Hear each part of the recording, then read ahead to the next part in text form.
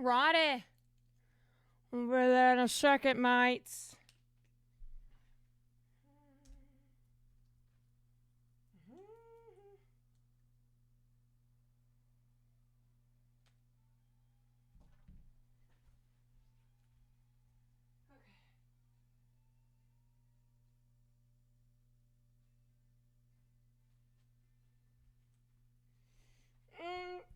Fuck.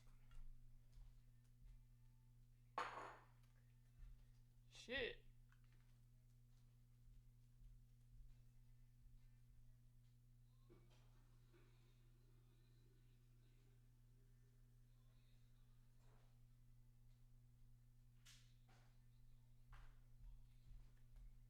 Okay. Okay. Oh, come here. What's the matter? Come here. Come here. You okay? Come on. Come here. Okay. You want to start things off? Mm-mm. Come here. Okay. What's up, y'all? Yes. Are you okay? Come here. Okay. Okay. Do you want... Hi. Hi. I feel like it's rare now that Farley jumps on my lap. What's going on? What's wrong? What can I do for you? What can I do for you, sweet angel? Sorry y'all, I'm a little bit discombobulated, so I was not ready. But I'm here now. Elon, thank you for the 25 months. I hope we're doing well.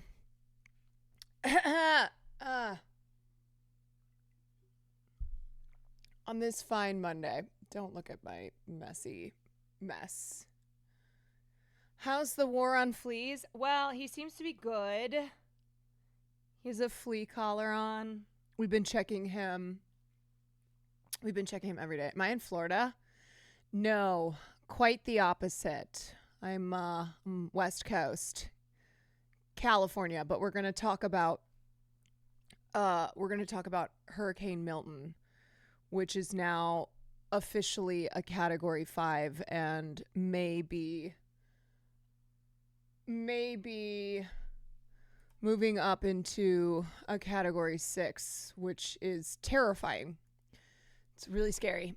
So if you live in Tampa, I mean, I'm sure you've already, depending on where you are, gotten evacuation notices, but it's it's a bad situation. So we're going to cover that. My sister's family in direct hit area for hurricane. They're supposed to leave the state, but they couldn't, but they said they got someplace safe, and I'm scared. Yeah, I mean, there are definitely a lot of people who are like, evacuating is easier said than done, and oftentimes evacuation orders come too late. This one seems to be, they're not like, oh yeah, by the way, the hurricane is literally at your door, but it still is materially quite difficult. So I hope your family is okay. Okay, I gotta start. I know. It's kind of hard for me when I have you on my lap because I have to sit like this. Okay. Well, anyway. Hi, Carol. I just wanted to gas up this Palestinian-Canadian music artist whose label dropped her after October 7th for being Palestinian. Would be a wonderful addition to starting stream music rotation. This was shot in Palestine. Oh, Nemesis. Yeah. We can watch this later.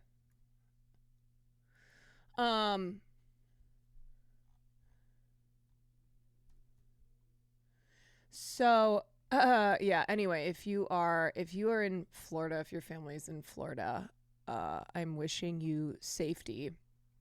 So we'll be covering that, and obviously we'll be talking about the anniversary of October 7th, which is today. And I have a piece from a friend of mine that I want to read. And then what else do I have in here? I think maybe we look at the call her daddy thing. It's pretty short. Or maybe worth taking a look at. I haven't watched it yet.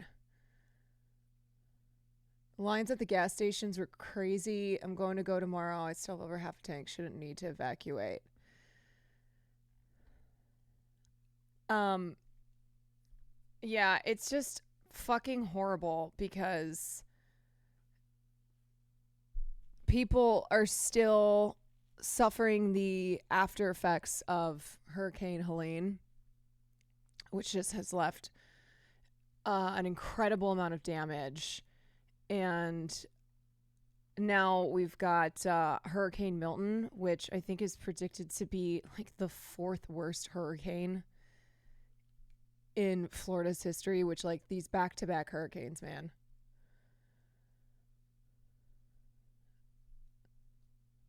Disney needs to close the parks for the hurricane. They haven't yet? Of course not. No. Disney's like, we will stay open even if everyone dies. Nothing will close the parks. We have Disney adults who need to get their fix, and we need to keep making money. I have a friend who works there. He's worried they're going to make him work through the hurricane. Yeah, I was looking at this thing from More Perfect Union had posted. Workers are already sharing stories of bosses putting them in danger ahead of Milton's landfall. Workers died during Hurricane Helene because they weren't given time to evacuate. This must stop. This is a rant on Reddit/anti-work. I'm so sick of these companies. So I live in Florida hurricane rant. So I live in Southwest Florida and literally on the direct path of Hurricane Milton. I'm on evacuation zone A, less than a mile from the Gulf. I work in retail management in an industry that is in no way essential at all. Well, it's essential because they got to keep making money. After waiting all weekend to see if the corporate overlords would say we're closed until further notice, I got notice today that we're business as usual until Tuesday night. We close at 9. The storm will be hitting on Wednesday. And the way that hurricanes work, it's not like, 1 o'clock or, there's an exact time that the hurricane will hit and there's nothing that happens before. Like it doesn't work that way. The conditions are extremely dangerous leading up to the estimated time of the hurricane hit. Like they're already getting a shit ton of rain. You know what I'm saying? It's not like, oh yeah, you'll be fine. And the hurricane is hitting at this exact time, and that's when, things will be treacherous, but up until then, it's totally fine. This gives me no time to evacuate or prepare accordingly. My dad is begging me to come up north, but I can't because of work. My main worry is that we have a high chance for a 10-plus foot storm surge. I want to leave, but I can't risk not having a home and then getting fired for job abandonment. Florida labor laws are the worst as well, so I don't think there would be a way to fight that. Too long, don't read. Fuck greedy-ass businesses who don't even try to pretend that they care about the well-being of their employees. Really hope I'm not underwater within the next few days.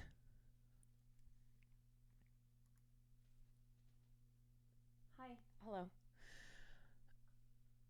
Here's another post. Direct hurricane hit to Tampa, but boss still expects us to log in. For context, I work for the government. We're about to get a direct hit from Hurricane Milton. Our bosses have said that if we evacuate, we are allowed to take your laptop with you. Oh, great. Yeah. Keep working while you're evacuating. I'm so stressed trying to prepare and not certain if I'll evacuate. I'm not in a mandatory evac, but I'm essentially surrounded by flood zones. I'm expecting power loss and possible wind damage to our apartment. We don't even have storm windows, and the apartment is wood framed, but we're about 8 miles from the edge of the bay. I don't know what to do. I'm already on thin ice because of performance The implication is that because we're essential workers and we work remote, asking for time off isn't appropriate. They can't outright say that, but the pressure is there. What would you do? Yeah, take the laptop even though there won't be any power.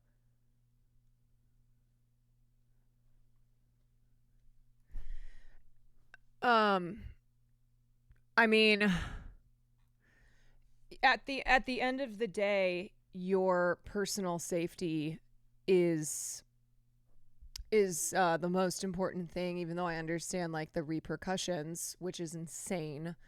You know, you shouldn't be punished. Okay, I'm gonna have you get down. I love you. I love you so much. Oh yeah, I love you. Okay. Obviously, you shouldn't be facing repercussions when you are seeking safety from a natural disaster, which I'm just going to start calling them unnatural.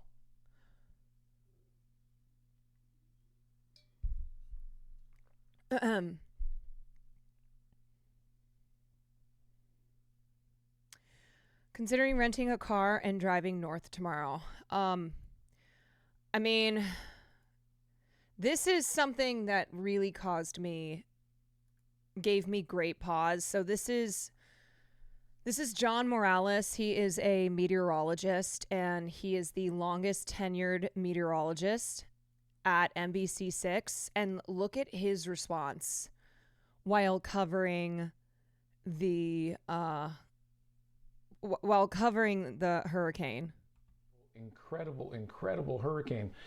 It has dropped.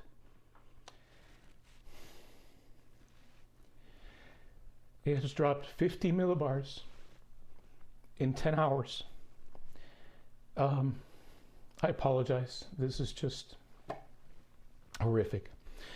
Maximum sustained winds are 100. Yeah, it's horrifying. It is horrifying. This is a man who has been working as a meteorologist for a long time. And he just started crying on air, tracking Hurricane Milton because of the impending devastation. And because this is in the immediate aftermath of Hurricane Helene, to which they are still, they're still finding bodies. There are still so many people who are trapped, who don't have access to food or water or shelter. 60 miles per hour. And it is just gaining strength in the Gulf of Mexico, where you can imagine the winds. I mean, the seas are just so...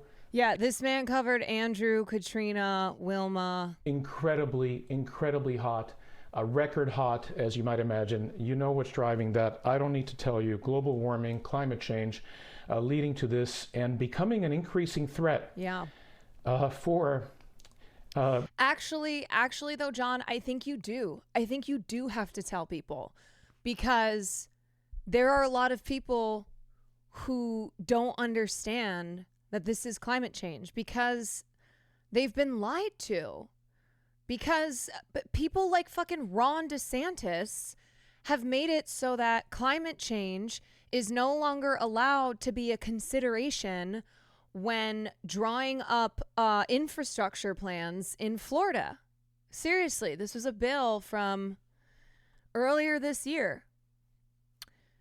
Ron DeSantis signed legislation Wednesday removing the requirement for the state to consider climate change in crafting energy policy, and excises nearly all references to climate change in Florida law. Yeah.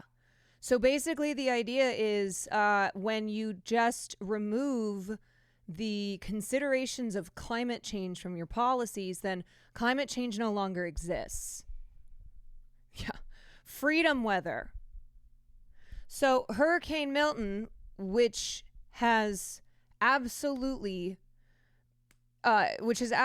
been created in the strength of the hurricane being created by the human effects of climate change. Hurricane Milton's going to show up and be like, "Oh, sorry, there's no climate change references here in Florida. Guess I'm good." okay, I guess I'm not going to do what I was going to do. I don't get what they have to gain by denying climate change. Money. It's money. They are lobbied by big oil and gas companies, as they have been for decades, and it is like everything else in politics. It's always money. The law, which passed the state legislature in March and takes effect in July, also outlaws offshore wind turbines in Florida waters or the construction of offshore wind facilities within a mile of the state's coastline.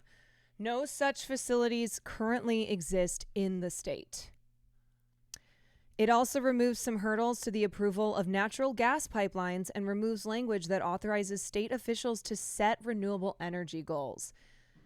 Yeah, so here we have two back-to-back historic hurricanes that have, have cost billions in dollars, have resulted in hundreds of immediate deaths. And as we know, the long-term effects of hurricanes are staggering and lead to many, many more indirect deaths. So it's not just the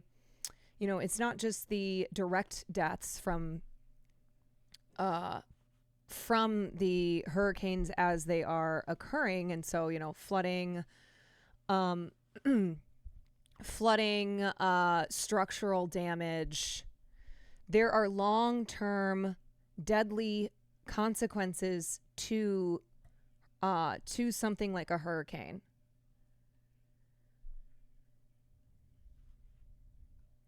In a post on social media platform X Wednesday afternoon, DeSantis touted the law and two others that he signed as restoring sanity in our approach to energy and rejecting the agenda of the radical green zealots. Hell yeah, brother. We're keeping Florida free. Ain't nothing gonna be done in Florida. We're all natural here.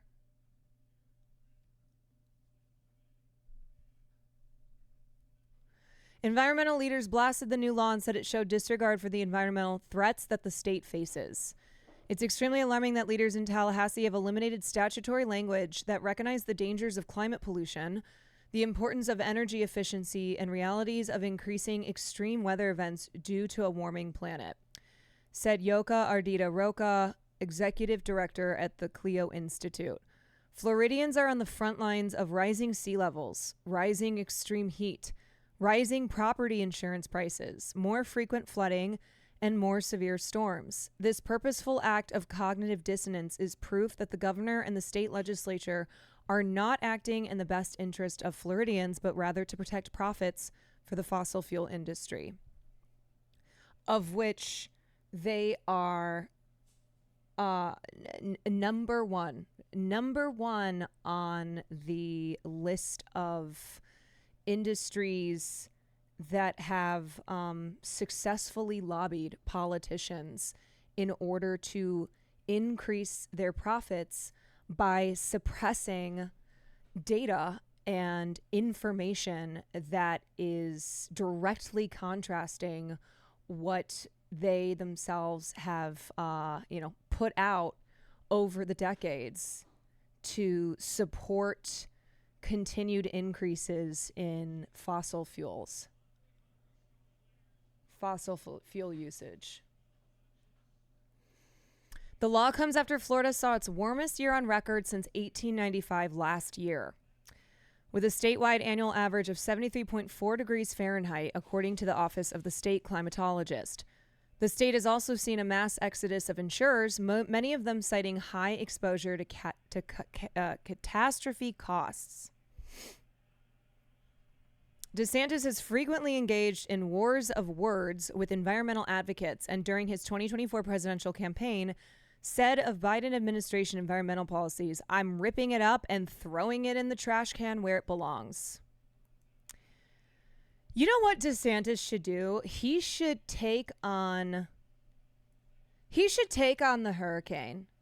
He should be the Giga Chad that he is, the defender of Florida, the defender of freedom. And he should go fight that hurricane. It's very possible the pressure is still dropping, which could end up making this the most powerful Atlantic basin hurricane in recorded history. Wilma in 2005 would be a good point of reference. Yeah, as it stands, from what I was reading earlier, it stands to be the fourth most powerful hurricane in Florida history. But it is intensifying, and there are meteorologists and climatologists who are, just meteorologists who are thinking that this could move from a 5 to a 6. Wilma was the most intense tropical cyclone in the Atlantic Basin and the second most intense tropical cyclone in the Western Hemisphere after Hurricane Patricia in 2015.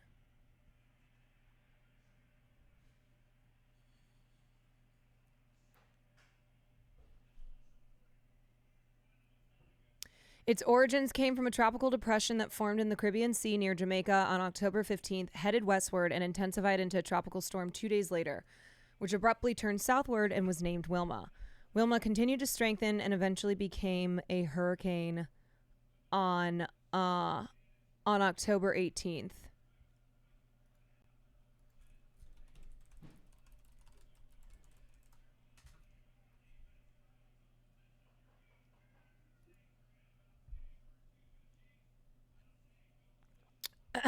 So just on the category 6.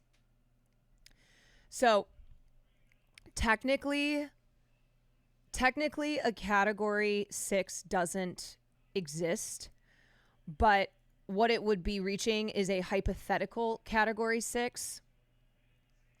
And for a long time, experts have argued about whether or not the scale for classifying hurricane wind speeds, which goes from 1 to 5, would be needs to be redone. That the hurricanes we are experiencing now won't fit in the current National Hurricane Center's scale.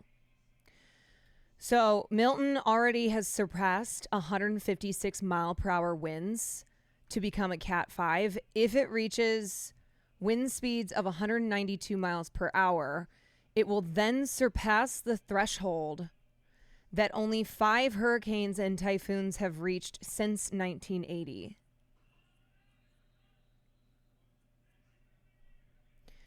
So, yeah, there's debate within the scientific community as to whether or not they need to add a category 6, or at the very least expand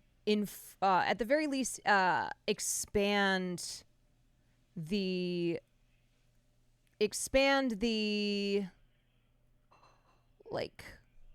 the discussions and the classifications for hurricanes.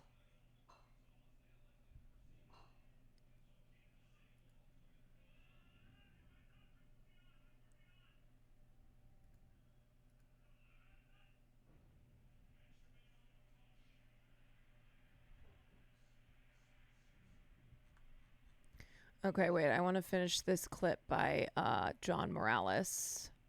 The Yucatan, including Mérida and Progreso and other areas there. Let's see if I can show you the latest. There's the Cat 5 information. Winds 160 miles per hour, moving east-southeast at 9 miles per hour. And on that track, you're going to notice that this system is going to come very, very close. Okay, sorry. Hurricane Milton has reached 180 mile per hour winds. This is the latest update. Yes, the latest update is that it's 180 to 185 miles per hour. It has not yet reached Florida's coastline. It is still in the Gulf of Mexico, but it is headed directly for Tampa.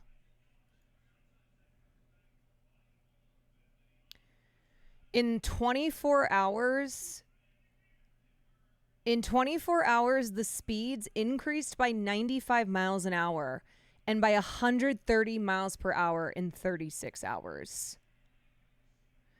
The storm is currently about 650 miles from Tampa. Close to the Yucatan, and the dirty side of this hurricane, folks, is on the right-hand side of its progress. So therefore, they're going to get the dirty side there. These communities, many of them, as you might imagine, many folks, in that area have just the very basics, nothing else but that. So it's going to be very tough.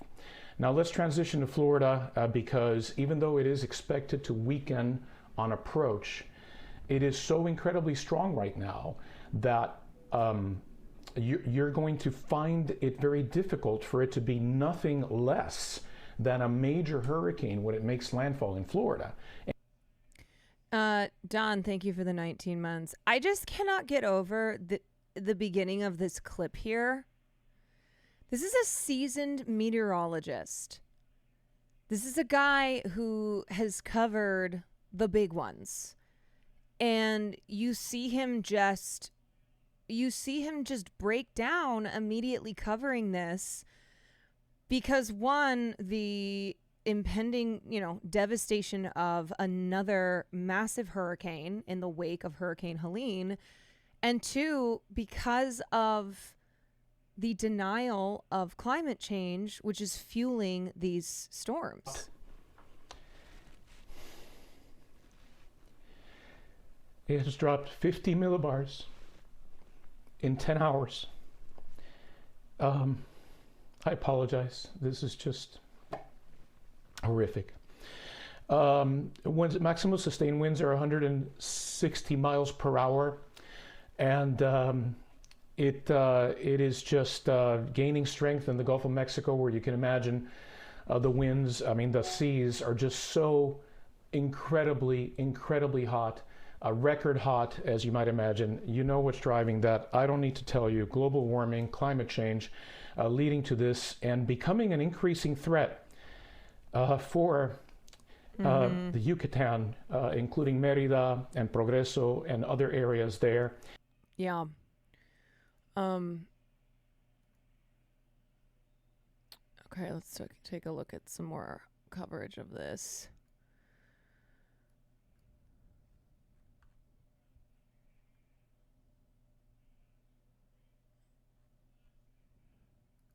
Then we already have just an awful hurricane bearing down again on the U.S. this week, this time Hurricane Milton, which in just a matter of hours today went from a Category 1 hurricane to a Category 5, now barreling toward Florida with 180-mile-an-hour winds tonight. This is the strongest hurricane in the Gulf in nearly 2 decades, and it's headed directly toward Florida, the Tampa Bay area. At some point, the storm could grow intense enough that the wind shear they're hoping will weaken it won't have much of an effect, in which case Florida would be in huge trouble. And much of the Gulf Coast of Florida bracing tonight. Urgent warnings at this hour, mass evacuations. The hurricane spinning over the record warm waters of the Gulf, about 675 miles from Tampa. Set to make landfall. You can see the track right there Wednesday night or in the early morning hours of Thursday. The new forecast just in tonight, they're now warning of a potential historic storm surge up to 15 feet. The Tampa area, as I mentioned, in the bullseye, just as they still clear away debris from Helene. They are warning Milton's storm surge could be far worse. In Dade City tonight and in so many other Florida communities, families are racing to protect their homes, preparing for widespread power outages, waiting in long lines already for gas. Tonight, hundreds of thousands are under mandatory evacuations, officials begging them to obey this. Heavy traffic headed inland on I-275. This is over Tampa Bay. Vice President Kamala Harris just moments ago with a warning about this coming hurricane, asking residents to listen to their local authorities and to take this very seriously. Let's get right to Chief Meteorologist Ginger Z live in Tampa tonight with the new forecast just in from the National Hurricane Center. And Ginger, it's just stunning how quickly this went from a Category 1 to a Category 5 hurricane today. Yeah, and David, not only meteorologically is this remarkable out over the ocean, but it's the impacts. And I know you know it's all about how humans will be seeing this. And that's the part that I am unfortunately having jaw-dropping moments. Like 10 to 15 feet of surge around here. That is more than doubling what we saw just 2 weeks ago, which was a record, meaning that people have never seen anything like that, not just here in Tampa Bay, but we'll get to all of it. Let's start with, yes, how fast. 95-mile-per-hour winds increase in 24 hours. Only 2 other hurricanes in history have done that. It's still more than 670 miles to our southwest here from Tampa Bay. It's kind of skirting across the Yucatan there, but it is going to head east and then eventually northeast right here. Why we have a hurricane. Here's how it's similar to Hurricane Wilma from 2005. So Hurricane Wilma, which holds the record for the lowest pressure in a hurricane, another measure of a storm's intensity. The small size and excess of extremely warm waters in the Gulf of Mexico and calm atmospheric conditions allowed Milton to explosively intensify, as Hurricane Center forecasters noted in an early afternoon update on Monday.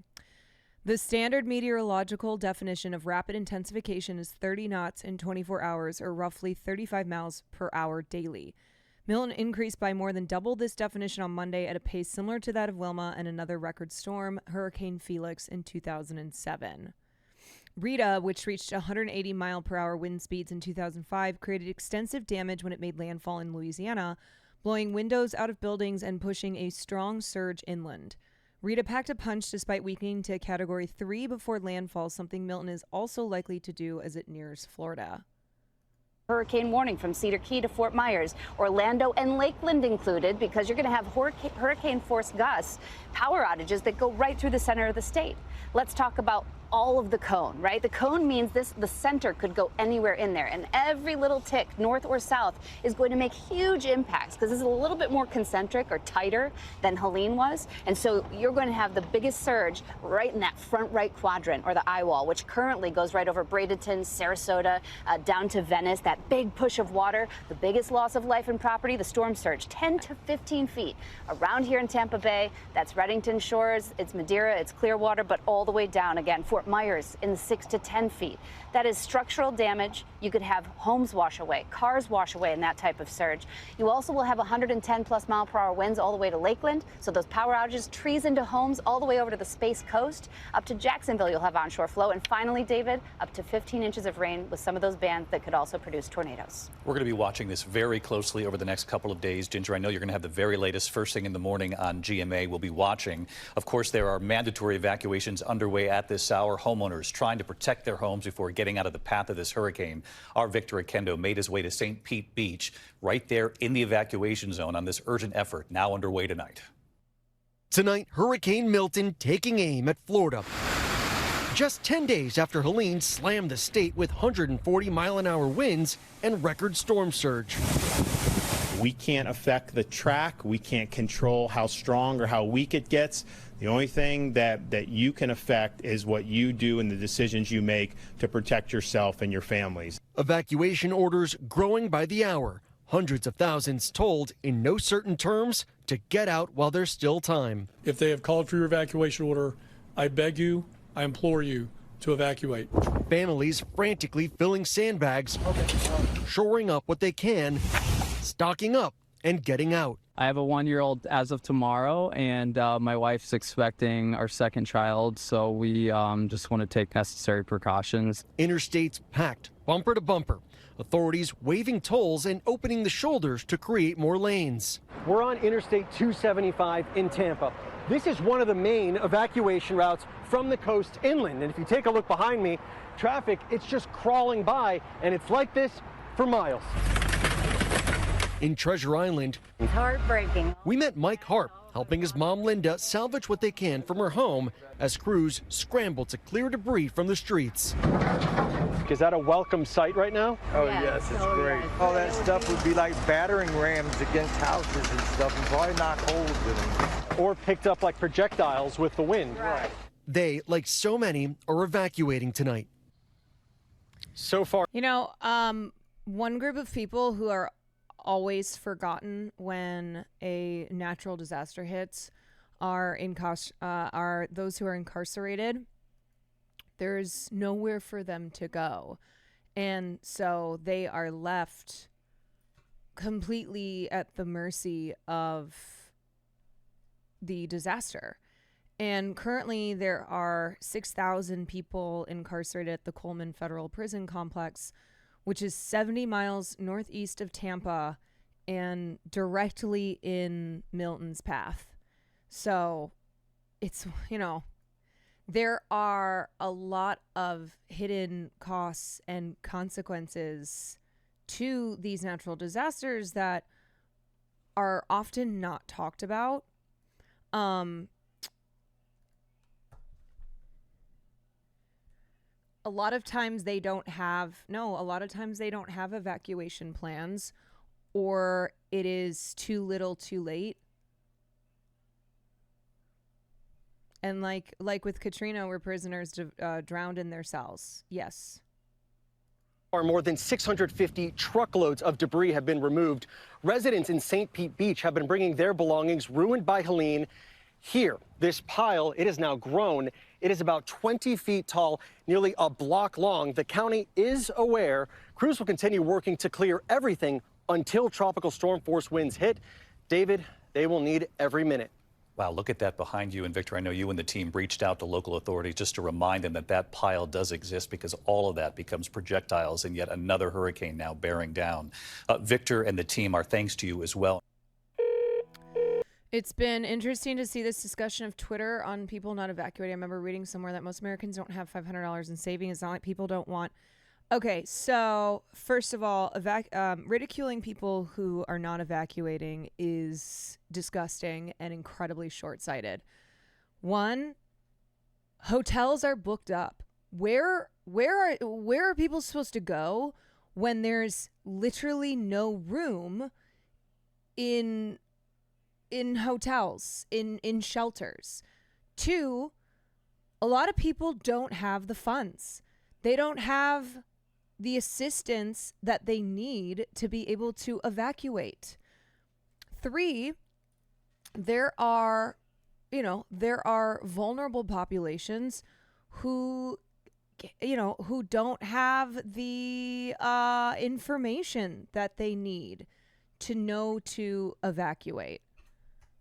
Yeah, gas stations being out of gas, roads being shut down, hotels being filled, and these are for people who can personally afford to evacuate.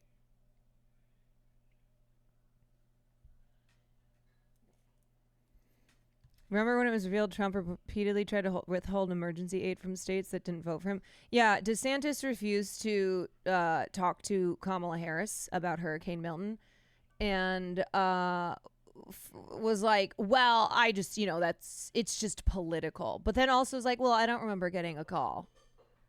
These people are, they are responsible for an untold number of lives that are lost because of natural disasters, because of, because of poverty, like whatever it is that their policies have directly and indirectly led to. It's a hell of a lot of suffering and death.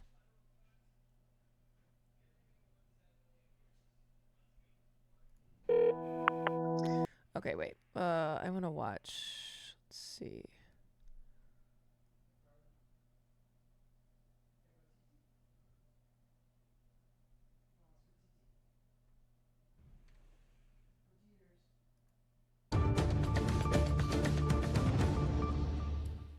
We want to take you now to Tampa, Florida, where top FEMA officials and the mayor are giving an update for Hurricane Milton. Coming off of Hurricane Helene, getting back up on our feet, but we need to take Milton seriously. The trajectory is still directly towards Tampa Bay, maybe a bit to the south, but you know how those predictions are. They are predictions. The interstate is just about at a standstill, so people are evacuating. The evacuation notice has been given for Hillsborough County, so please prepare quickly and get out of the city. What we have said before still holds true. You hide from the wind and run from the water, and you don't have to run far. You don't have to go to another state. You just have to get to higher ground. But this is going to be an event like none other. Helene was mostly a water event for us.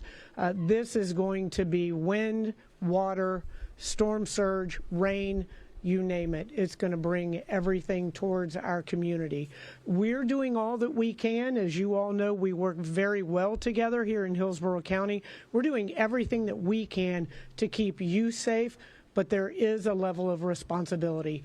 With this hurricane, we can avoid any loss of life if people listen and you evacuate, especially from that predicted storm surge. But that's not true.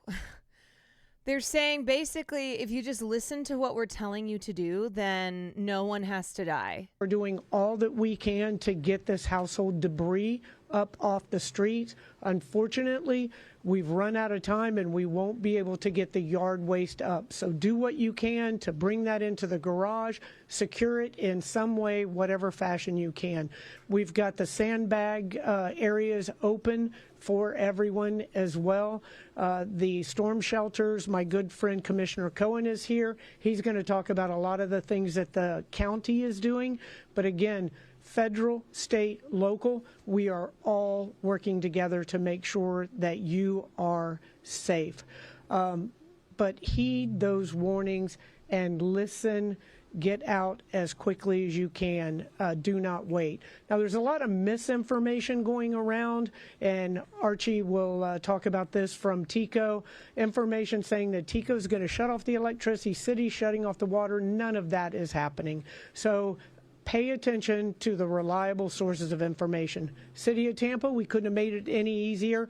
Text Tampa Ready to 888-777 for real-time information, and Tampa Lista to 888-777 for those alerts in Spanish. Again, we're here for you. Do your part and we'll all be safe. Now, it is an honor for us to have the administrator of FEMA here. She has ridden around with us and looked at some of the harder hit areas in the city of Tampa and has brought the resources to our community. FEMA has been on the ground when we need them, and we couldn't ask for a better administrator. So I will bring Administrator Criswell up here to give some briefings. Thank you. Mayor, thank you very much. I just want to reiterate to start out that Hurricane Milton is a Category 5 storm. It is a serious storm. It is going to bring life-threatening storm surge to many communities. And while you look at the cone of the storm, I want you to remember that the cone is just one part of the risk that we see. The cone is telling you where the strongest winds are going to be. I need you to also look at where the storm surge is expected to be up to, I believe, 12 feet right now, Mayor. Listen to what the mayor said. It was really encouraging to see people already starting to evacuate. We do not have to have any loss of life as a result of this storm, because all you need to do is go to higher ground into a safer location until the storm passes. Then once we find out what the status is. This is why people blame individuals who die during natural disasters. They're like, bro, they told you to evacuate and you didn't evacuate. Dummy. Dumb. Your home and the neighborhoods, we can work on what that longer term need. Like, I understand that they have to obviously get the message across of how serious the how serious the conditions of the storm are and the damage that it's going to cause, especially if you are in a marked evacuation zone. But this is why, this is why natural disasters are often, the consequences of them are viewed as individual failings. Oh, you didn't have flood insurance? Great. Well, that's on you. Okay, well, should we talk about the fact that a lot of people don't know that homeowners insurance doesn't include specifically flood insurance and that you have to buy that separately and often from the federal government?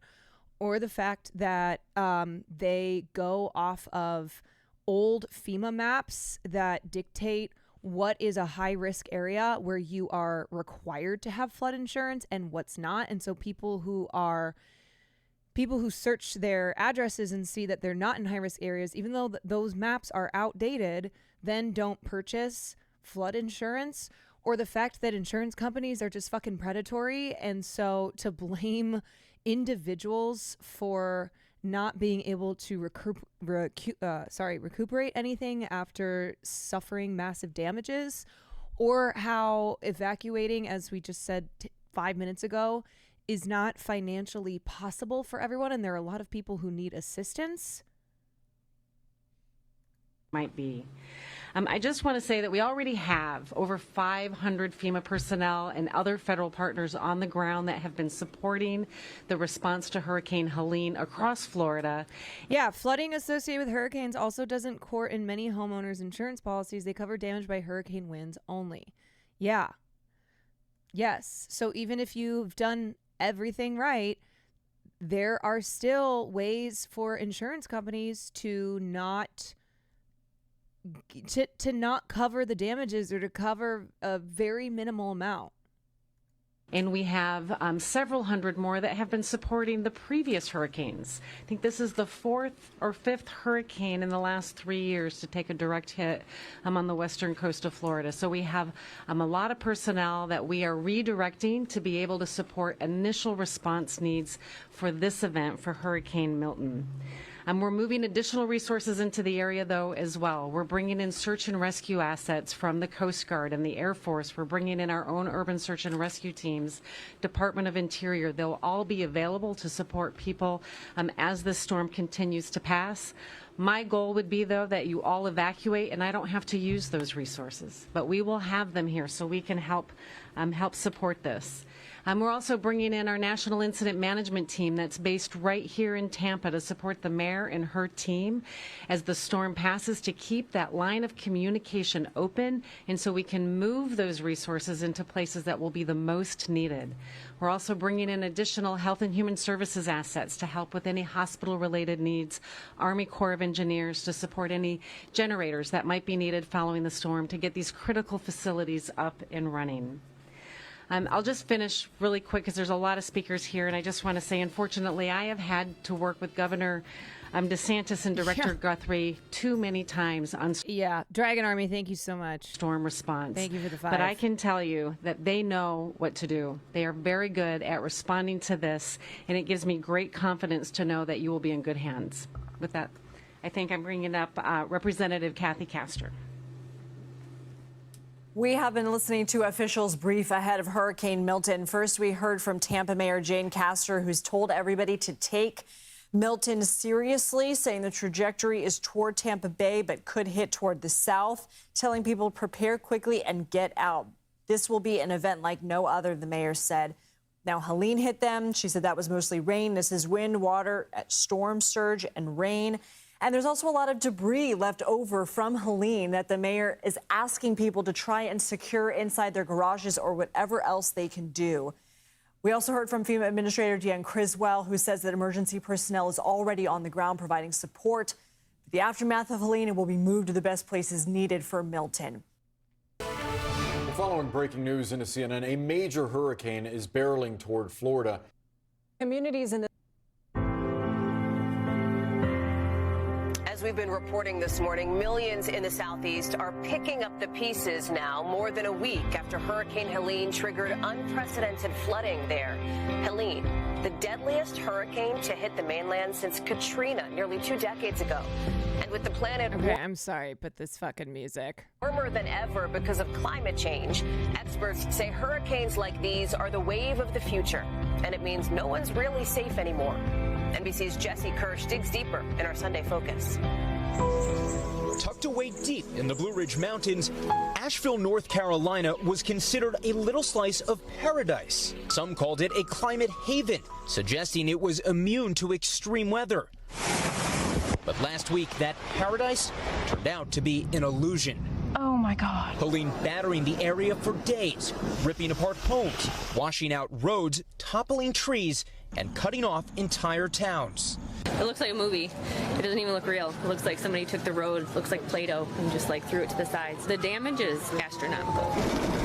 And while Helene made landfall in Florida, its path of destruction stretched hundreds of miles across the southeast. This is an historic hurricane. New research out this week says there is strong evidence human-driven climate change strengthened Helene's destructive power. Of course. One study saying it made the storm's rainfall up to 20% heavier. Yeah, it's human-driven climate change, and then also having old infrastructure that is not equipped to handle the intensity and the intensity and number of the natural disasters that, again, not so natural, unnatural disasters, not so unprecedented, now very much so precedented.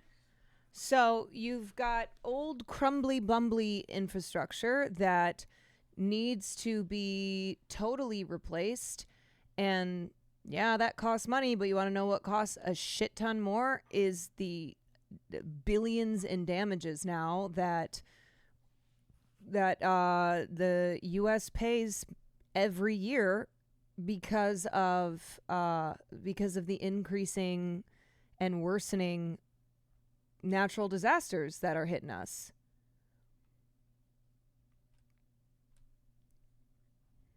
Its winds 7% stronger. We're seeing these events. Yeah, every year more and more hurricanes are going to be historic. Yeah, hottest year on record. We haven't seen, we haven't seen a back-to-back. We haven't seen back-to-back storms like this. Oh, this hasn't been as quickly intensifying of wind speeds since 30 years. Events that are boosted by climate change, stronger, wetter, lasting longer. Another report found that a warmer climate led to 50% more rain over parts of the Carolinas and Georgia than would have been expected. These wetter, more powerful storms wreaking havoc in areas not used to getting them. Asheville residents in particular say they were caught off guard. We weren't prepared for the severity of the storm. Whether you live in the mountains, whether you live in Duluth, you are not immune to seeing an extreme weather event that I got flooded out of Central Florida in 2022. It took over a year to rebuild a lot of the residences. A lot of that was due to supply and labor constraints. So much of SCUS is going to be worse from Helene. These places won't be rebuilt. Yeah, one thing that happens in California all the time is areas that are extremely prone to wildfires, like they don't even have a chance to rebuild from the damage of the last wildfire before another wildfire hits and just wipes out any rebuilding that has been done. And for a lot of these areas that have just been decimated, it takes years and years to try and rebuild, and that's taking into that's with the hypothetical of no other disasters striking during that during those years of rebuilding. If you've ever been to New Orleans and visited the areas where Katrina hit the hardest, it's almost like, I wouldn't say a time capsule per se, but it's like you're almost transported back. Like you can't believe it's over 20 years or however long it's been since Katrina. You see the lasting remnants of the horrific damage from Katrina. Yeah, so 20 years next year. Some people in Fort Myers are just finishing rebuilding after Ian 2 years ago. Now Milton is coming right for them. Yeah, what they keep doing is building more and more settlements in floodplains in areas that are just incredibly vulnerable to flooding and damage from these storms. And it's a combination of all these factors that is more and more pointing to this future where we do not have the ability to withstand these disasters without lasting consequences of an enormous size, and also the frequency with these disasters happening more and more. And so it just feels like it feels real bad, man. It feels real bad. When the intervals between hurricanes or other natural disasters becomes too short for rebuilding, you know you're fucked.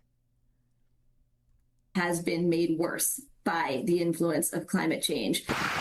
To add insult to injury, only about 2% of residences in the hardest hit counties were protected by flood insurance. And a paper published in the journal Nature this week laid out the hidden toll of these storms, arguing that on average, the true death toll from a tropical system resulted in an additional 7,000 to 11,000 deaths over the 15 years that followed. Why? According to the study's authors, factors like financial distress, medical care interruption, and loss of critical infrastructure contributed to a kind of delayed mortality effect. Yeah, so this is what I was talking about with the long-term consequences, long-term deadly consequences for those who have suffered a natural disaster. You know, the storm might not kill you when it hits, but the lasting consequences to your life are ones that a lot of people, I think, don't recognize or realize. In the years after the storm, our study really highlights that hurricanes and tropical storms are a much greater public health burden than anybody had previously thought. Back in Asheville, residents know it will be a long road to recovery. We have no running water. We're living off of water bottles and generators, and the city of Asheville is saying the water is going to be maybe weeks, maybe months before they have the situation back up and running. As Helene's long-term impact slowly comes into focus. And Jesse joins us now live from Swannanoa, North Carolina. Jesse, good morning. It feels like the next question here is, if storms like these are here to stay, what can people do to better prepare for them? Yeah, Hallie, good morning. Always good to have a go bag ready with clothing and essential medications. You also want to be able to stock up on water and non-perishable food. Keep a list of items that you want to grab in case of evacuation. But another thing people should be considering is flood insurance. It's something you and I have talked about before. And some experts tell us that most homeowners' insurance policies do not include flood protection. But a lot of people may not realize that. We also know some people are turned off by the cost of flood insurance. But the reality is, even if you do not live in what is deemed a high-risk flood area, you can have flood damage. And if you have any doubt about the threats posed by rushing water, take a look behind me. That is a pickup truck that has been lifted on top of a car. Hallie. Just another dramatic image in a scene in a town full of so many of them. Jesse Kirsch, thank you. Hey, thanks for watching. Okay, let's watch this. Here's a video on why Communities in the South are still most picking up the people don't have flood insurance. Pieces from Helene, and a lot of people might find their insurance won't be much help. This video is from Asheville, North Carolina, just one of many communities dealing with major flooding and heavy damage from the storm. And here's a staggering statistic. FEMA says 99% of counties in the United States have experienced flooding since 1996, but only 4% of people have flood insurance. Let's bring in USA Today Money reporter Bailey Scholes. She's been covering this issue in a piece about how many people don't have flood insurance and the headaches Helene is causing for them. So thank you so much for being here. I mean, this is very naive of me.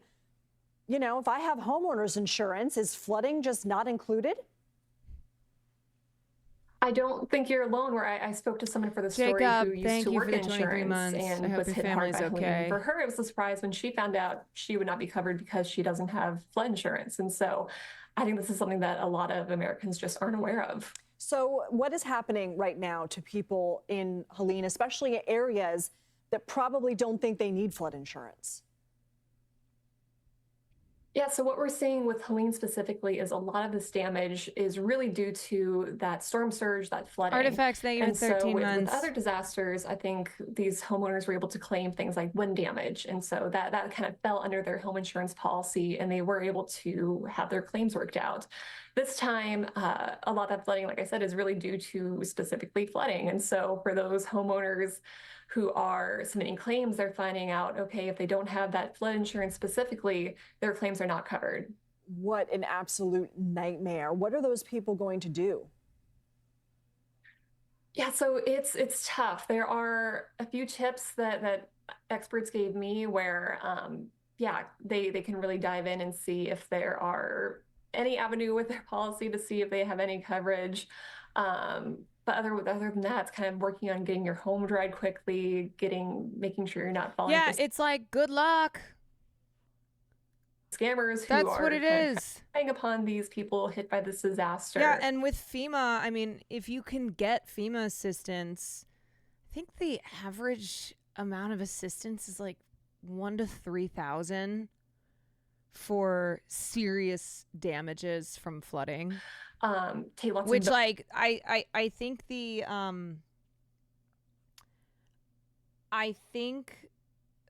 the cost of even 1 inch of water in your home is like $25,000. Like, that's usually the starting point there. Just 1 inch of water because of how much structural damage water costs. Photos and videos of the damage. And then, yeah, other than that, it's checking around, seeing if there's any sort of... Did you already cover Trump saying FEMA's giving the money to immigrants? You mean tonight? No. Immigrants just being the scapegoat for everything, which is disgusting because a lot of FEMA volunteers and those who work to clear the damage from these disasters and, participate in search and rescue, a lot of them are immigrants. But no, immigrants are just stealing all the money from the government. They are committing crimes. They are just, they're just villains. Assistance. You know what? They actually caused the hurricanes too. Yeah. Yeah. They're the reason that these hurricanes are happening. Or maybe some state or local money available. What can you tell us about flood insurance? I mean, from your reporting, how much on average is it a year? I mean, maybe people are just thinking, look, it's way too expensive. I can't even get by. I'm just trying to get groceries. What did you find? Yeah, so what experts told me is there are really 2 reasons that we don't see a lot of flood insurance. One is just people aren't really aware it's something they need. They think if I'm not in a FEMA designated flood zone, I don't have to worry about it. And then the other is just that cost, where home insurance prices are just going up already. And so adding on flood insurance on top of that, which on average can cost nearly $1,000 a year, that's just out of the question for a lot of families. How could someone find out if they are underinsured? What should people do to make sure they don't run into the issues of the people who you interviewed? Yeah, I think a lot of what the experts were telling me is just look at your policy, see if you have that flood insurance where, flooding is really considered one of the most costly, one of the most common ways that your home can really get affected. And here's the thing, as we all know, insurance is designed, the language of insurance is designed to be confusing.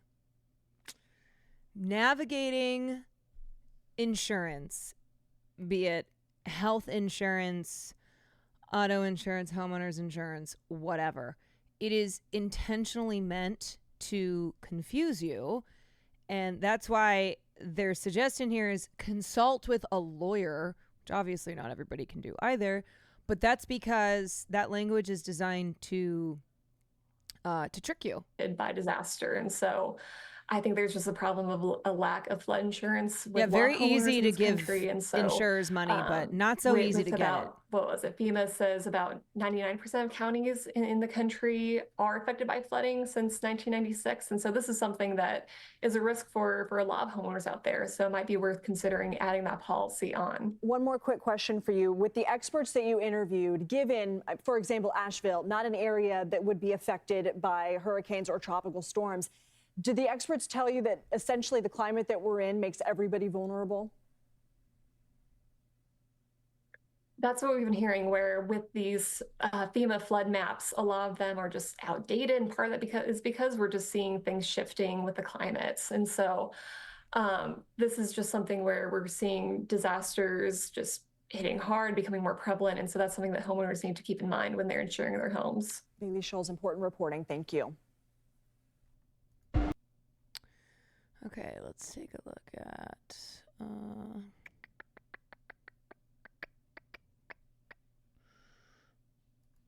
I wish we could turn to good news after this, but unfortunately we have to turn. This is breakthrough news. Talking to a guy who is from Asheville and is also a member of PSL, Party for Socialism and Socialism and Liberation. And his name's Evan Brannon. Into another horrible tragedy, and that is the aftermath of Hurricane Helene here in the United States. I believe about 204 people have been killed across the country because of the hurricane. Half in North Carolina. That is I gotta say, it is hard still to find news coverage, mainstream media coverage, where this situation with Helene and now Milton is being talked about in climate change terms and also systemic governmental failures. It's just tough. You really have to root around to find this type of coverage. Still early death toll here as people try to dig out. And we are very honored to be joined as we continue the show here by Evan Brannon, who's a resident of Asheville, North Carolina, one of the hardest hit places, and also an organizer with the Party for Socialism and Liberation. Evan, thanks so much for being with us. Thank you so much for having me. Happy to have the opportunity to, shed some more light on this. Absolutely. Well, walk us through what happened there in Asheville and what some of the immediate challenges are there in the aftermath. I know people saw y'all got hit pretty hard. Yeah. So the immediate challenges we're facing, for people that don't know, Hurricane Helene made landfall as like a Category 4 hurricane, and it came all the way up to Asheville, North Carolina, southern Appalachia, and hit us as a tropical storm. There are now hundreds of thousands of people that are without food, water, any way out, and also cell service. There are also entire communities that have been washed away. In the mountains when it rains, it's not like somewhere flat, like if it rains 12 inches, like across like a mile span, the rain from the tops of the mountains goes down into the valleys where the poor communities are. So in some places, we saw the rivers rise 20 feet, fully engulfing homes, communities.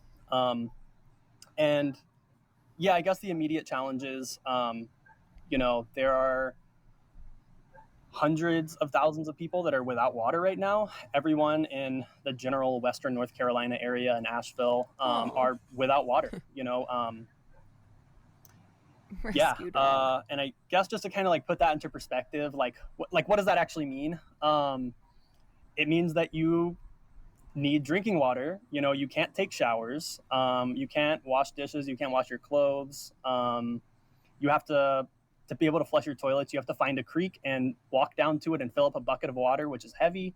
And a lot of elders in the community are having to do that. Yeah, luckily the community is banding together a lot right now, but that's really all that we have. I mean, it's just horrific to see the devastation. Can you also explain what the situation was like in Asheville immediately prior to the flooding from Hurricane Helene? Because, you know, were residents given any warning? Were residents prepared for this level of disaster? Yeah, so great question. Let me tell you. No, we weren't given a warning. We knew that, you know, some of us had friends traveling up, and you know, I'm not a weather, I'm not a meteorologist. I don't know weather like that. But I even had the sense, you know, to tell people like, hey, actually don't come up here. Like it's going to be bad. But unfortunately, our local government and state government didn't give any of that. You know, we knew it was going to be bad. We knew there was going to be an impact. But for instance, evacuation orders, there are like some very key impacted areas, like a neighborhood or a town called Chimney Rock, which is completely washed away. There are like before and after pictures that you can find of that town. It's completely gone, swept away by the river. There's also Swannanoa and Black Mountain, and other rural areas that, you know, were completely washed away. But it's very predictable. You know, we know that the weather is getting worse. We know that hurricanes are getting stronger. We know that climate change is happening, and that these weather systems are getting more intense. You know, so our government could prepare for this. They also could have sent out evacuation orders, which they're in the communities I mentioned, like Swannanoa and Black Mountain, and Chimney Rock. There were evacuation orders that were sent out because they were in a flood zone, but they were sent out as the flooding was happening. So it was much too late. In Swannanoa specifically, there is... Chat giving me tips for hurricane preparation that I've never thought of before. Thank you. Yeah, does anybody have like a good a good list? You know, there's obviously if you can fill your bathtub with water, it gives you an extra source of water. This is obviously it depends on what your situation is. You know, for some people, the most important thing is that they can evacuate, that they do evacuate, but it's not possible for everyone.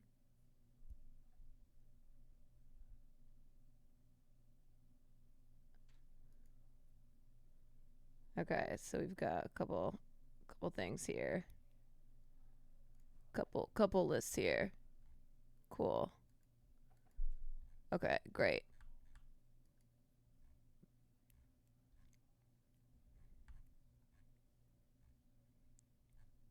Okay, yeah, these are both pretty comprehensive. So there's links in chat.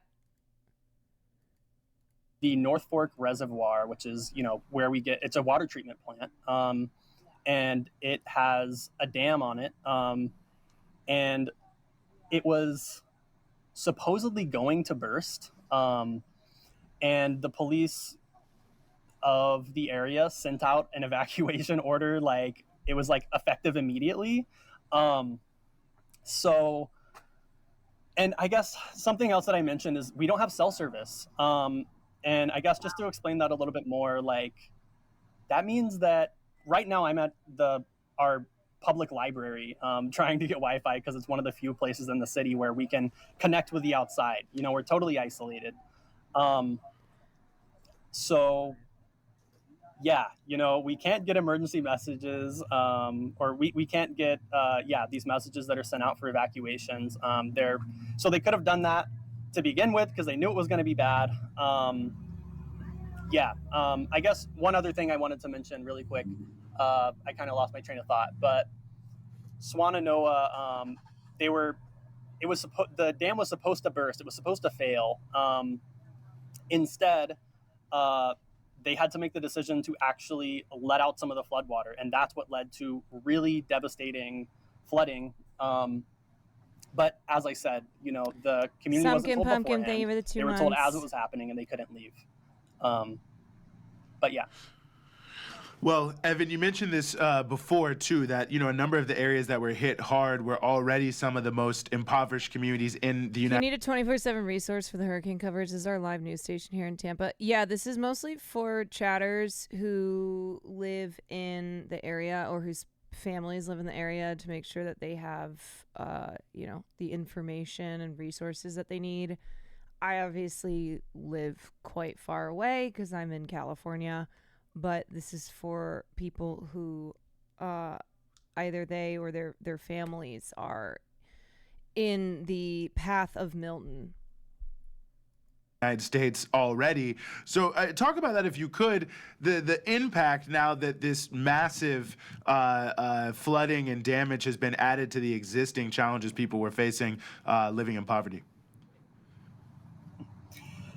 Yeah, it really means total devastation. I mean, people are really, their whole lives are changed forever because of this. This is an extremely traumatic, extremely catastrophic situation. As I mentioned, not only homes were floating down the river, but entire communities. There are entire communities that are gone,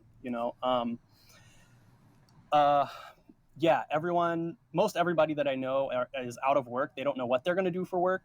We're really having to rely on donations from outside because our government said they ran out of money for FEMA, which is absolutely insane.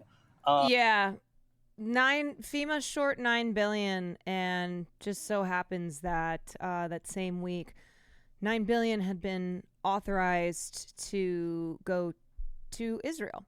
So I think it's just a coincidence. I'm sure hopefully people have heard about that, that FEMA supposedly ran out of money. And even then, this happened last Thursday. To be clear, FEMA is not an organization that is undeserving of examination and rebuke. As we know, FEMA has magnificently failed through many a terrible disaster, but they are still the biggest organization, the biggest federal organization that's existence is to provide assistance to those who've been affected by disasters. This impacted all of us. So it's been a week today.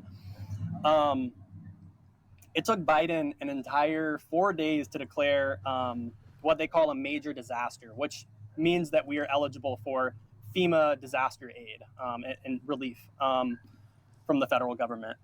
He waited 4 days to do that. And then FEMA's response to Katrina was so fucking bad. New Orleans still Congress recovering. knew that months ago and decided to sweep that under the rug and not fund FEMA. But just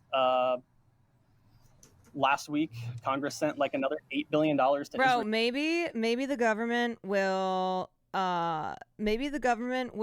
fund FEMA, give FEMA the funds they need if they find out that the hurricane is Hamas.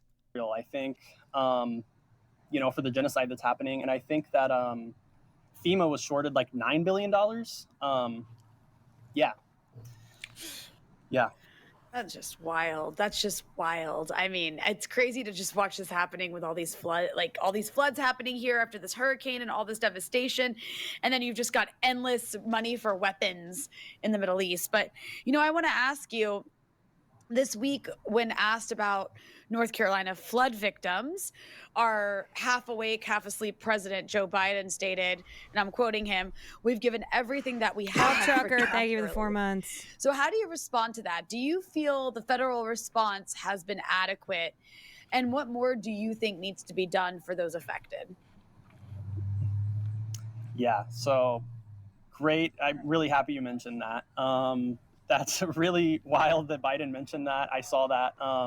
A lot of people are seeing that here, and I have a couple things. First of all, the government failed us on absolutely every level.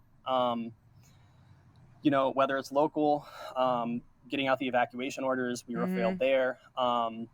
Also, the state could be doing a lot more. And the federal government, is nowhere to be seen. Occasionally you'll see like a FEMA helicopter fly over, but nobody sees them land. Nobody sees aid from them. And something we have seen, though, that's really, really incredible, it's really, really great to see, is the communities banding together. The main thing that people are doing right now is surviving. We're checking on, who has food. Yeah, this is how it goes. When a disaster strikes, it's the community that comes together. It's outside independent fundraising. It's GoFundMes.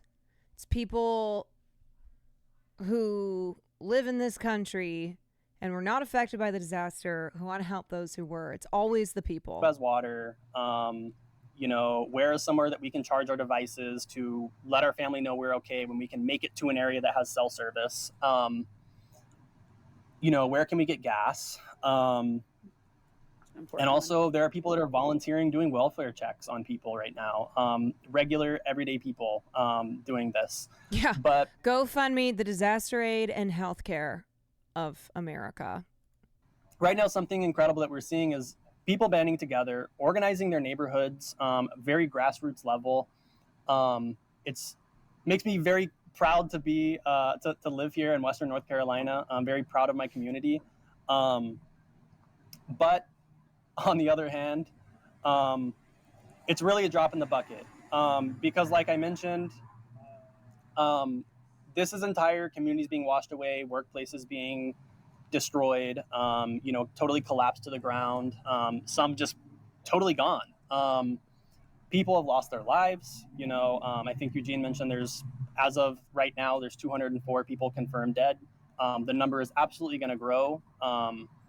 I think there are 1,000 people totally unaccounted for right now. Like nobody can get in touch with them or knows where they're at. There's also 11,000 missing person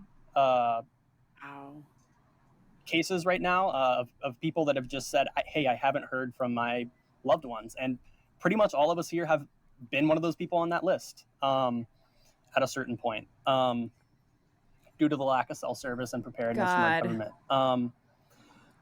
That is horrifying. Yeah. The media right now, I think what is being shown is kind of being in the corporate media shown as like a feel-good story. But that is really infuriating. A heartwarming story that we bring to you today.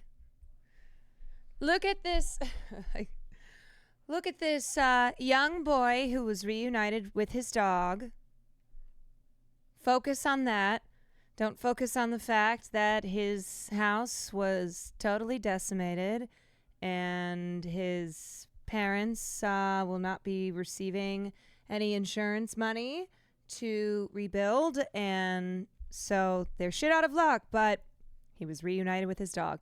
You know what's giving? It's giving heartwarming story. A teacher gets cancer and her fifth graders all band together and start a GoFundMe to raise the money for her cancer treatment. Oh, so heartwarming. Because people need actual relief. We need the federal government to, provide clean water to all. Kid buys candy from Costco, buys candy in bulk from Costco so that he can help his mom pay for her cancer treatment. Yeah. Child raises money by making lemonade at a lemonade stand. Neighbors come together. One neighbor gave $100 for a $1 cup of lemonade. And now his mom will be able to have her brain surgery. all homes so people can survive. You know, we need cell towers. You know, we need, phone companies to like come in and bring like temporary cell towers so people sometimes can, I accidentally click go chat. about their life and not be so isolated here, and also talk to loved ones and plan how they can get out of here. You know, people need money for damages. You know, I mentioned that it was declared a major disaster. So that means that people can apply for FEMA aid, but people shouldn't have to apply. You know, it should be granted automatically when something like this happens. And it should be insured to everybody. We shouldn't have to have a FEMA investigator come and... Yeah, there are people who cannot wait the time that it takes to apply for FEMA assistance and hopefully get it. See if we're worthy of whatever check they're going to give us to rebuild our lives. You got denied? You know, we also need transparency. I mentioned we're out of all of these things. 90,000 people are still out, like zero power, and there's also no timeline on when that's coming back. So we need transparency on that from our government. We also... Have you seen the video of Lindsey Graham crying about Israel running out of ammunition when asked about hurricane relief? Yeah, that's why I said just tell those motherfuckers that the hurricane is Hamas. Hurricane Helene. You know, all of our water treatment facilities are down in Western North Carolina. People don't have water, and there's also no timeline for that. Also no timeline for when cell service is coming back. Also, you know, the government needs to get the lights on, get us power again, you know, fully, you know, prioritize this issue right now. It's a catastrophe for people. There should be gas distribution, you know, or mobilize buses from across the state or other states to come in and bring people out, or bring them somewhere where they can get gas and get out of the area for now. Also, there are a lot of people without medications or oxygen tanks, people that are on oxygen. You know, they need to open and stock the pharmacies and give it away for free for the victims. There are people I know in my neighborhood that have been a week without their medications because pharmacies are, you know, just not open. Shoot Milton with an iron dome. And also, you know, a bigger, just more general demand for our government is stop fossil fuel extraction. You know, like we know that everyone knows that climate change is happening, and everyone wants something done about it except for our government. The capitalist class of this country is extracting and does not care at all what happens to the people here or of the world. Well, Evan, we really appreciate you going to some... Yeah, that's because we are leading with an America First approach, baby. Fuck the world. Okay, we'll just do lip service to global climate change, but we're not actually interested or even pretending to be interested in leading the fight against climate change. Nope. No.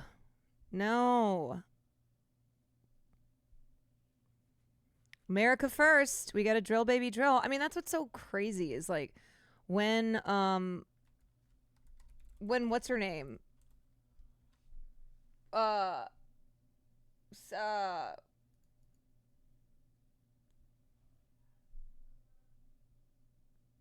No, was it Sarah? I thought it was Sarah Palin who... Okay, Sarah Palin was the one who popularized Drill Baby Drill, and it became this... It became this thing to, you know, bash on Sarah Palin, Drill Baby Drill, but it was actually first used by... Let's see... It was used by former Maryland Lieutenant Governor Michael Steele, who was later elected chairman of the RNC. And then it gained prominence after Sarah Palin used it during the vice presidential debate. Yeah. Here's the thing about Sarah Palin. She never came up with anything on her own. besides the line, I can see Russia from my house. So Drill Baby Drill had already been introduced. And it's just so great that this was 16 years ago. And Drill Baby Drill was looked at as an insane slogan. Certainly looked at that way by a number of Democrats who now are praising the Queen of Fracking, Kamala Harris. So it's just a different version of Drill Baby Drill. It's not as catchy. The Fracking Queen.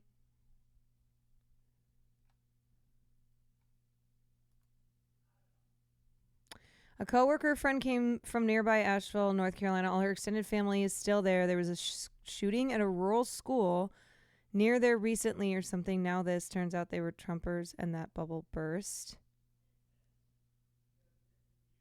Wait, like they were Trumpers and then after the shooting and the disaster, because Donald Trump is just a straight up climate change denier, that they're like, we're not voting for this guy anymore.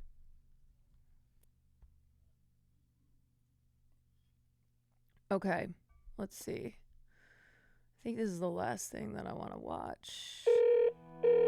Yeah, last thing, and then we're gonna switch over to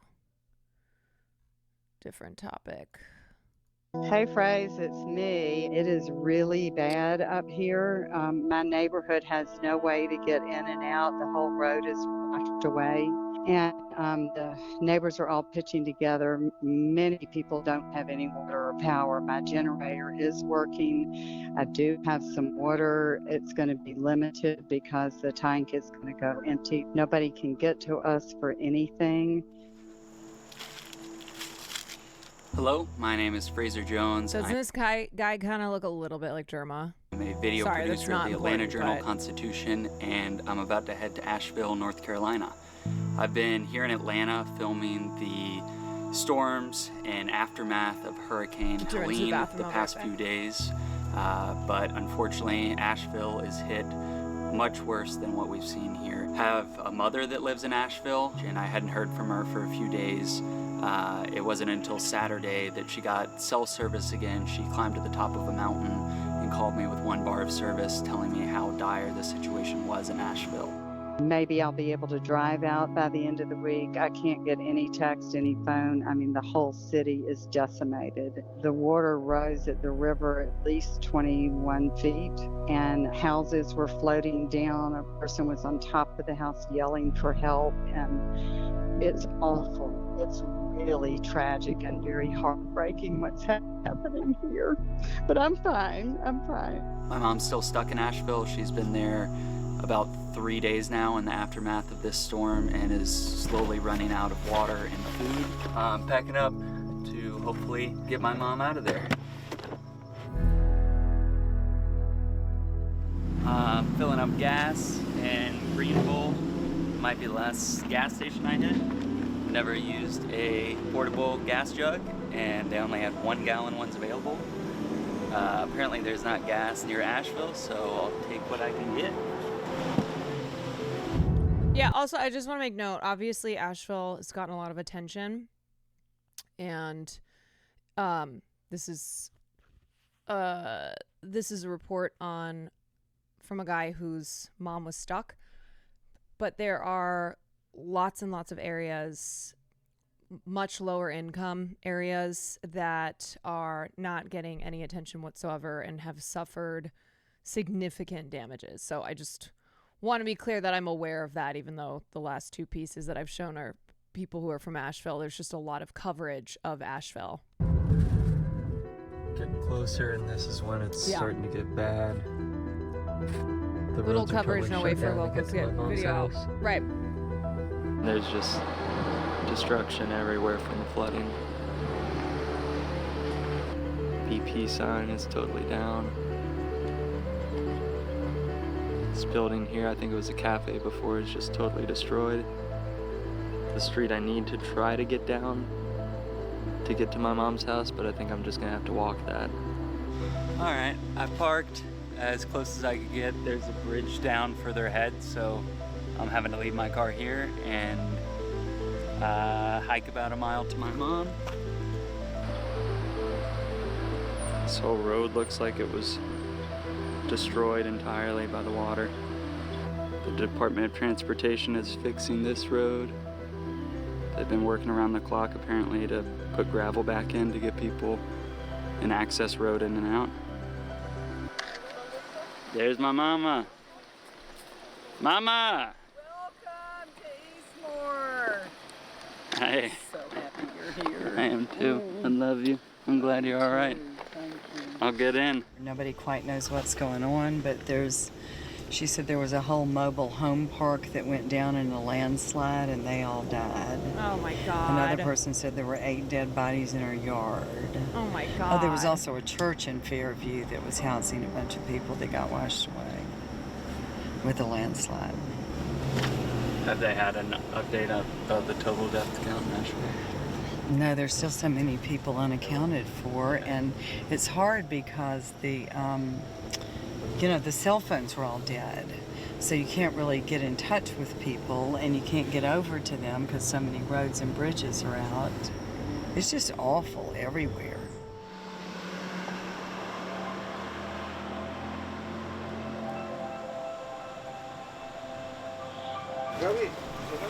You want to show the water line? It's here they mark the water. There's a lot of supplies inside. The house is done. Everything is done. Look in this area I put nothing good. All bad. Kitchen is out and nothing. Looking here.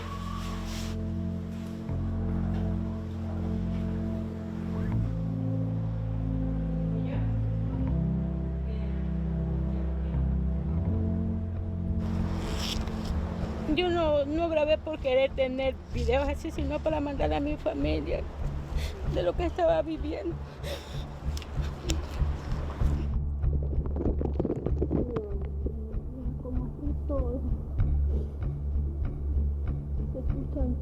Thank you, Pansafik, for the 9 months. El agua seguía avanzando. Ya los perros los tuvimos que trepar en silla porque ya la mesa ya estaba con agua.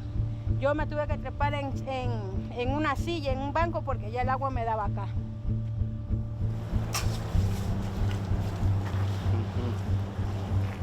It's lost everything. Lost. This is my toes.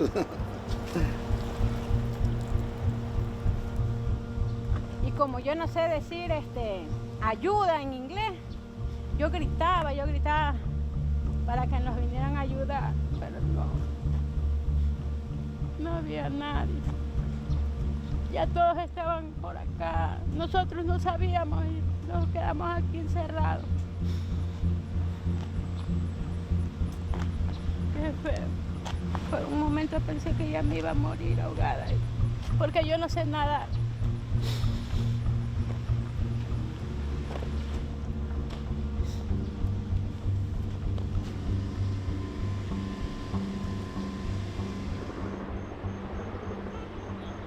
Do y'all want to walk around at all to show Sure. kind of? Yeah, let's give you a tour. I know you probably don't want to see it anymore. 2 days ago, we got word that our neighborhood was going to be demolished. So we did race back here yesterday. We drove the 10-hour drive from Pennsylvania. So this bag is everything. Everything we were able to save. That's it. Our neighbors stuck on the roof. Some of them were in the attic with water up to their chest. You can't tell. I mean, this whole yard was fenced in. This is the front entrance. That's like just mud city. The past 3 years, we've been saving up money, having a plan of moving to Asheville since it was always one of our favorite places to visit. And we actually just moved here 2 months ago.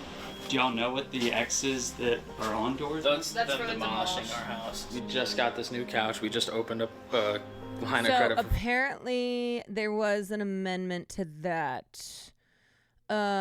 Since the release of this video, the AJC, the Atlanta Journal-Constitution, who did this report, has learned that the red X's spray painted on homes and cars are used to indicate that the property has been searched According to the North Carolina Joint Information Center, it doesn't indicate a home will be demolished. But this is how, this is just another example of, like, from all the people that we've watched in these various reports talking about how little information there is, or, you know, the misinformation that's running rampant.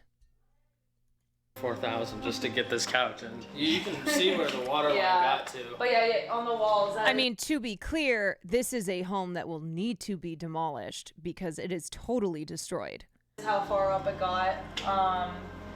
It's just crazy to think if we didn't have a wedding and we didn't get out when we did that. I have no idea what we would have done. You know, we just finished up actually packing up our house, and it's like the last time we're gonna see it, and it's just we don't know where to go and what to do. We have a really great family and support system, and you know, we do have places to go for now, but it's just we've built this plan for 3 years and it's just completely gone. The last time they know of a flood like this was 1916, and it has totally decimated parts of our community to such a point where so many people are in need. So we came down here on Sunday morning with some water bottles. And keep in mind, okay, media outlets and real estate agents advertised Asheville as a climate haven, which is a new thing. It's language that's being used to advertise a community as a place to escape the worst effects of global warming. And so what they've done is they've built out these settlements in areas that are very vulnerable to flooding, which is, you know, increasing due to these worsening storms, due to climate change, due to having warmer waters where these storms form. And so it creates more energy, and so it intensifies these storms. But that's like another insidious part of this is that a lot of people moved to Asheville because of that advertising, because it was a place where, oh, it's got cooler than normal temperatures in the South. So the South is, you know, a lot of areas in the South are unbearably hot, but not Asheville, North Carolina. And last year, the Asheville Citizen-Times reported on worries that the city would become overcrowded from climate change migration. And now here we are where it has been decimated from Hurricane Helene, which, you know, is one of the worst storms in history due to climate change. So no, you can't escape.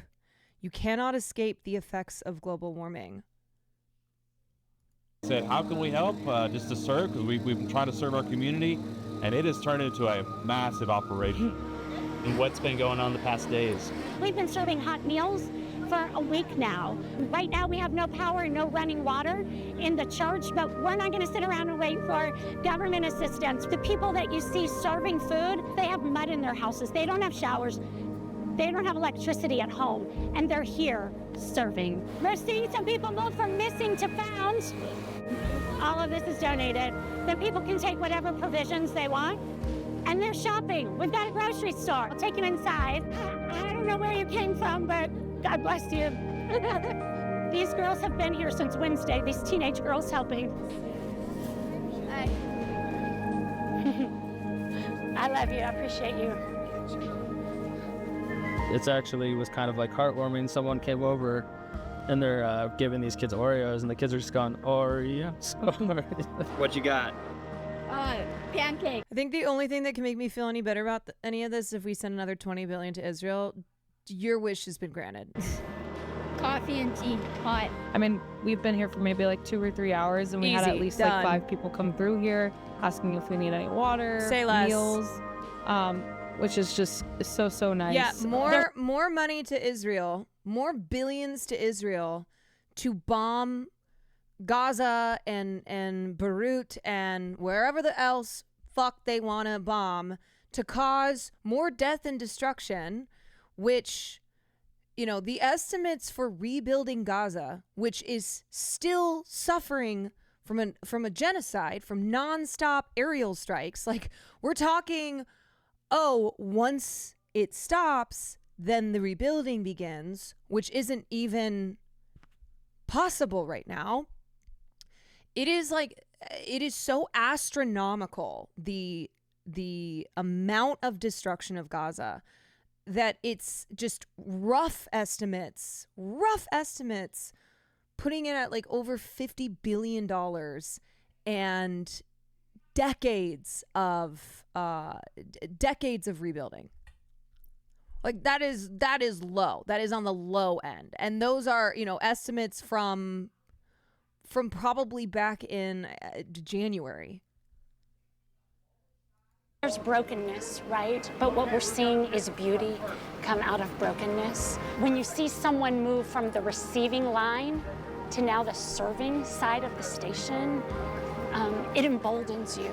And today I have seen people that I served food to 4 and 5 days ago who are saying, is it okay for me to help? Does anyone actually think they're going to stop this anytime soon? Well, you've got people on one side who think no, because they also don't want this to stop anytime soon, and they want Israel to continue.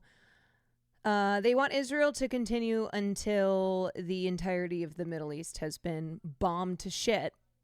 And then there's others who think no, because they are aware of the policies of both the left of both Democrats and Republicans, which all signs point to no, this will not be stopping.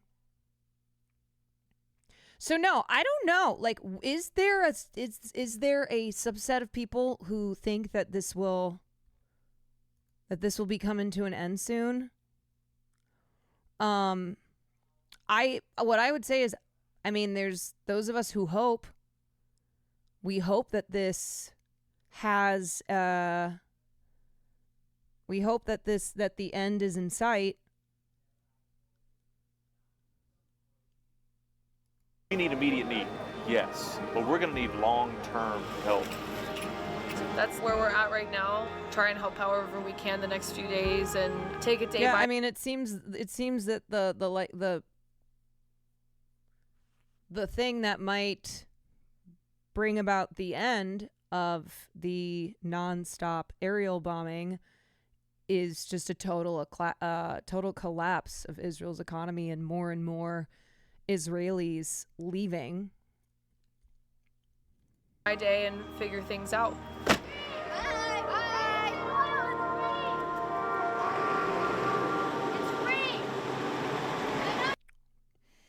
All right, y'all. Okay. Okie dokie. So speaking of Israel and Palestine, it is October 7th. It has officially been 1 year, but the reality is that it has been 76 years. And I was thinking back on a year ago.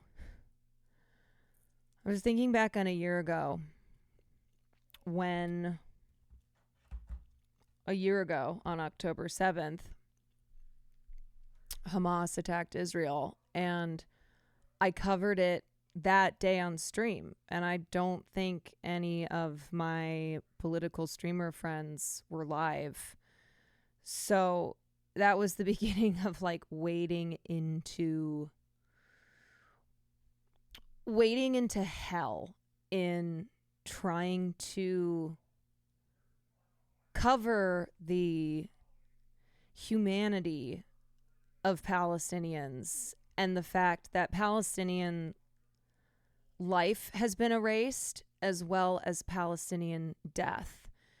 And now we are at a point 1 year after the October 7th attacks Wait, you were the first? No, I'm not saying I was the first because I don't want to discount anybody who was also covering it, but I covered it literally on October 7th. I went live.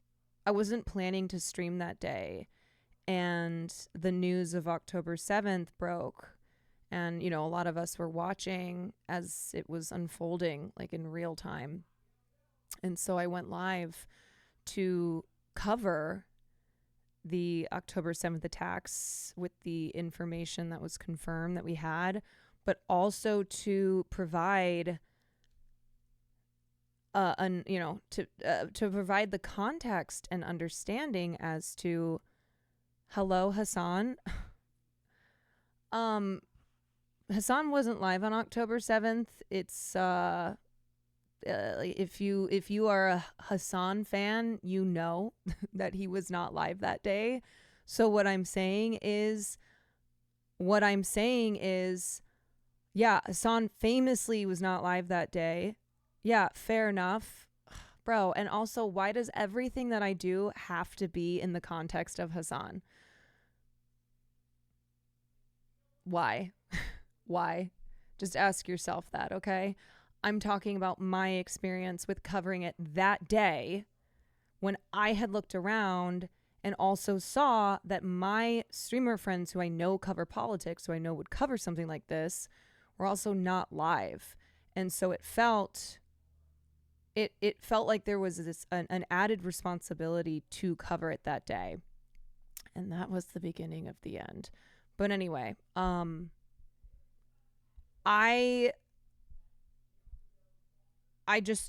remember looking back a year ago, really being driven by this need to provide the necessary history and understanding that led to the attacks on October 7th, because history did not begin or end on October 7th. Violence isn't created in a vacuum. And October 7th, before October 7th, so October 6th, all the way back to really not even just 1948, but the early 1900s, when the first like acts of settler violence were occurring in historic Palestine. That's when they really trace it back to. It's like early 1900s. But then, of course, 1948 was the actual Nakba and the founding of Israel.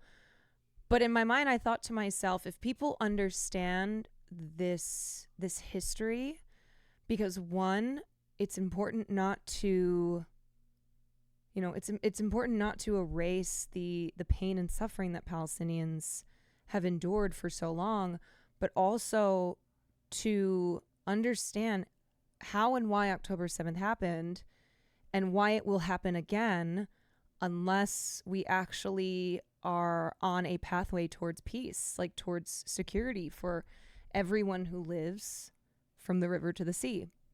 And man, oh man, it has been a year now. It has been a fucking year. And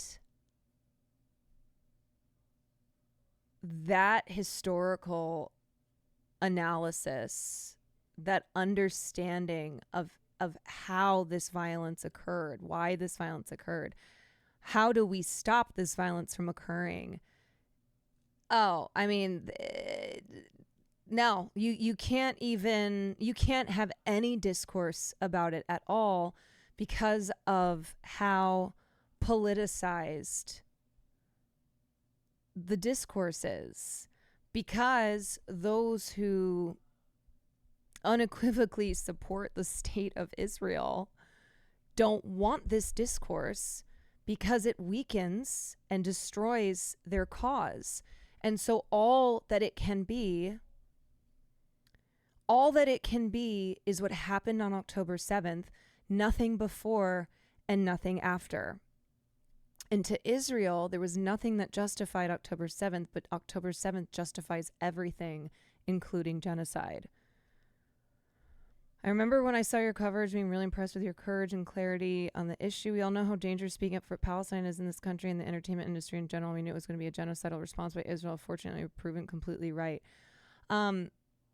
Yeah, I am kind of shocked at, I think, my level of naivete, because I was still new to streaming, and I don't know, I think maybe I just had brain damage or something, that I really thought that we could have these conversations. I really thought people would be like, why did this happen? And how do we stop this from ever happening again?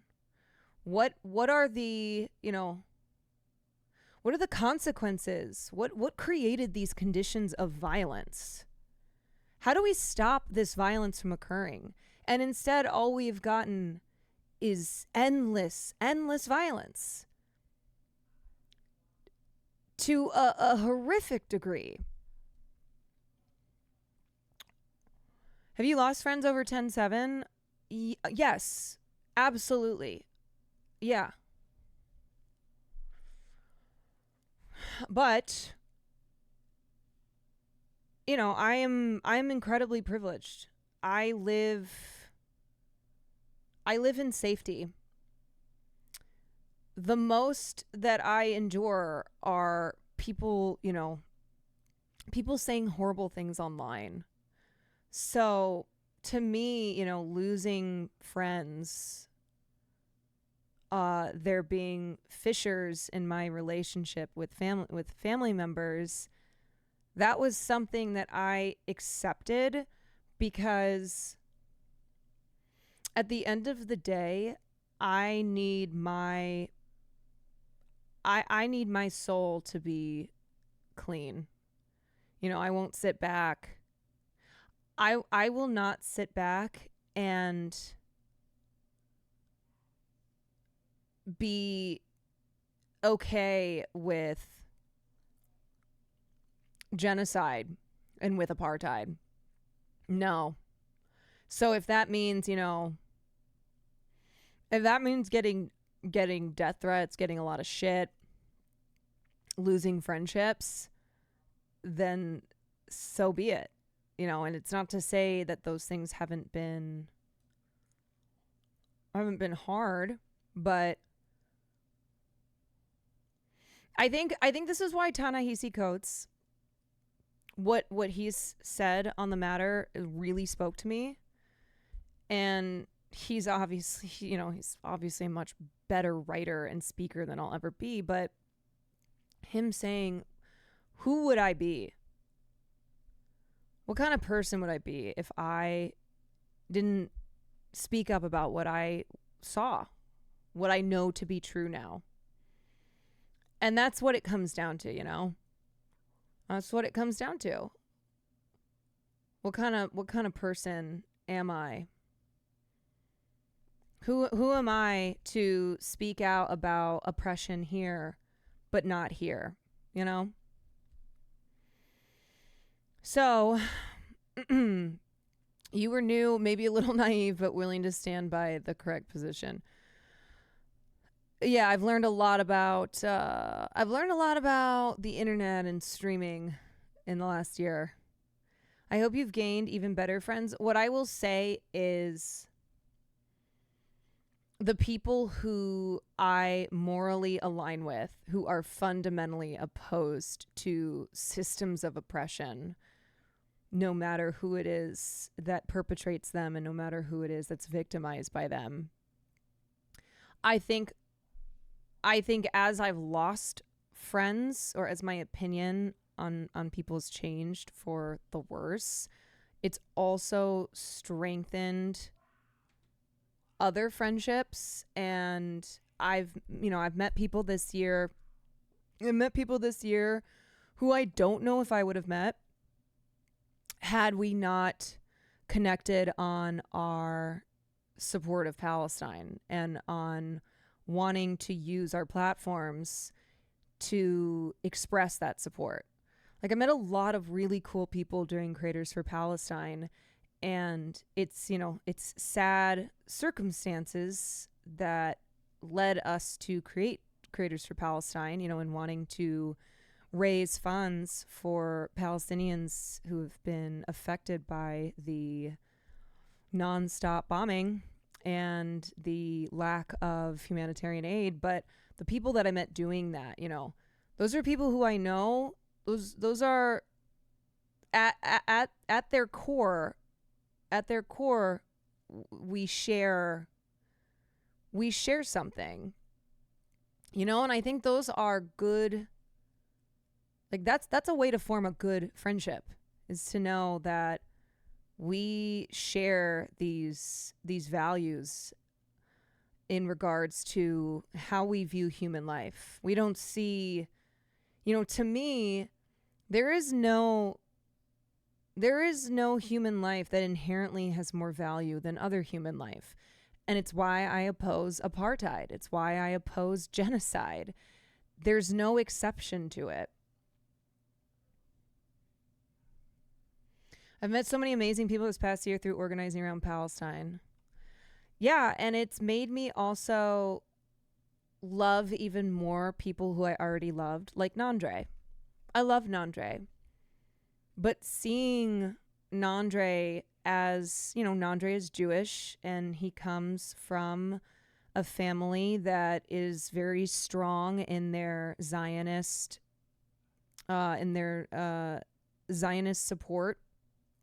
And he has had to withstand, you know, he's had to stand up against his own family, who look at him like he's a traitor because his morals and his politics are directly opposed to the actions of Israel. And then he's also had to deal with strangers online, strangers who are not Jewish, even accusing him of being a self-hating Jew.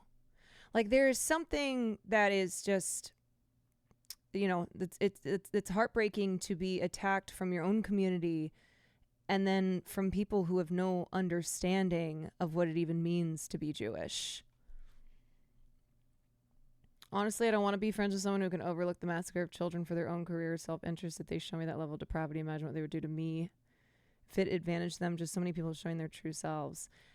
Yeah, and at the end of the day, everybody has to make those decisions for themselves. And I just know what I believe in, and I know that I'm not a religious person anymore. I'm not even a spiritual person. But when I get to the end of my life, am I going to realize that I was a coward? That that maybe these were things I believed, but I didn't say it. Because the thing is like, I don't get a pass from being like, well, yeah, no, but I was against it. I was against it when I had the opportunity to use my platform to vocalize that, and I chose not to, you know? Like, how can I be somebody who is against, who says she's against oppression, who purports to believe these things, you know? And I stayed silent on this.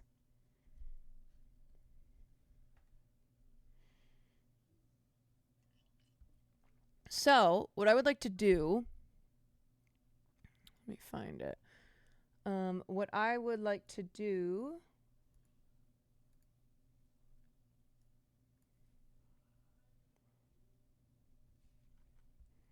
and you know, the other thing that's been a blessing is this community. How many people have been in chat saying, I'm Palestinian and I feel as if I have not been able to be in spaces before that are empathetic to me as a Palestinian person. And, you know, what that community has provided. And also, you know, also people who were raised Zionist. You know, I think there's been a person or two who's popped in here who was actually Israeli. And having this space having this space for people like that who, when you oppose the systems of power, you are going to face repercussions for it.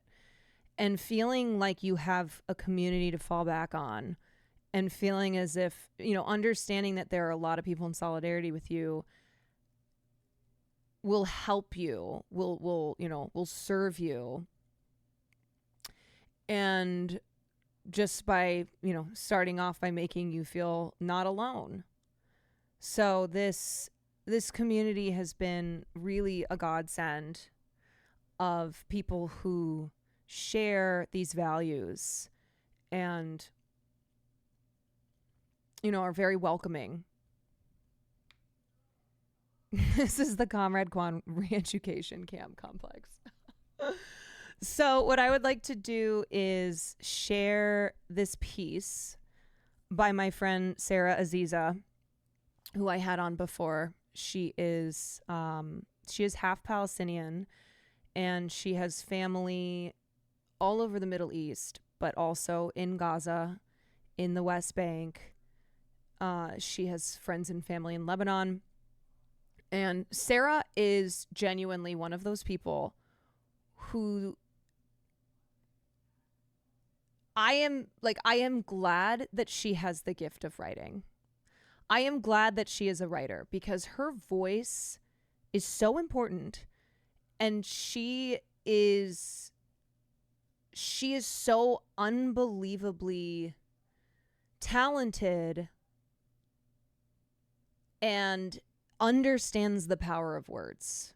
Her writing is very beautiful. And this is somebody who, she's been in pain every day since October 7th, but also the years before that. Somebody who her family was they were turned into refugees, that she carries the pain of being Palestinian. D. Warheat, thank you for the 17 months. Hogan, thank you for the gifted sub. So I'd like to read this piece. This is called A Rupture in Time. After a year of genocide, horizons seen and unseen. It is October, and for a year the world has ended and somehow gone cruelly on. It seems almost meaningless to mark this temporal passage. What does the moral indictment of 1 year of genocide mean that 100 days of genocide or 6 months of genocide did not? And yet my family in Gaza has not ceased to count, marking birthdays in their battered shelter in Nusrat, tallying each day since the last displacement, the hours between bombs. A year, my cousin Nabil writes to me. A year with nothing, no work or hopes or living. Nothing but running from death. It is October, warped and too warm in this era of climate emergency, and nothing can be the same. In the beginning, it felt like this. The earth opened beneath us, but for a moment it seemed as though gravity forgot itself. We waited for the falling to begin. That morning I stayed indoors, head full of static, as Americans walked by, smooth-faced, outside. The great surreality, here in the heart of empire, how much it costs us for this nation to maintain its illusion of impenetrability. What I mean is, of course, most of those around me did not taste the death promise of October 8th, even if some of them were gripped by horror at the events, true, fabricated, and obfuscated, that unfolded the day before.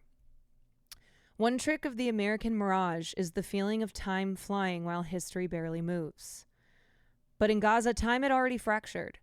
As the sky roared towards the earth, my 26-year-old cousin Haneen fired off fragmented texts. Gaza under bombardment. We can't sleep. The sound of bombing is terrorizing, and it spreads. The stench of smoke. I feel I cannot breathe. We endure the night in complete darkness. The sound of children crying, the sound of fear and pain is heard at night. Every moment we die. Genocide so wild and ruthless that it mutilates even the clock. In the midst of death, an hour might be the measure of a human's capacity for pain. How much does 1 minute weigh to the mother of a hemorrhaging child? To the amputee, at what speed does an hour pass on the first day without your limb? Who can ever know the size of Hind Rajab's final night? I expect that this war will not last more than 2 weeks, my exhausted cousin wrote a few days in. Surely Israel's staggering violence was too extreme to sustain. She was a veteran of much Zionist carnage and had lived most of her life under siege, but her imagination still arced toward life. The two sides cannot withstand any longer or fight a long war. She was set to graduate from college in a few months. In her closet hung a cap and gown. I do not like war. I love peace, tranquility, and life. I love that hope inside me that was pushing me to achieve my treasured dreams. We have already eliminated thousands of terrorists, and this is only the beginning, proclaimed Israeli Prime Minister Benjamin Netanyahu in the third week. By then, he had rejected early offers of ceasefire and hostage exchange, intent on a full-scale invasion of Gaza. Gaza is running out of time, declared United Nations experts on day 26. Their reports decried ongoing Israeli strikes on Jabalia refugee camp as a war crime. At the time, it was still a shock to see dense neighborhood blocks blasted into rubble, craters sinking like punctured lungs. But already the Zionist state had dropped the equivalent of 2 nuclear bombs on Gaza, devastating hospitals, camps, utilities, and universities. It had already declared a siege on all life-sustaining resources, including electricity and food. It had ordered more than 1 million Palestinians out of their homes, killed at least 9,000, and wounded at least 23,000 more. In the 11 months since, the unthinkable has become commonplace. We've watched children eaten alive by their own starving bodies while hundreds of aid trucks wait, barred by Israeli settlers or soldiers mere miles away. We've seen their desperate families scramble for food only to be mowed down, crushed by tanks, or struck dead by ill-conceived airdrops. On our screens, entire families are obliterated, under rubble, while others are reduced to sacks of shredded flesh or literally vaporized. And with at least 10,000 Palestinians taken prisoner by Israel, we have seen widespread sexual abuse and torture while Israelis publicly defend rape as an instrument of war. And 1 year after a baseless story of beheaded babies made shrieking rounds in the international press, we have watched as decapitated infants and dismembered children in Gaza have failed to receive similar attention, let alone outrage. Inside the Strip, the systematic murder of Palestinian writers and journalists and the decimation of Gaza's infrastructure means even our own records are suppressed. While conditions have slowed the official counting of the dead, experts predicted in July that if the war ended immediately, the combined effects of violence, displacement, deprivation, and disease might still claim over 500,000 lives. Like the mass graves which threaten to reduce the dead to a jumble of nameless bones, the carnage may obscure the specificity of grief. But today in Gaza, someone woke to the 3rd or 45th morning without someone that they could never have imagined living without. Today, some father will, like Mohammed Abu al-Qumsan, remember precisely how many days or hours his child was permitted on this earth. Today, someone will work to rebuild a shelter or a garden and wonder how long this time it will last. A year, a calendar or weight or knife. Each body an archive, dense and beautiful as life itself, and more of them crushed, starved, incinerated every day. You don't get it back. For the past year, I've lived in the jaws of this thought. There's always something left to fight for, but true loss is not recuperable. So much can never be replaced. For the perpetrators of the genocide, temporality is something to be mastered, bent. As Netanyahu escalated his campaign against Gaza, he called on Western leaders and media for their endorsement, casting the Israeli project as a fulcrum of history. We will not realize the promise of a better future unless we, the civilized world, are willing to fight the barbarians, he declared last October. We cannot give immunity to the savages. This statement was not merely an appeal to Western Islamophobic anxieties, but an invocation of core Zionist ideology. In 1896, Theodor Herzl, the father of modern Zionism, wrote of his vision of settlement in Palestine. We should there form a portion of a rampart of Europe against Asia, an outpost of civilization as opposed to barbarism. More recently, Israeli Prime Minister Ehud Barak proclaimed the Zionist state a villa in the jungle, while Israeli Knesset members have called their desire for Jewish-Arab segregation natural and likened Palestinians to sheep and dogs. It is a familiar colonial logic, establishing the legitimacy of the settler through contrast with a denigrated native, one cast as both dangerous and trapped in a timeless, vulgar past. It is a distinction that Israel has sought to manifest with transparent and manic force. For the better part of a century, the state has sabotaged Palestinian development with instruments of both bureaucracy and war. Meanwhile, the Zionist state has increasingly taken comfort in its material advantages, mistaking weaponized technocracy for superiority. October 7th shattered this paradigm, as the state-of-the-art nation was briefly overthrown by the crude weapons of the dispossessed. Since then, Israel has attempted to bomb Gaza into barbarity, swearing to reduce the Strip into a desert island fit for its human animals.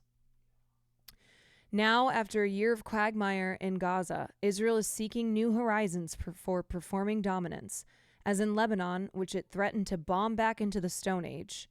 As Netanyahu took the podium at the United Nations on September 27th, Israeli attacks had killed over 700 Lebanese in the preceding week alone, while displacing 500,000 more.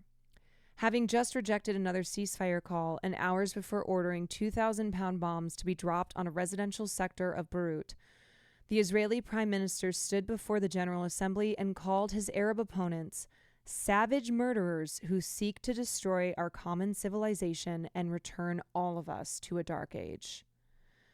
For years, and increasingly the past 12 months, we have seen how these primal projections extend into the ranks of the Israeli military, as when soldiers film themselves burning food supplies in famine-stricken northern Gaza, proclaiming, "We turn on the light against this dark place and burn it until there is no trace of this whole place."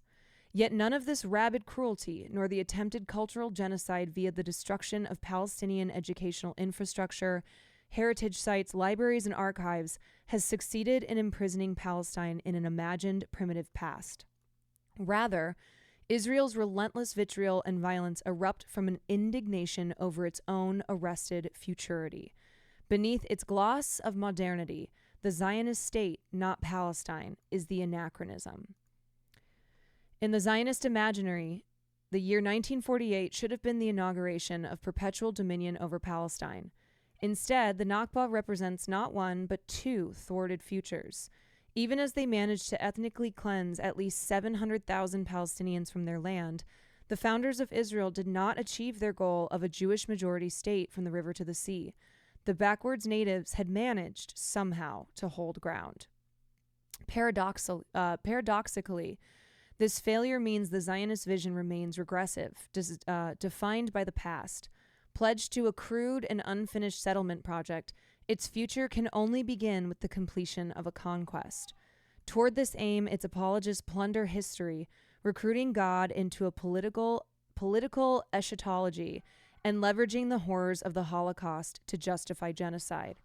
Simultaneously, the state routes each new generation into mandatory military service, ensuring the continuity of a society largely forged by combat training, siege mentality, and antagonism towards Arabs.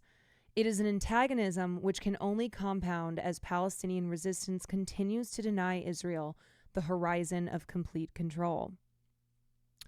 It is toward this receding horizon that Israel has waged every war and peace process since 1948, its internal strife over the Arab problem largely a matter of degree. Should the Nakba be completed politically and incrementally, or violently and swiftly? Any liberal comfort taken in token Arab inclusion, the fantasy of a two-state solution, or the myth of Israeli diplomacy ignores both the material arc of the past decades and the explicit declarations of the Zionist state itself.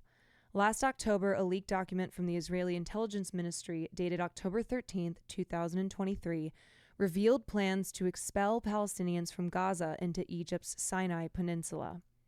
A few weeks later, Israeli Agriculture Minister Avi Richter announced, "We are now rolling out the Gaza Nakba 2023. When we decided to leave, we went to our house to say our last farewell. My cousin wrote to us in December as they prepared to evacuate their home. Everyone burst into tears. We touched the walls, kissed the beds, and hugged each other. The air." Gaza is on the brink. By December, brink became the word of choice as various international agencies issued alarms about impending collapse, into famine, into disease, into social chaos. The brink was where Gaza seemed to stay perched for months as the West wrung their hands about a looming, catastrophic invasion of Rafah, the southernmost point in Gaza where 1.5 million were sheltering. Around the world, protests continued, including a wave of stunning activism on college campuses. But Israel's backers refused to take meaningful action to curb the disasters in Gaza, or increasingly in the West Bank. Palestine was abandoned to its many precipices until the brink faded from the news. Israel invaded Rafah, proving again that no red lines exist as conditions in Gaza crashed over cliff after cliff. Shortly after my cousins fled south, we received photos of a body wrapped in a white shroud. My great-aunt Zaya had passed away. Days after their long trip, crammed with 20 others on a truck bed in the winter cold, she had succumbed. She was 97. Her life in Gaza began as a young woman driven from her village during the Nakba. Her sister, Jazia, had been struck dead as they fled. You don't get it back. Israel's regressive vision is complemented by the United States' steadfast refusal to reckon with either horizons or history. Rather, whether through jingoistic fables of past greatness or claims of progress to come, American politics is a cycle which serves only the present tense. Republicans openly disdain challenges to their conception of the status quo, loud in their attacks on environmental regulations or their xenophobic fantasies of reversing demographic shifts. Meanwhile, their so-called opposition has withstood the pressure of popular protest against interventionist wars, racialized oppression, and the ongoing dispossession of Palestinians. Under its auspices, we have seen a spectrum of rhetoric deliver similarly hawkish outcomes, from Obama's historic administration overseeing record deportations and expanded drone wars to a Hollywood-feted candidate who defends Israel's genocide. This lethal lack of imagination underpins American support for an increasingly erratic and violent Israel. If the Zionist fantasy is to complete its halted hegemony in Palestine, the American dream is to suspend the world forever in its post-Cold War moment of unipolar dominance. In the basest of U.S. calculations, the elimination of the Palestinian people would be no loss at all. Rather, Israel's regional supremacy would be welcomed as a boon to waning American influence in the Middle East. This desire has recently been on naked display. In the midst of wanton Zionist escalations in Lebanon, Syria, Yemen, and beyond, Kamala Harris's running mate Tim Walz declared, "The expansion of Israel and its proxies is an absolute fundamental necessity for the United States to have the steady leadership there." Thus, in the U.S.-Israel alliance, two death drives fuse with wild hubris, flinging fire against the lands and wills of millions, careening as if racing against time. Every day is a repetition, writes my cousin. Every day brings fear again, repeating our displacement, renewing the occupation's merciless bombing. My dear cousin, beloved and near to our hearts, our exhaustion is enormous. We are utterly exhausted with this life. Since December, Israeli violence has driven them from Khan Yunis to Az-Zaweda to Deir al-Bala and back to Nusrat again. As of this writing, they are trapped between two evacuation zones. Of course, it would be a mistake to see the spectacle of Gaza's devastation and miss what it portends. For all Israel's attempts to consign Gaza to the past, the Strip is much more like a preview. In the words of British-Egyptian activist and political prisoner Alaa Abdel Fattah, of some grim future we haven't arrived at yet. In the devastation and collective abandonment of the Strip, we might glimpse a coming age when the elite will ghettoize mass populations displaced by environmental collapse and war. In the impotence of international law to halt this genocide, we can forecast a time when tyrants are emboldened to commit ever more heinous crimes. Likewise, we easily see how the fascistic escalation in policing on Western streets and campuses are creating new repressive norms. And it is no secret that Palestine is a laboratory for technologies of murder and surveillance, which are then exported worldwide.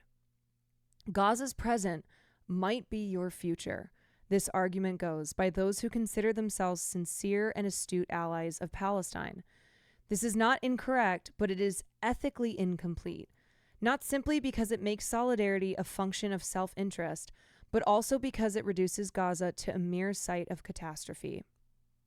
In reality, through all the world-ending atrocities they have faced, the people of Gaza continue to embody a truer futurity than their progress-obsessed oppressors ever could. While Israel slaughters in the name of a colonial utopia, Palestinian resistance, this is the Arabic, or resistance is grounded in the visceral conviction of indigeneity. Decades of Zionist brutality have not extinguished the Palestinian resolve to remain, to thrive, or on familial earth. It is the force that has sustained generations in both sumud and struggle, from the Great Arab Revolt to the Great March of Return. While this history may also be read as a series of apparent defeats, from the mass dispossession of the Nakba to the capitulations of Oslo, from the massacres in Jenin to the recapture of the Gilboa escapees, its meaning cannot be captured so simply. Rather, taken together, this lineage underscores how Israel's very structure is embedded with defeat. Gaza, as a concentration camp of dispossessed refugees that can be killed at will, is the unsaid condition of Tel Aviv as the laid-back global city of Bauhaus architecture and nightlife. Writes Nasser Aburem. But the structure only works if the regime of violence is unquestionable and unconditional. Palestinians in Gaza and elsewhere, elsewhere threaten this structure each time they refuse their subjugation. In each instance, they declare an allegiance to the future, enacting, however fleetingly, an affirmative desire for open-endedness and possibilities, in the words of Adam Haj Yahia. He continues, "We must not mistake Palestinian return as something that will occur in the future. Rather, it occurs and has been occurring throughout this present moment to enable a future." It is at this juncture, the point of rupture in the regime of captured colonial time, that supporters of Palestinian liberation must meet. The last year has shown the world what Palestinians have always known. The imperial horizon is nothing less than an enclosure, a cage within which all but a chosen few must submit or disappear. Knowing this, we recognize that the people of Gaza will be saved not by humanitarian relief, but by an end to structural tyranny. And we must acknowledge the inevitability and necessity of indigenous resistance. To deny the latter is to forfeit the full humanity of Palestinians, implying that passivity in the face of Holocaust is possible, let alone morally required. Such solidarity may cause some of us discomfort. It calls us to transgress the entrenched logics of imperial law and order. It asks us to look deeply at the languages of legitimacy, one in which mechanized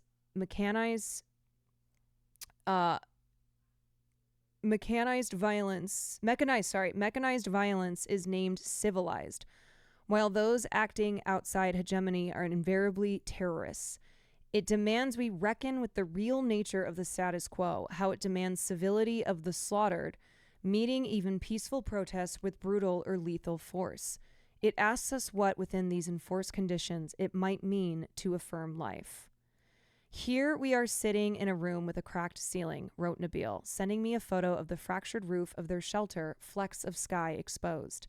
It resembles our exhausted hearts. The ceiling of our dreams ends when the war ends. As of September, our extended family has lost over 200 relatives. A simple exercise: ask to whom is granted the right to self-defense, and to whom belong the majority of the dead. Of course, Palestinians have never had the capacity to replicate the scale of violence inflicted on them, neither in times of war nor in Israel's regular crackdowns on civil disobedience. Even so, we bear in mind that oppression does not confer moral exemption. It is not as simple as saying that any act done in the name of anti-colonial struggle is ethically justified, nor that indigenous movements are incapable of excess. Though our struggle is an existential one, we do not desire to match Zionist depravity. We who know the cause of liberation to be inherently just will not shy away from these fraught lines of inquiry. To quote Abraham again, we must grapple with these moral dilemmas not out of deference to liberal sensibilities, but because the colonized owe it to themselves, and only to themselves. They owe it to the horizons of futurity and cohabitation that their struggle will perform to the world their children will inherit. What Zionism is incapable of imagining, a Gaza in which none are hostage, a world freed from supremacy, is the horizon we see and know that we deserve. Those who seek to support Palestinians in their pursuit of these horizons owe them a radical trust.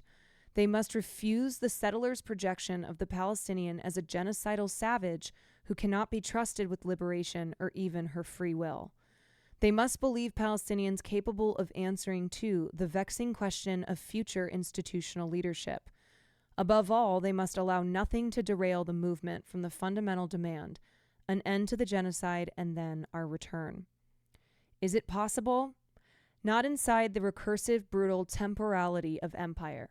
As I write, the West frets about escalating tensions between Israel and Iran, largely ignoring the deliberate provocations of Israel and Iran's relative restraint.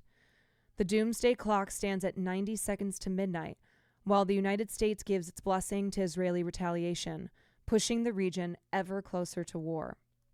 Meanwhile, the Zionist state has intensified its massacres in Gaza and continues to pound Lebanon, reiterating how its zero-sum vision necessitates conflict. The horizon of Zionism will always only fold back on itself. But it does not have to be this way. The current reality is unnatural, an imprisonment only sustained by vast arsenals. What is required is rupture. The future groans on the far side of its wall. Whew. Oh boy. Sorry, I know that was a long piece, but I wanted to read the whole thing. And it's something where I often, first of all, I can't write like this. I am not in command of the English language in any language in the way that someone like Sarah is.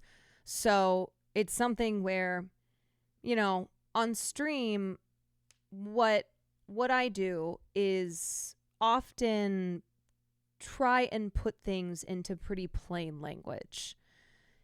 Try and simplify to be as clear as possible to as many people. But sometimes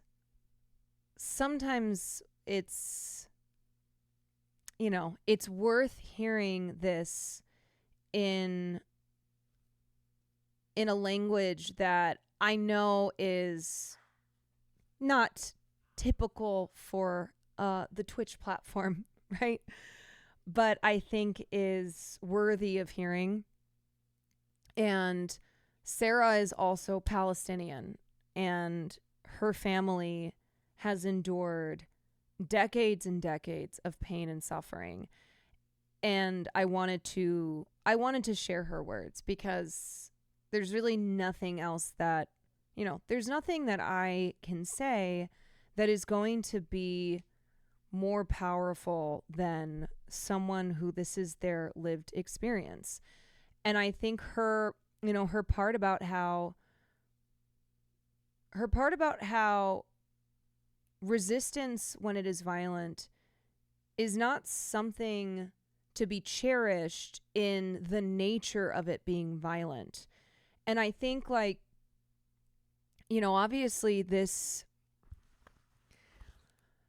Obviously, all conversational discourse around Israel and Palestine is looking for the discourse to be very black and white, where you either fully condemn October 7th and leave it at that. No ifs, ands, or buts. No explaining how we got here. No looking at what's happened afterwards. You either do that or you say nothing, right? Those are the options there. Because to do anything else is to give a voice to Palestinians who for so long have had to resist and suffer under brutal displacement and dispossession. And as I said before, Palestinians are erased in their lives and also in death. And I am someone who is against the loss of human life. I do not believe that any life inherently is more valuable than another. I don't support Palestinian liberation because I think Palestinians are morally superior to all others. It's that I view Palestinians as human beings deserving of a free life and one where they are not subjected to daily violence. I don't value Palestinian life more than I value Israeli life, but I recognize that Palestinians have been voiceless for a very long time because that is the way to, that serves the purpose and allows Palestinians and Palestinian history to continue to be erased. That article was great. Thanks for reading it on stream. They have a wonderful way with words that manages to convey so much truth. Yeah, and there's a lot that has happened this last year and continues to happen. And it's not one of those, we're at the anniversary. It's not, 9/11, never forget. 23 years of commemorating what happened on 9/11, but it's not as if 9/11 continued throughout that time. This is the remembrance of October 7th, but the horrific understanding that this has not stopped.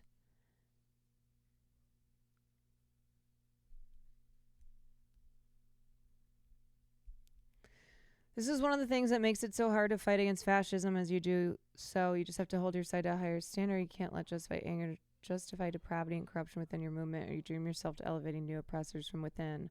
Her whole piece was incredibly brave. It takes a lot of bravery to mention that point when emotions are so high. I don't know. And it's also like understanding that as a Palestinian person, just your existence, let alone making your existence known, is a great affront and a crime in and of itself to those who politically support the state of Israel, and also just to those who harbor anti-Arab sentiments.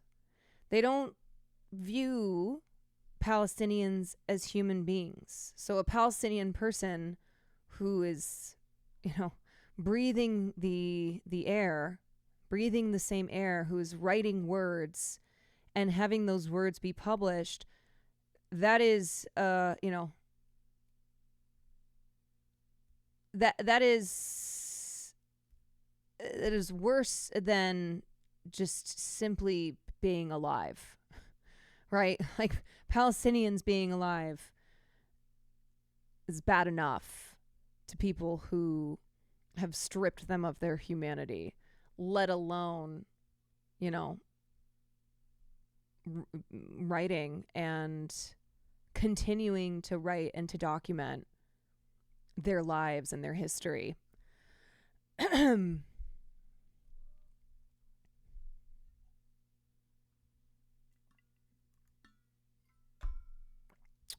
You know, I think this is always this argument here I have seen made many a time by people who say, I am not a Zionist, but are we ignoring this hypothetical where Palestinians, upon receiving freedom, will not just then turn around and treat their oppressors in the way that they were treated? And first of all, this is the argument that colonizers have made throughout history. This is the argument that has been made every time a population has been enslaved. And it is an argument that does not work, and it is a morally corrupt argument. So this is John Gans. And John Gans, he's a writer and he's a supposed leftist. But he writes, I believe it's mostly a matter of contingency whether or not one takes the Israeli or Palestinian part in the war. It's a matter of how one was educated and indoctrinated, what experiences and ideals one encountered first or with more intensity. Many Jews and those sympathetic to them view Israel as the just reward for a long-suffering people. Palestinians and those sympathetic to them view it as an injustice inflicted on a population innocent of Europe's crimes. Those who wish to take the side of the oppressed will naturally gravitate to the Palestinian cause today because they are unquestionably oppressed. But the embattled Yishuv was once considered by many to be the underdog until they won power for themselves. Are we to expect that victorious Palestinians will be especially generous to their defeated foes after years of suffering at their hands? Wouldn't it just be one vast October 7th, which we are told by some was actually both moral and good? So there is a lot wrong with this. There's a lot wrong with this. But what this ignores is that October 7th happened because the Palestinian people have been occupied and displaced and dispossessed for a very long time. That all they've known is violent oppression. And so this hypothetical of, well, now Palestinians are free, will they not turn around and enact justice and vengeance on their captors, on their oppressors because of, well, look at October 7th. But one exists in reality and one is a hypothetical. And to use this excuse then would mean to justify all oppression, all colonized peoples around the world throughout time. And you know who used this same argument? White slavers. White slavers use this same argument. We can't release the slaves because they'll kill us. You know who also used this argument? Heinrich Himmler. Heinrich Himmler, who justified killing Jewish children because otherwise they would grow up and would kill the Nazis for what they did to them.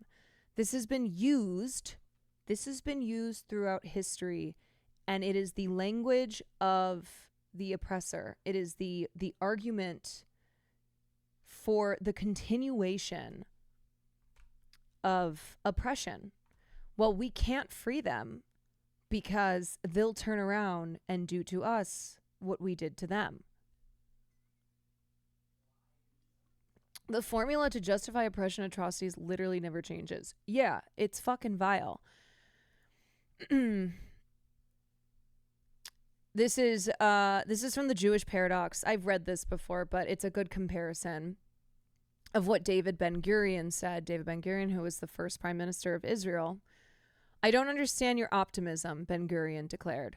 Why should the Arabs make peace? If I was an Arab leader, I would never make terms with Israel.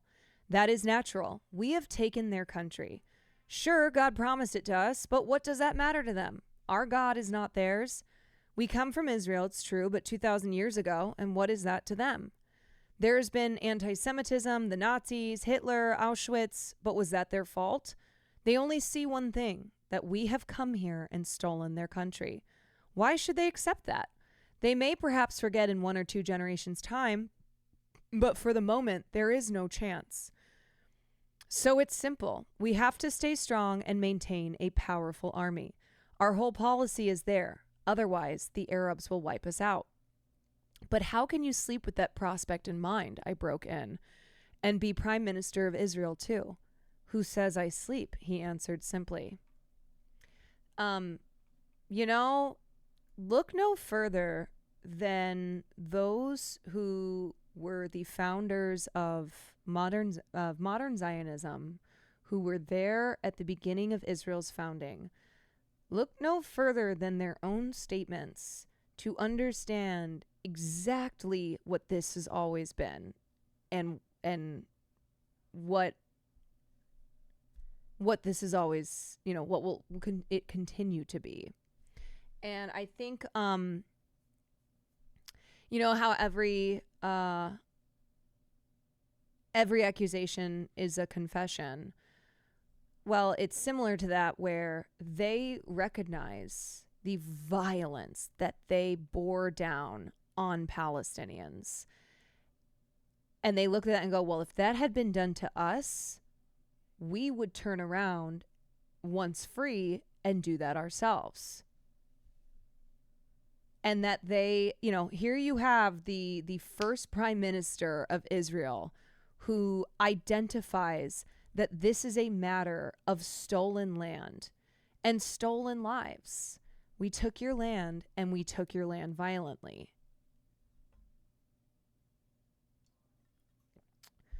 What makes Israelis think that freeing Palestinians will eradicate Israelis?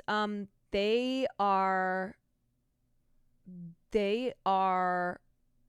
of that belief because of fear-mongering, because of being told that, Palestinians, first, Palestinians hate us because we're Jewish, and they are rabid beasts who hate all Jews.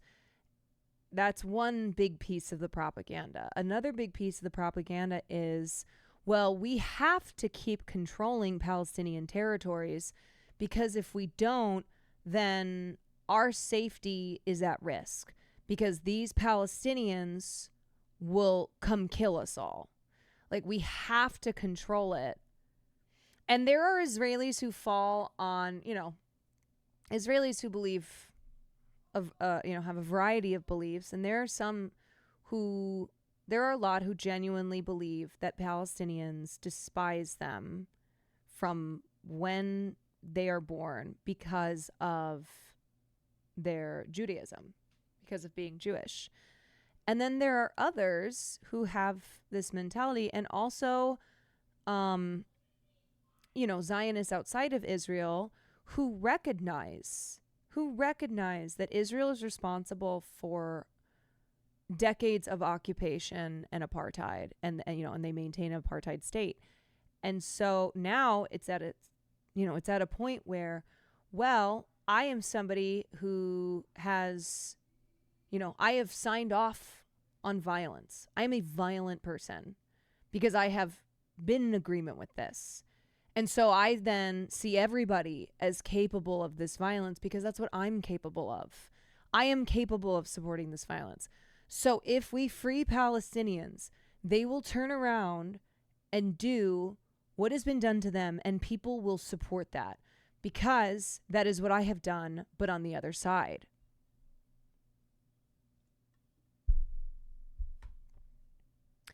How come Israelis look at how Nazis treat Jews? on World War II and look at the treatment of Palestinians and not look at the same picture. Because the Holocaust has been used as justification for maintaining a Jewish majority state in historic Palestine. In order to justify an ethno-state, a large part of the reasoning has been Jews around the world are not safe without Israel. Look at the history of violence against Jewish people. Look at the Holocaust. Never again means the Holocaust will never again happen to us. And the only way for that is for us to have a Jewish majority state. So that is propaganda. And that propaganda was created and disseminated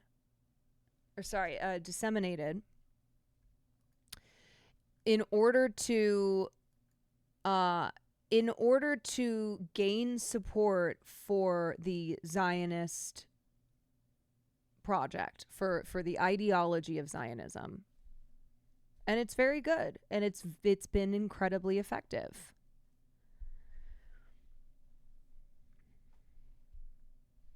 And the reason why a lot of Christian nationalists support Zionism is because they want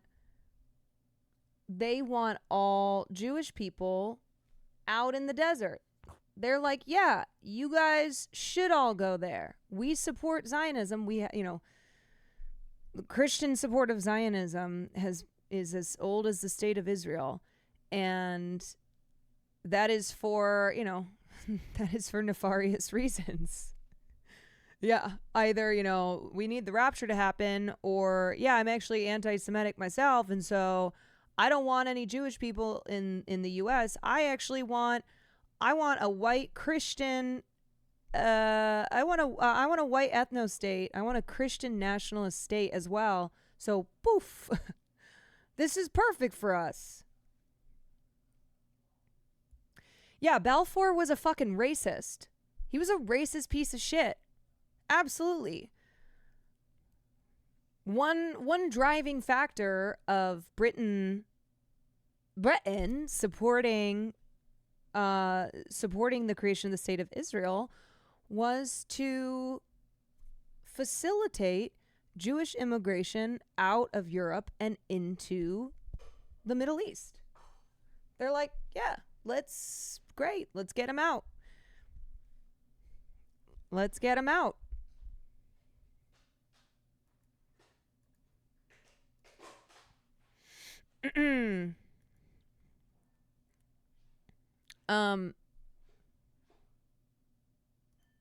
But man, we haven't been able to.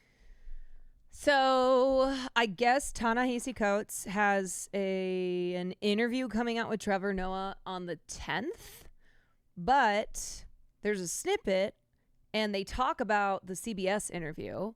And on top of that, I also saw here that CBS News executives have expressed their regret over the way that Tony Ducotepeil, who is a co-anchor on CBS Mornings, how he was incredibly aggressive and biased towards Ta-Nehisi Coates.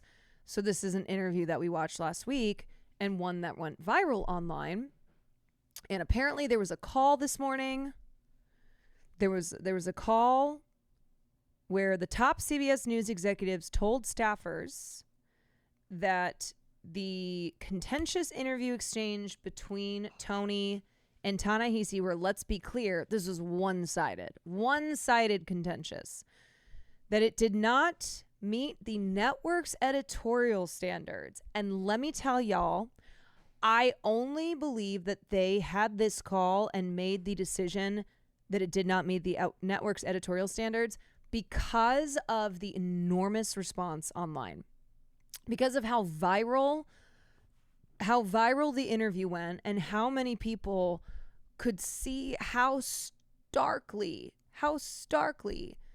Tony was biased out the gate.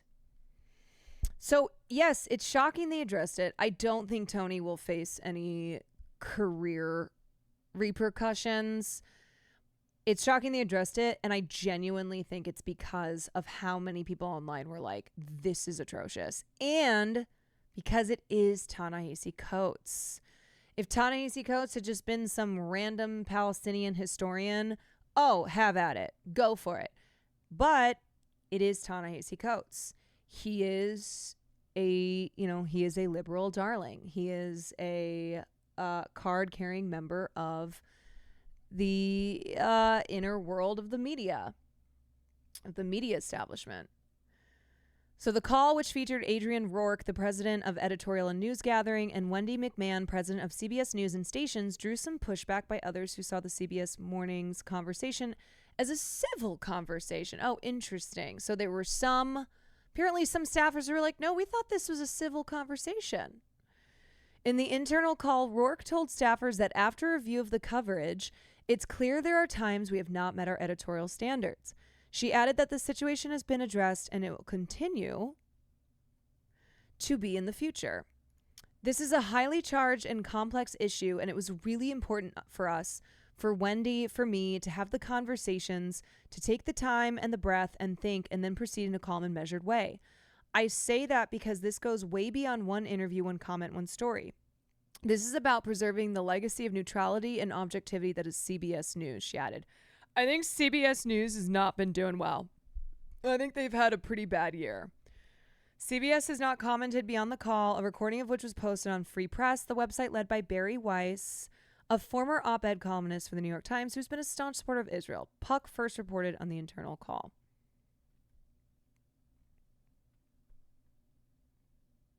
In the call, Rourke said, we must conduct ourselves in ways that avoid raising any questions about our journalistic independence or integrity, which was totally thrown out the window by Tony Ducoupil. I cannot pronounce his last name.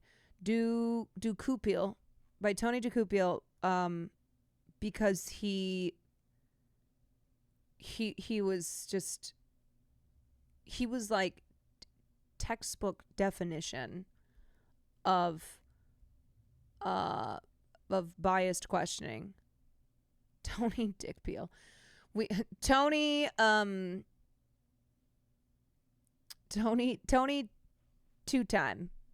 two-time Tony. We must still ask questions. We must still hold people accountable. That's part of our job too, but we will do so objectively. That means we have to check our bias and opinions at the door. Two-time Tony's ex-wife and 2 children live in Israel, and he has shared his experience and worry during the October 7th Hamas attacks on Israel last year. On CBS Mornings last year, he said, I come to this fairly as a journalist, but I'm also a father. You can't separate those two at a certain point. In the wake of the attack on Israeli civilians, he also said that he was heartbroken for the innocent people who are in Gaza and their children and what will happen to them in the days ahead.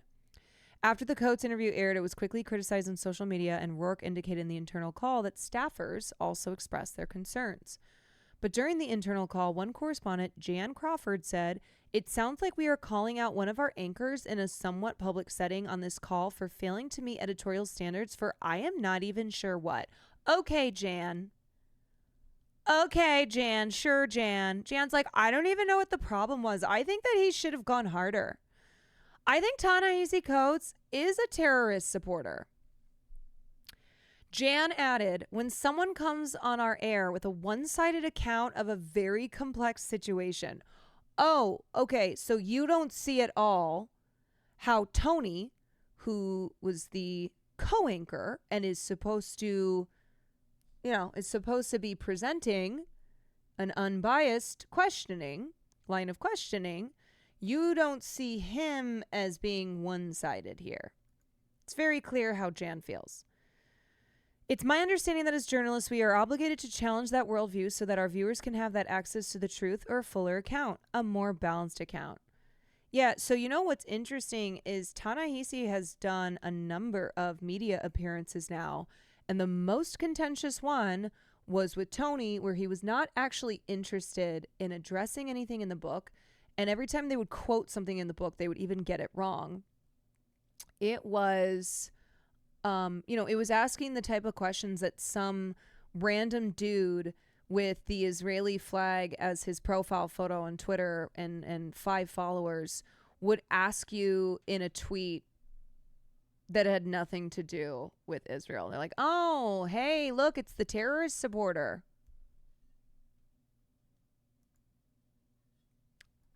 Okay, so here's Ta-Nehisi. A clip of him with Trevor Noah. The interview comes out this week. Stop talking about the CBS interview. I got some water. Why does Ta-Nehisi Coates leave out so much? Why leave out that Israel is surrounded by countries that want to eliminate it? There is no shortage of that perspective in American media. I very seldom get angry on people's behalfs. But man, we haven't been able to stop talking about the CBS interview. Wow. I don't think you understand the shockwave that interview created. Not because of what you said, but because of the way people felt like you were treated. Just the opening salve of that conversation. And I'll never forget the question that you get asked, where I think it's Tony who says to you, when I read the book, I imagine if I took your name out of it, took away the awards and the acclaim, took the cover off the book, the publishing house goes away, the content of that section would not be out of place.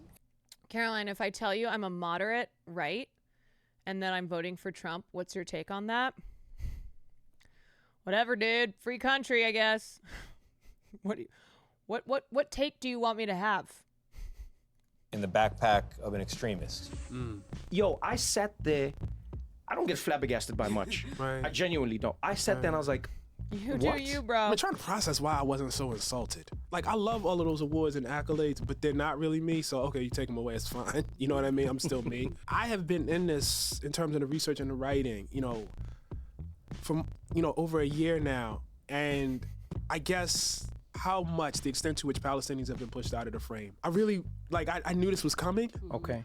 And I figured at some point it was going to be a fight. I didn't know it was going to be right then, but I figured at some point it was going to be a fight. The thing that...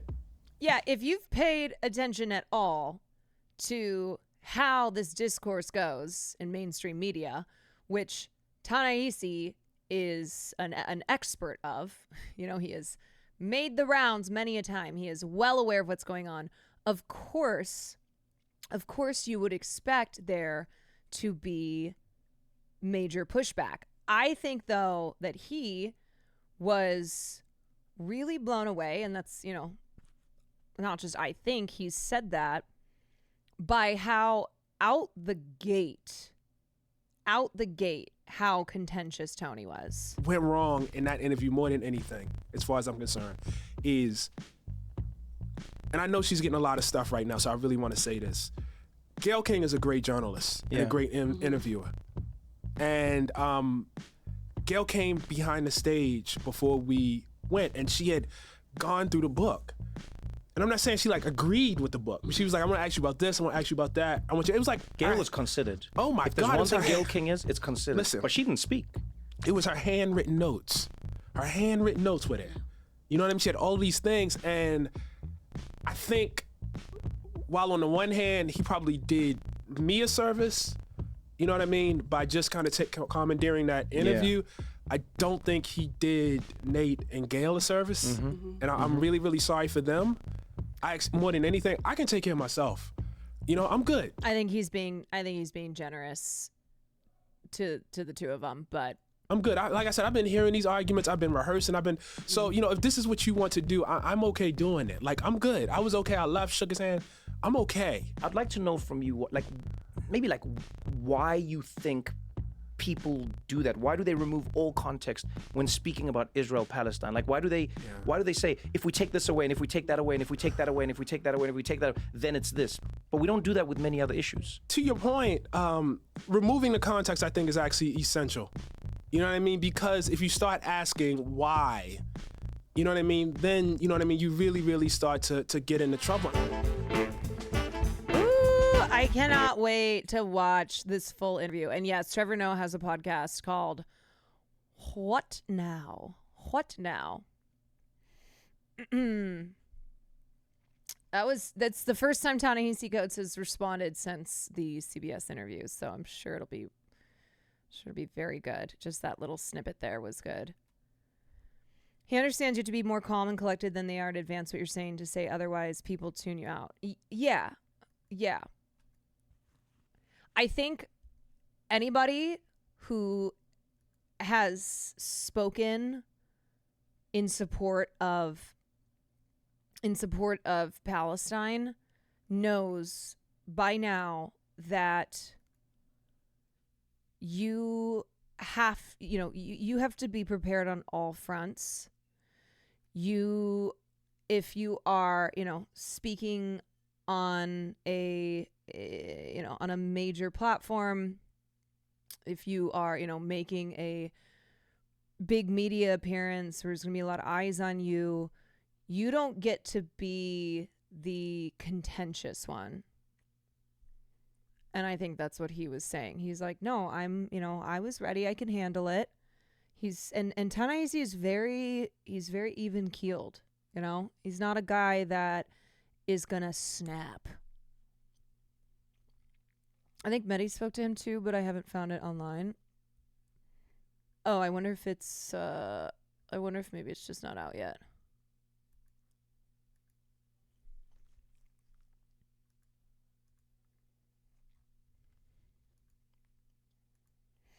Okay.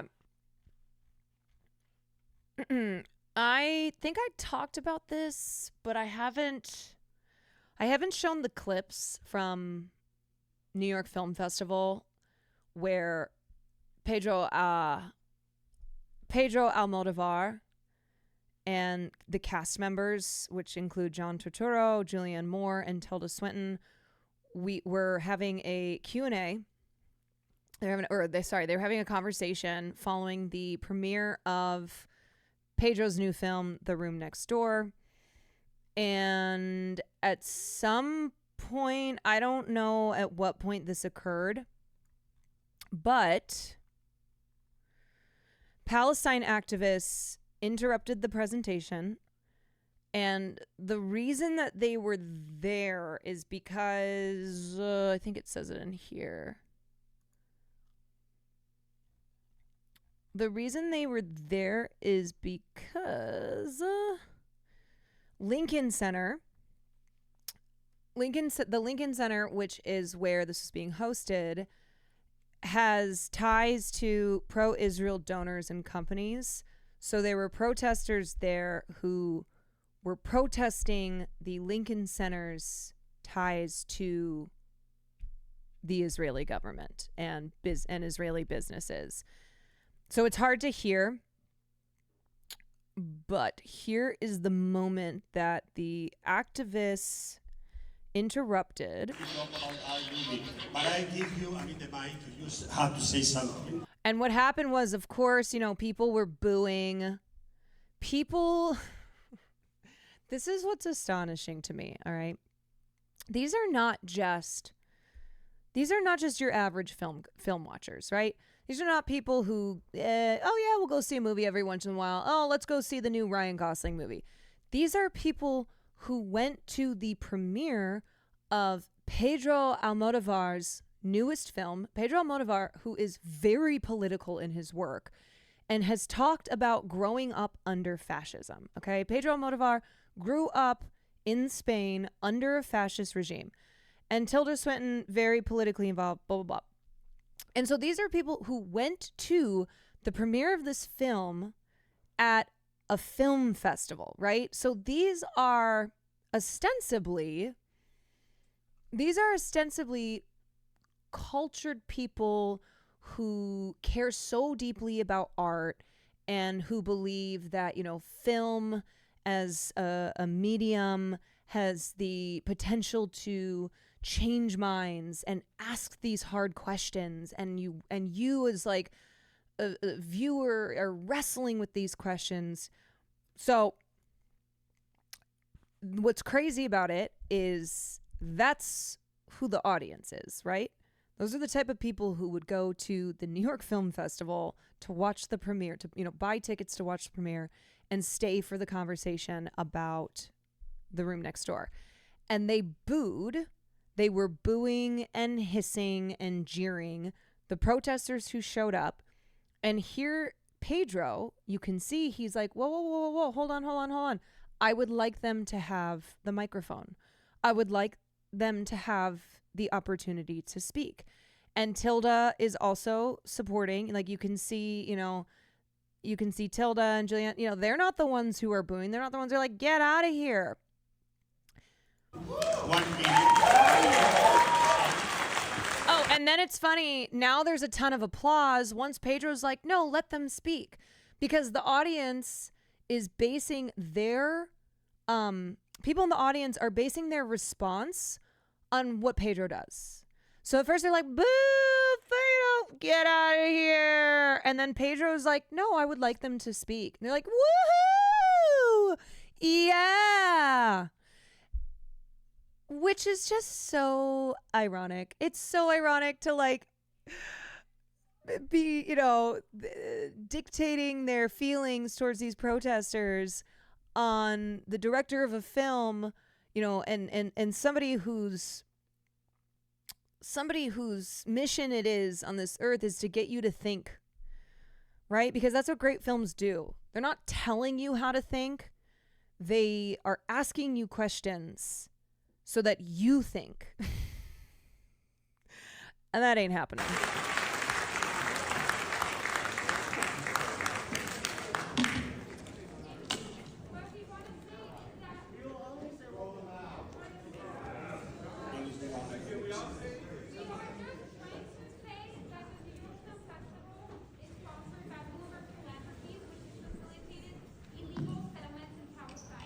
Yeah, so it's kind of hard to hear, but she's talking about how the sponsor is facilitating illegal settlements.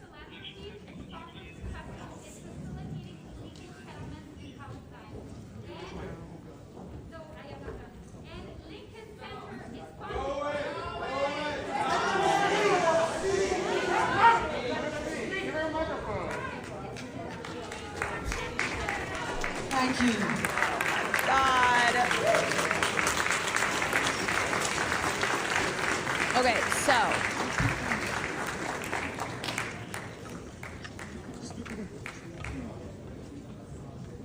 so that's the moment that it happens.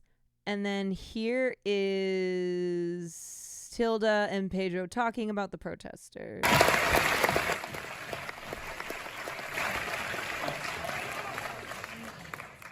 Thank you for that. I mean, I'm sorry for the interruption, but as a festival, we also stand for artistic freedom and freedom. Yeah. Everything is right.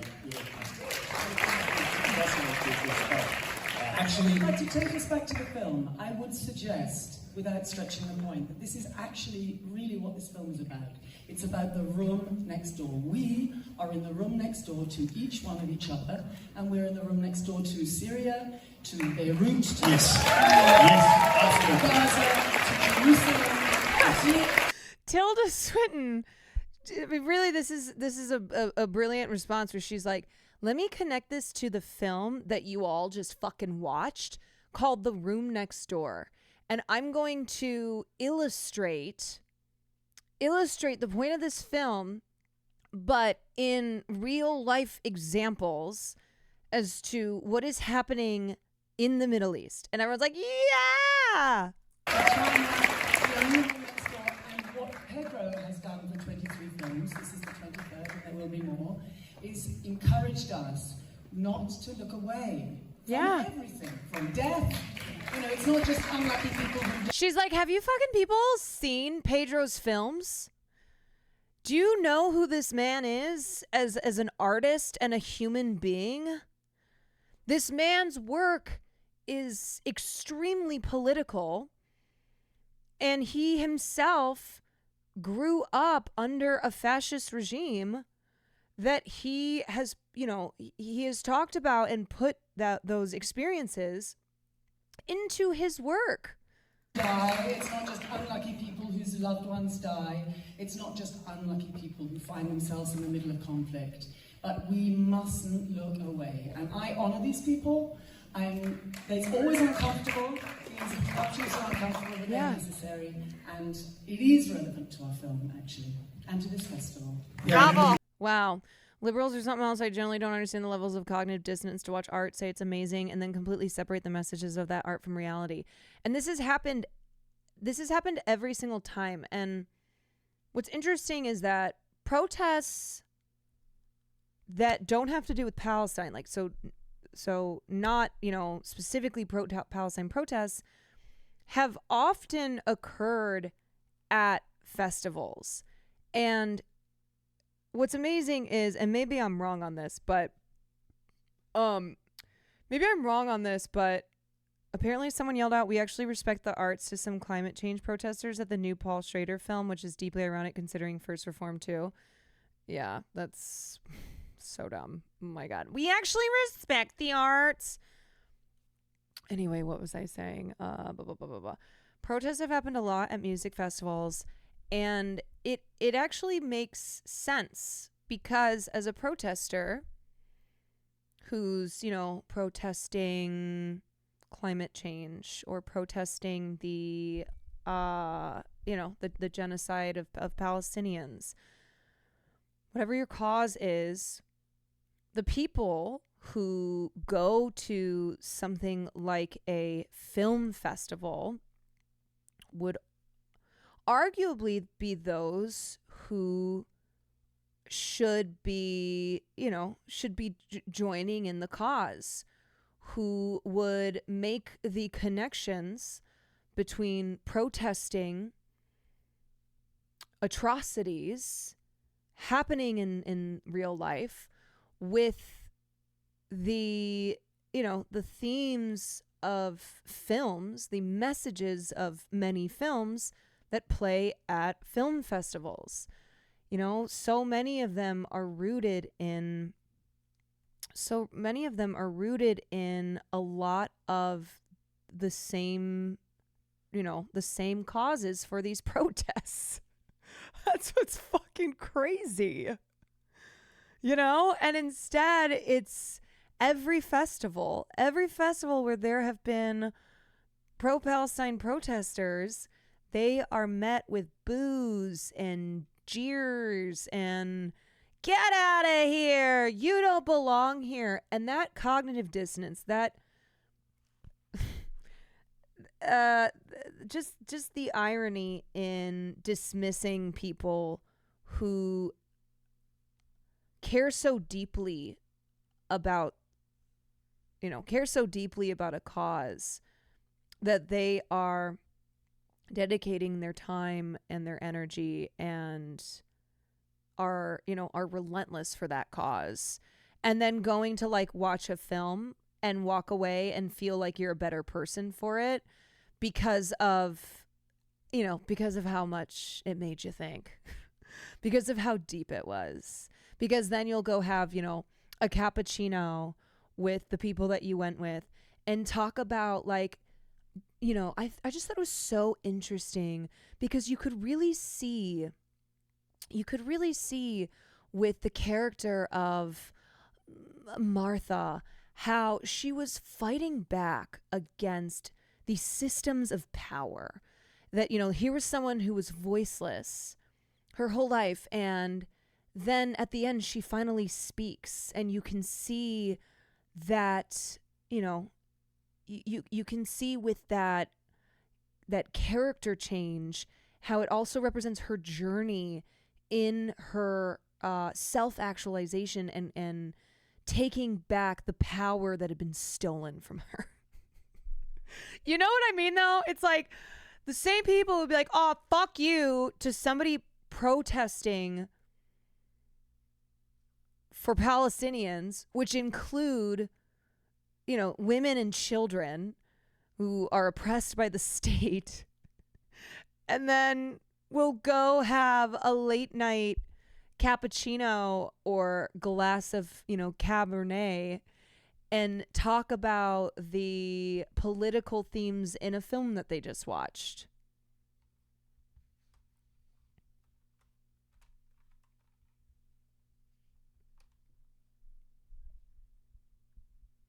Okay, I think there's another in clip the world here. in general. But at least in something that we can do, which is a movie, I mean, the empathy is the big word, and just to be there, very close to someone, helping them, and, I mean, hugging, I mean, open our arms to someone that is sick and needs us. This is just the message that we can give with this movie. Here, I'll play that again. I mean, the empathy is the big word. Yeah. And just to be there, very close to someone, helping them, and, I mean, hugging, I mean, open our arms to someone that is sick and needs us. This is just the message that we can give with this movie. Yeah. You know, that word empathy. Dick Cheney's oil money, thank you so much for the 15 months. That word empathy and how film can turn you on to empathy or deepen your empathy. And it's one reason why I, have always been drawn to movies. It's my favorite art medium. And the empathy found within films is it's real and it's important. But to be moved by a film, especially one that is fictional, but is fictional but comes from nonfiction, comes from the filmmaker's understanding of the world, them trying to make sense of things, or them trying to them trying to ask questions that then their audience will have to answer for themselves. That, and then there not being empathy to be found outside of watching a beautiful movie like The Room Next Door. And that's what he's talking about with empathy, where he's like, this film is about empathy. This film asks you to have empathy. And that is what the protesters are asking for as well. Those who are protesting for a just cause are asking the audience to have empathy for that cause. Would you have Tilda Swinton as a guest on here? Are you fucking kidding? Is my name Caroline Kwan? I would not be well. I would be unwell if Tilda Swinton ever wanted to come on the stream. I think I would scream, cry, throw up.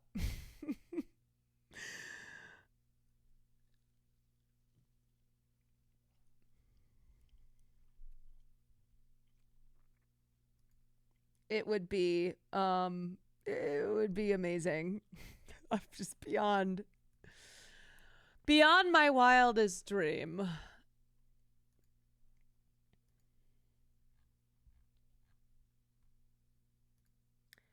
Yeah, this was from Toronto Film Festival, which was earlier in the month.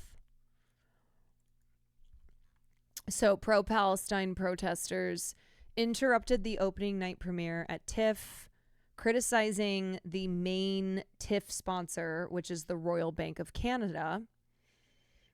So that's who they were protesting, because the Royal Bank of Canada has ties to Israel. And yet another example of the crowd being super hostile and booing them. They're like, shut up, we just want to watch our movie that's supposed to make us think. Thanks also, of course, our generous donors and members as well.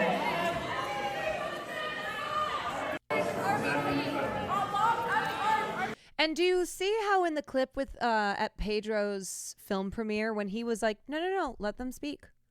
Give them the microphone. Of how the protesters like, hi, yeah, we're here. We're protesting because of the Lincoln Center's connection, yada, yada. They are currently funding illegal settlements. It was brief. And she wasn't like, bah! Fuck you, Pedro! Fuck the New York Film Festival! Fuck all of you in the audience! No, that wasn't it. Thanks also, of course, to our generous donors and members as well. Thanks also. Yeah, I mean, look. We're here to start the festival. Here's how I feel. Okay, obviously, I am in moral agreement with protesters. But if I'm a film festival director, or if I were to be a part of something that was interrupted by protesters, I would pull Pedro. I would say, hey, please extend the microphone and let them say their piece. And then once they spoke, you get back to the conversation. You get back to what you were doing. And the protesters, most likely, because in every situation where they have been allowed to speak and haven't just been, shoved out and booed, they go. They're like, okay, great. We said what we came here to say. Right, like acknowledge it. Let them, speak to the audience and say this is why we are protesting, and then you get back to your conversation. Yeah, trying to talk over them, it just will never work. Have you heard about the documentary No Other Land struggling to get distribution this year despite some of the best races of the year from the festival circuit? Yeah. Didn't we watch the trailer for that? Yeah. We watched the trailer. I also covered this because so it was so nasty. The death threats that what was I think it was Basel? Yeah, Basel Adra, who was one half of the documentary filmmaking team. And he received like threats on his life for when they won at Berlinale Film Festival because he's Palestinian. And Yuval Abraham, who is his partner, his filmmaking partner, who is Israeli, he spoke out on his behalf and was like, fuck this. Fuck this. And this absolutely illustrates why we've made this documentary. Look at the barrage of hate and threats that my Palestinian co-filmmaker is getting. Any movie recommendations for Pedro? I would say Volver. If you're a fan of Penelope Cruz, it's a film from like 20 years ago. Only Pedro I know is this Pedro. The Skin I Live In, yeah, that's with Antonio Banderas.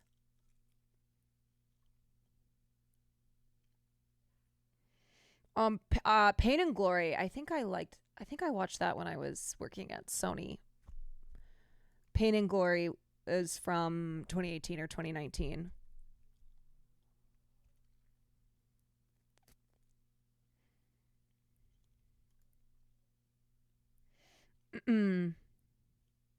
There's a bunch of Almodovar films on SBS On Demand. Oh, that's cool. Well, that's dope. There's a lot of Almodovar films that I still need to explore.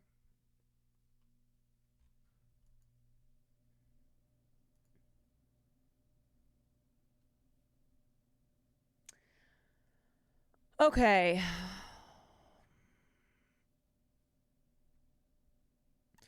Pain and Glory is probably his most accessible. Doesn't have the camp factor that might be off-putting the most serious stuff.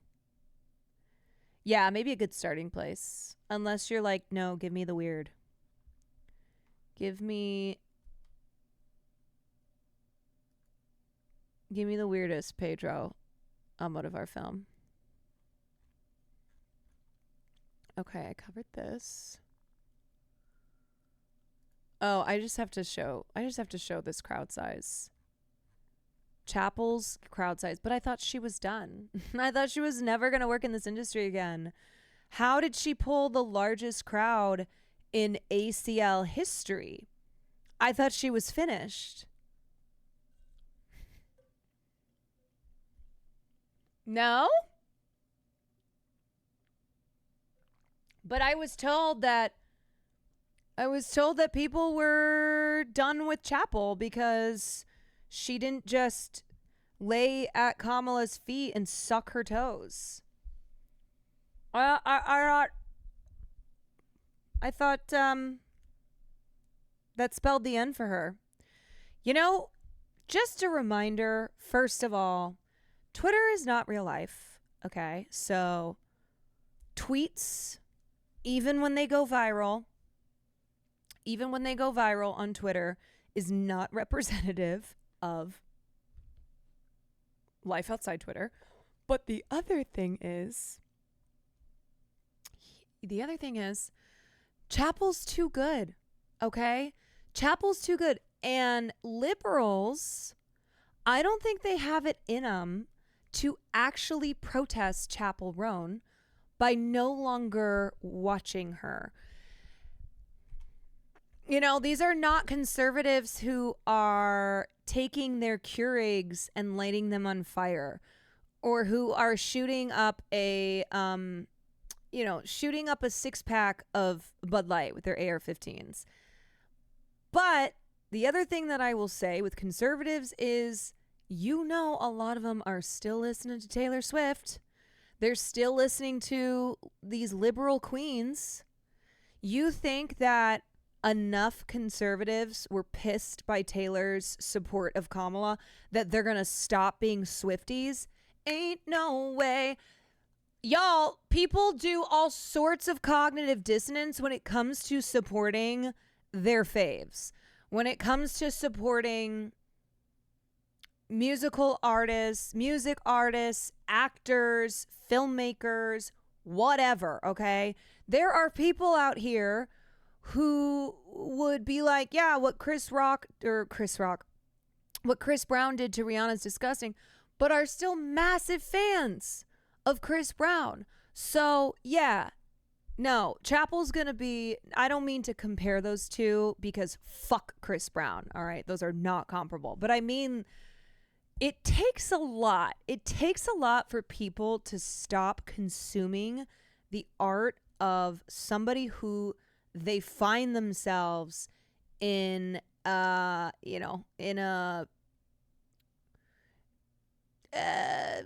political differences or moral differences or whatever. I'm one of those people in that crowd. Oh, this one? Where's Waldo? People still bump Kanye constantly. Yeah, absolutely. So Chapel is not a Nazi. Chapel is not a Nazi. She's not a rapist. She's not a monster of a human being. She literally is still voting for Kamala Harris. She just said, yeah, fuck some of the policies on the left. You know? I mean, fuck Trump. I can't believe I have to say fuck Trump. But also, fuck some of the policies on the left. Yeah, that's what she did. So, I'm sorry, but liberals are going to keep listening to Chapel. They're going to keep listening to her. They'll get their little tweets off. Thank you all for the compliments on my Chapel Roan impersonation.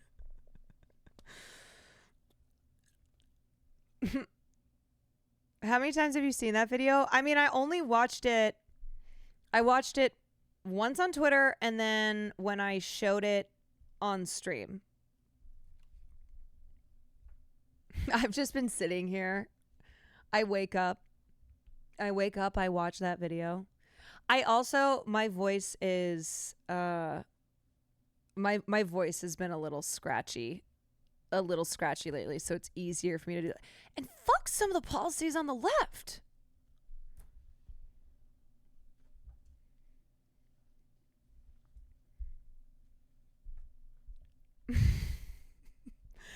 Dedicated to the craft. Okay. Okay. Okay.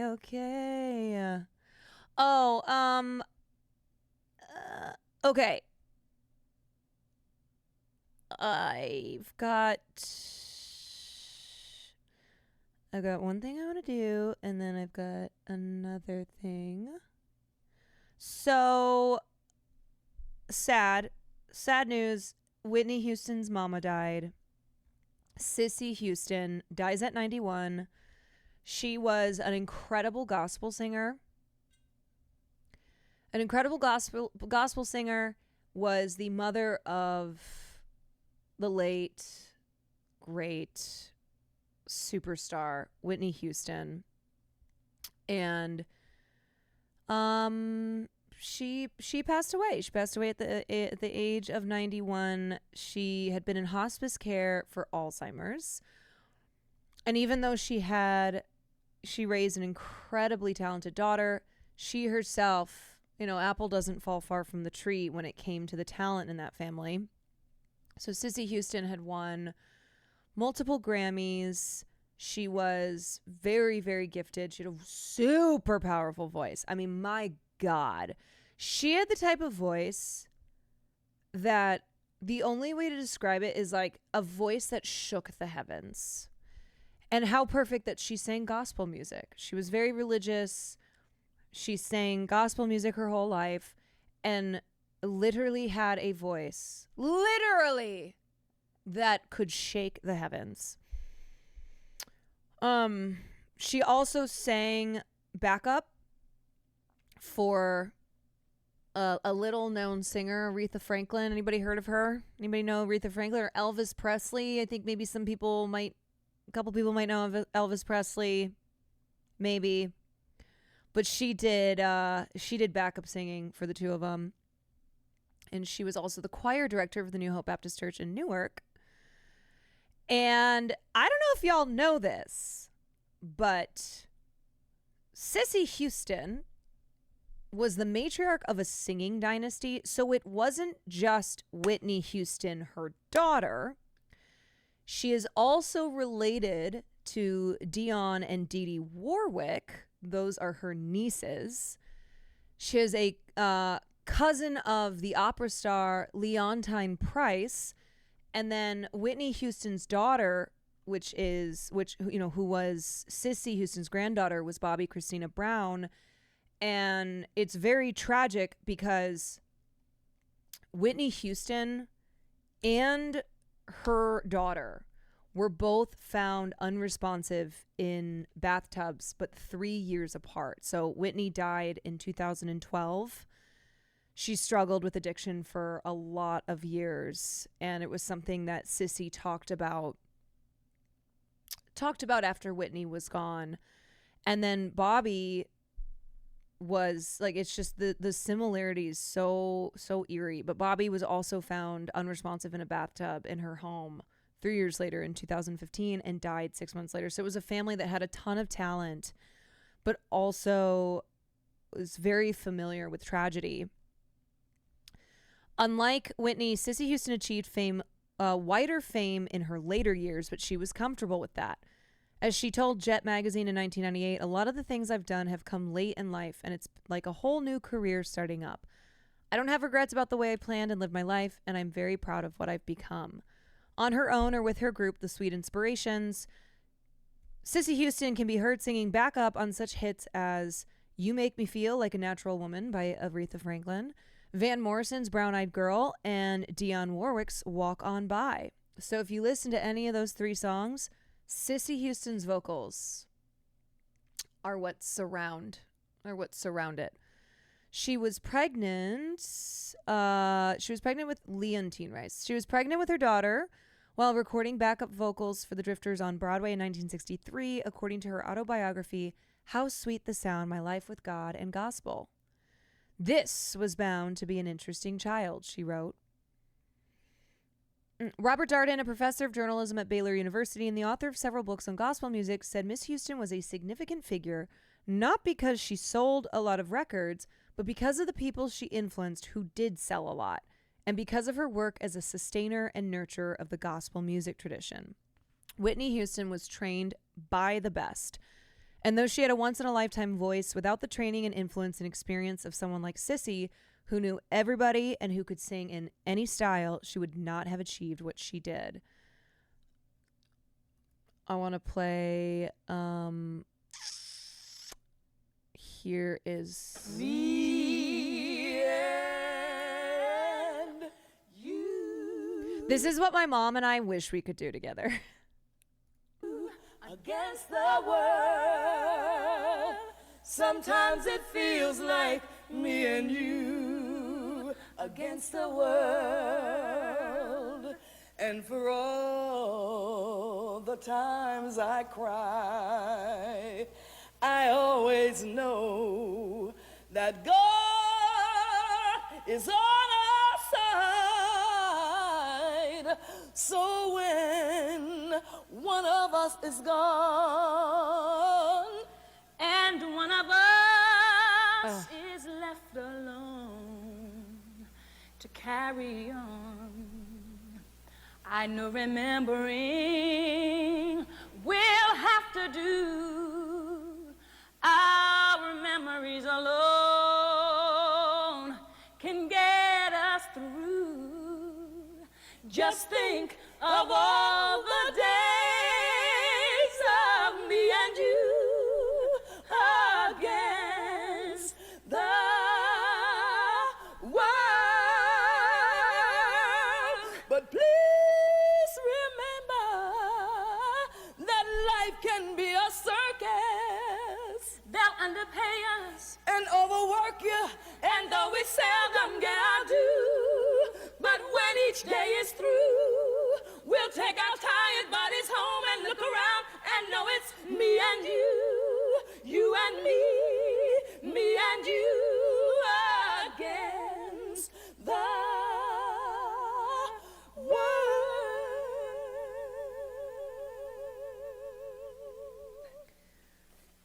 Like, how do people have voices like that?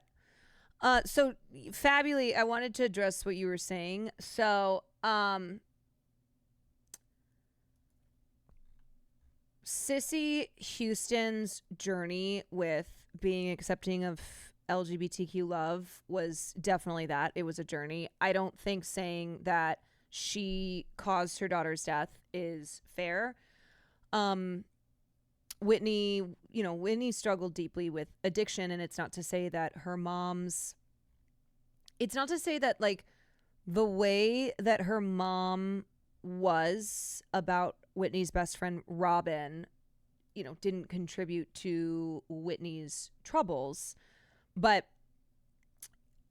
later, I think it was like a year following the death of Whitney Houston, Cissy sat down with Oprah, and she was had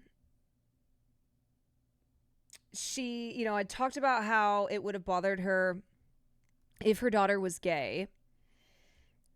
But then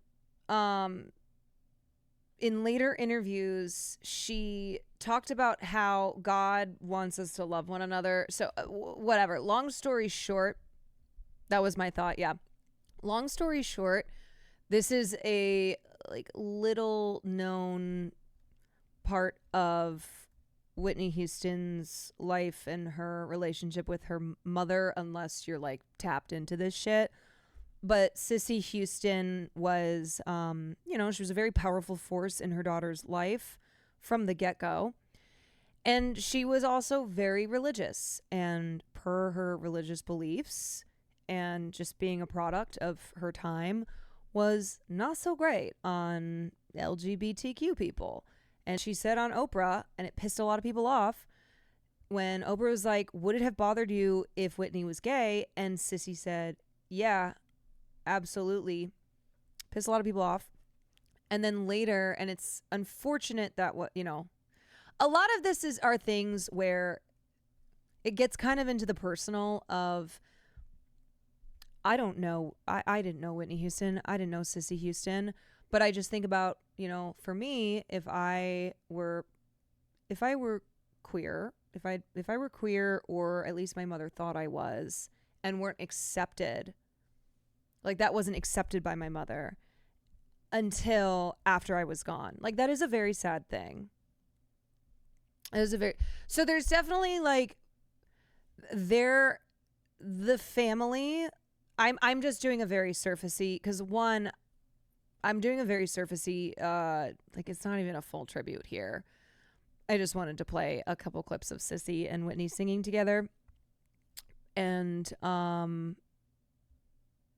what was I saying?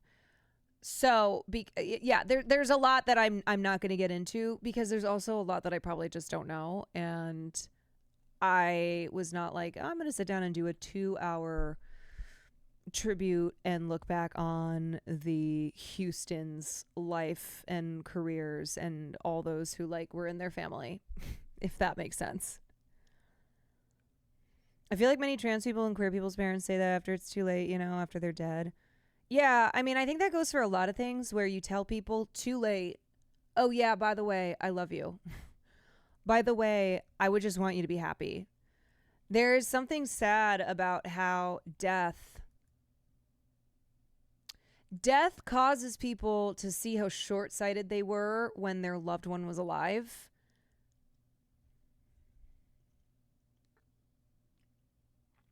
So what I would just say is like, yeah, that family there were a lot of complications in that family, a lot of personal struggles, a lot of familial relationships that were quite fraught, and also an insane amount of talent. Within this singing dynasty. But man, we have very Heathers, very I love my dead gay son. Yeah, totally. Yeah. Okay, I want to watch.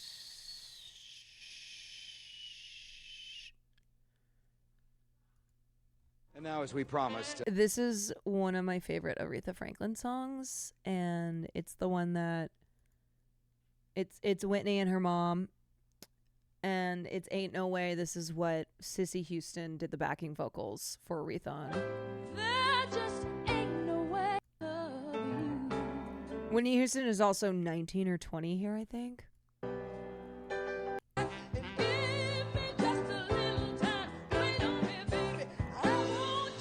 This isn't it. It's the next song.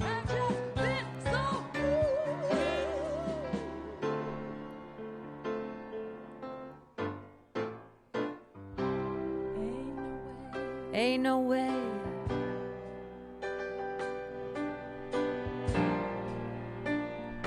For me to love you. She's a baby. This is her first TV performance. If you won't let me.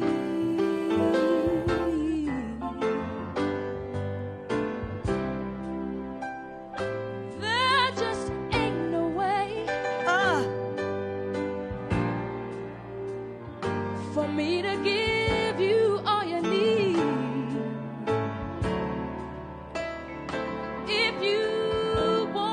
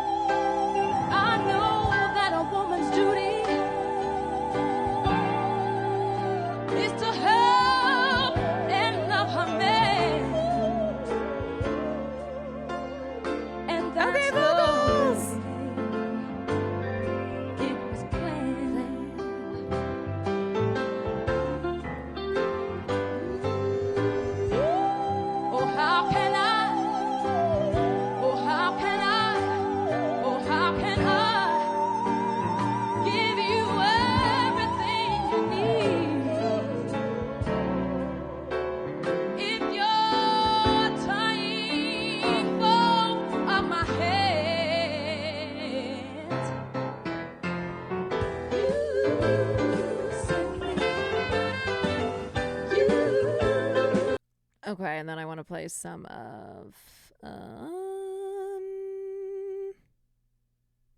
think this is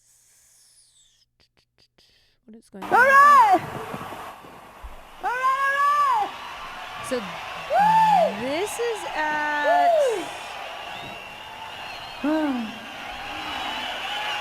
is at Nelson Mandela's 70th birthday tribute in June of 1988. It was at Wembley Stadium in London, broadcast to 67 countries and an audience of 600 million. All right.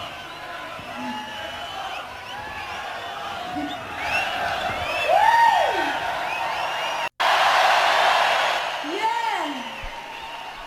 What a courageous man. God bless you. This one. Woo!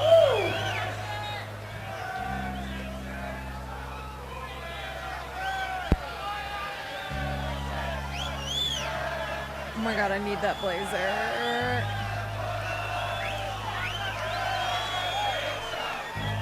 No, it's not. It's not 600 million in the stadium. It had a huge live audience, but it was like broadcast on TV. He can turn the tide.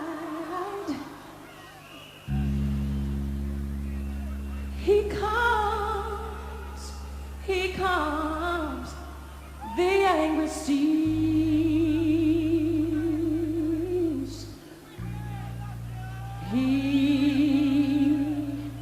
He alone decides.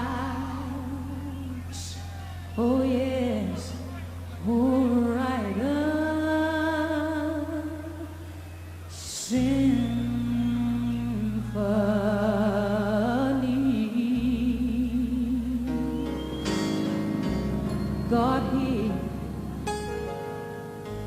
God lights every star. It makes our darkness bright.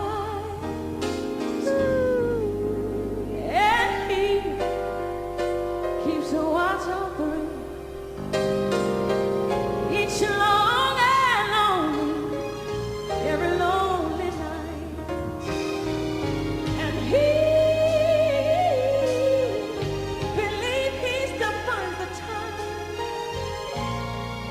to hear a child's first breath.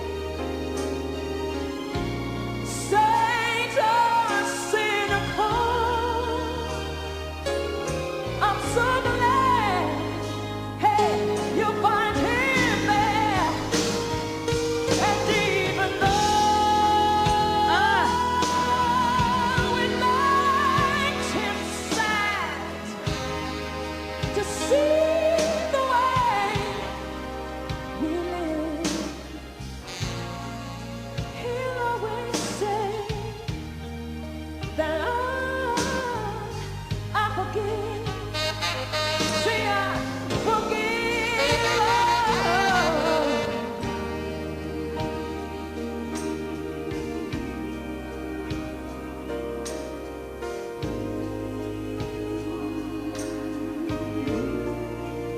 I was like, I don't hear her.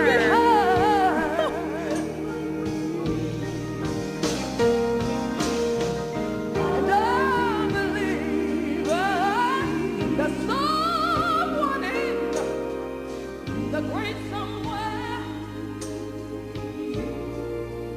hears every word. You see,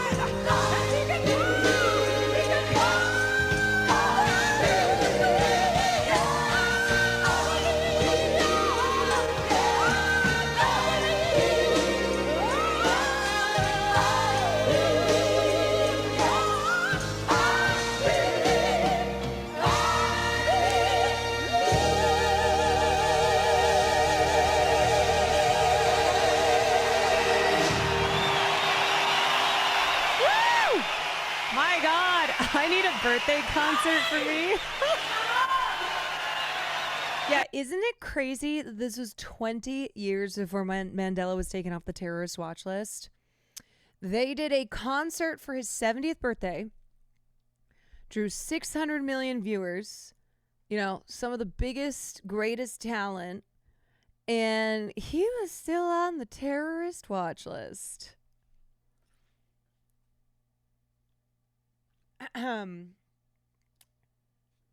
Wild. I know. Can you imagine being somebody who for their birthday draws this talent and this many people watching?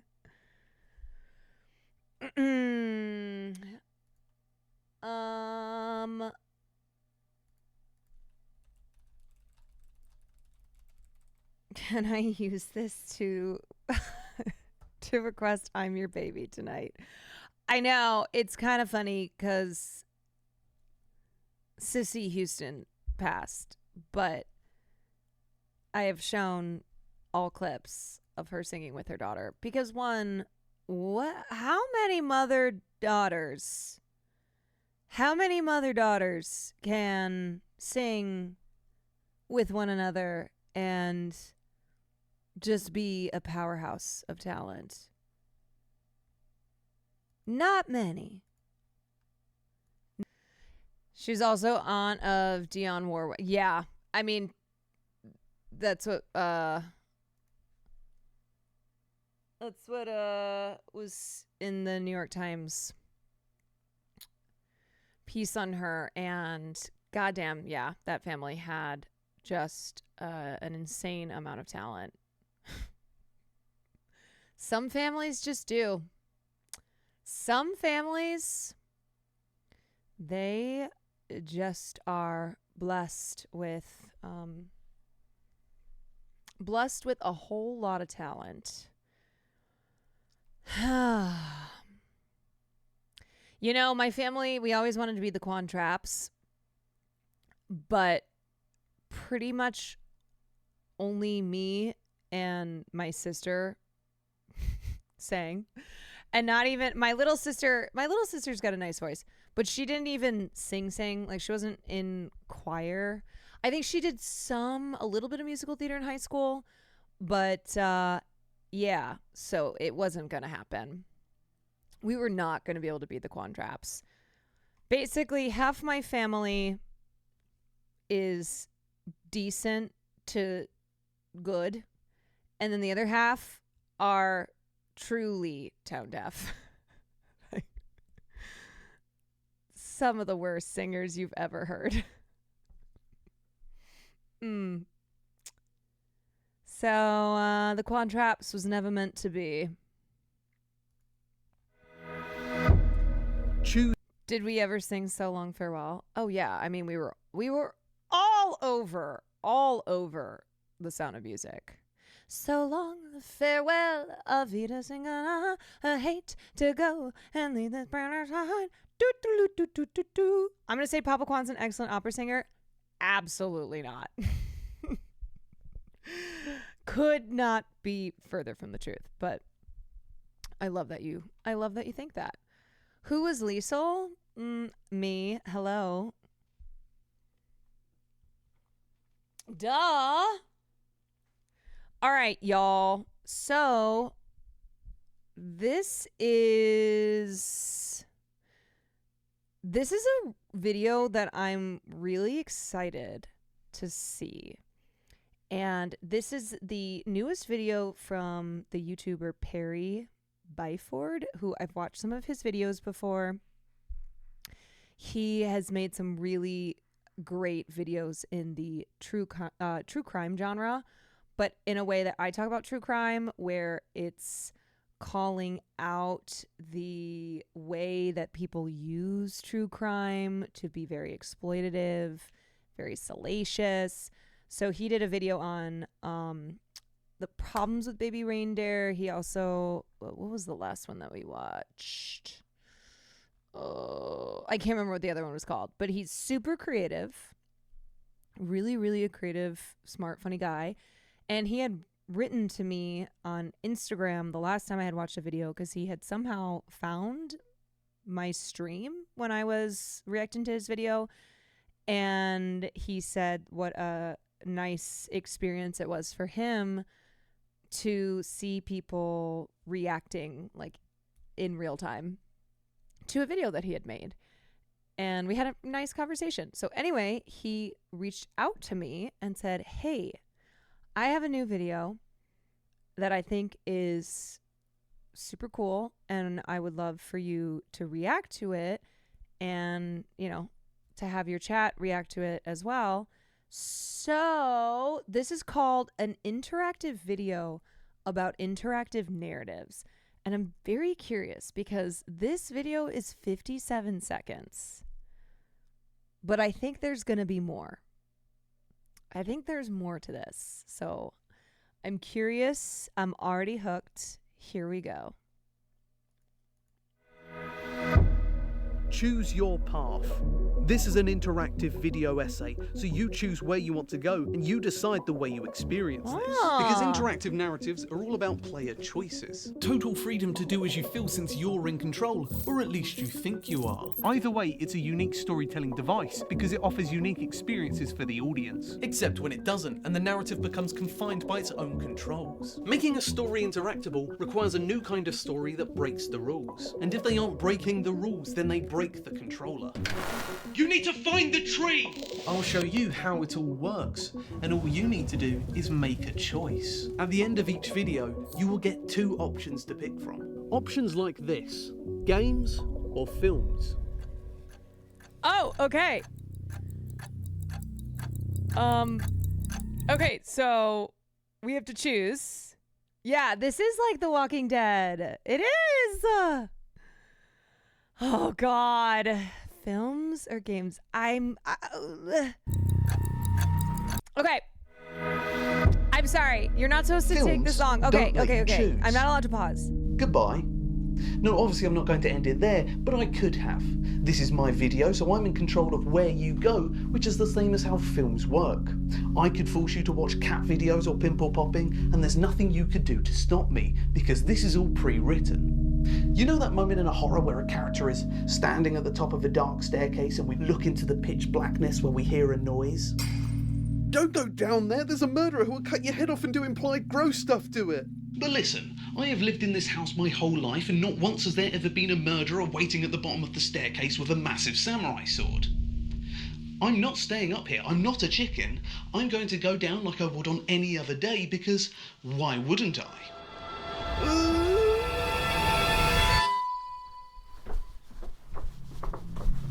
This is one of the problems with choice in a narrative, because your choices are affected by the fact you know you're in control of a story, which in this case is a slasher. Most films in this genre start with The Hook, which showed a conventionally attractive lady get murdered by a killer in a completely impractical outfit that disguises all of their bodily traits. That hook is why the audience would be cautious about going downstairs. My character, however, didn't see this scene, and so this is just a normal night that tends to be serial killer free. This is cool. I mean, my character did know the person who got murdered, but nobody even liked her ever since that argument over the incident. Also, the fact there's even a choice there to start with clues you into the idea something is suspicious. It's exactly like this shot right now. Do you see the suspiciously empty area behind me, which would be perfect for someone to creepily walk past in the background? The moment there's a bunch of this dead space, you know there's going to be something scary there, because nobody making films ever comes up with new ideas. Once you see this cliche, you can never unsee it, and once you realise you're in a story, you can never escape that fact. We I are didn't in a actually choose the simulation. go downstairs option because that's what this character would do. I chose it because it's the incorrect path. This is a slasher and you are supposed to be scared, so what happens when you're not? It's like going to a haunted house where actors in makeup jump out at you.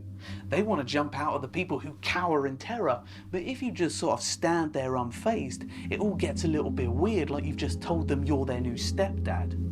The illusion breaks when you don't play ball, and so that means every choice you make has to be in some way correct. You can't just have the audience kill off important characters because they chose dumb choices, which is why a lot of the decisions you have to make end up being a bit pointless. So that's why films are better off not giving you a choice. But if you want to make an interactive narrative, then you need to be creative. Find a way to make the wrong choice a good option. What are you waiting for? This is a pretty easy decision. This is the film's part, so you only get one option. Oh, So, okay, you know, I have to pick this? ignore all this dead space. Oh, wait, what was that? Bandersnatch is a great example of an interactive narrative because of how it gives you purposeful choices. I'm missing First, we are given QTEs. meaningless decisions like which cereal do you Wait, want I to got rock got. your teeth, or what music do you I want to got rock got. your ears, and this is a way of introducing the format to the audience. These are simply there so you don't encounter a life or death situation and have to scramble for the remote because you didn't realise you had to do anything. The next choice you get is to accept the dream job or decline, and your natural instincts would be to accept, not only because it's what the character would do, but also because that's where the story seems like it would be. This leads us to a game over of sorts that prompts us to rewind back to the pivotal moment. It has taken the wrong choice that the character wouldn't have chosen, which is evident from him being confused by his own decision, and it has made this the correct path to take. This is the film establishing us as characters in the story.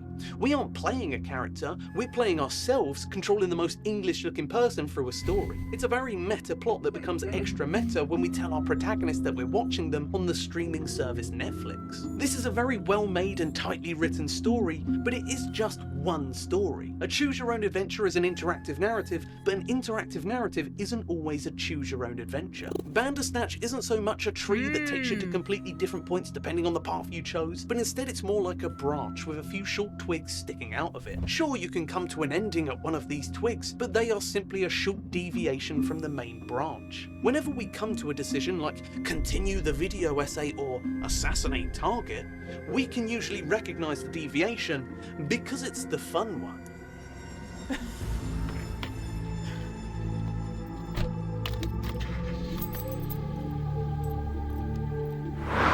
The illusion of choice. Would you ever be into playing FMV games? Wait, what are those? I love the 80s aesthetic of this series.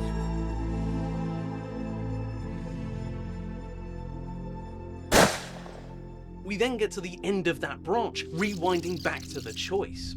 That was just a fun little side activity that doesn't really affect the main story, since rewinding to the correct path is part of that story. The plot has the ability to do whatever it wants. It has total creative freedom, but should we get total creative freedom as the audience?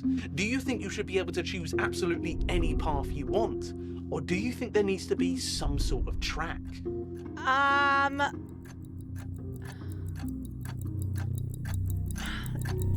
I don't know. I have to choose. I forgot to. I didn't choose in time. You guys, I'm always missing QTEs. What is wrong with me? I was just about to choose. Okay, infinite possibilities. I've died. Well, if you say so, I'm going to I have died on a YouTube video. tidy my room, and you're going to watch me because you chose this. I'm so bad at making You could have stayed choices. on track and continued this very interesting video essay, but no, you wanted endless possibilities. I can't Sorry, pause but the with video. endless possibilities, you run the risk of some paths being incredibly boring. You made a choice, though not all choices are going to make for a very satisfying narrative. I have to But play because I'm such a Immortality. nice Yes, I guy, know. I'll let you go back onto the correct I do. path. You know, at the end of this video.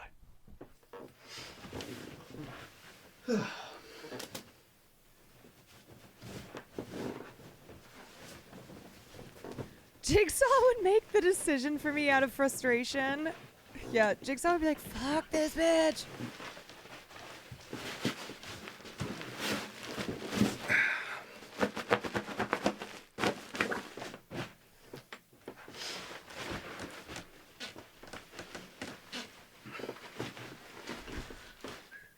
This is what I chose. This is what I'm stuck with.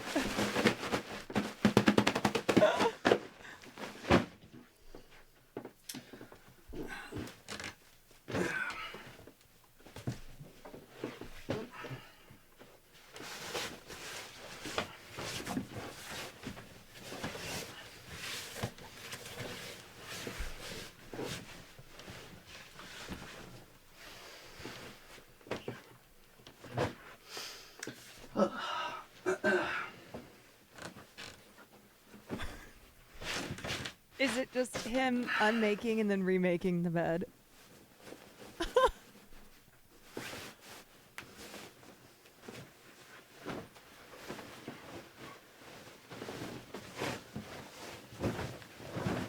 Hey, this is what I chose, though.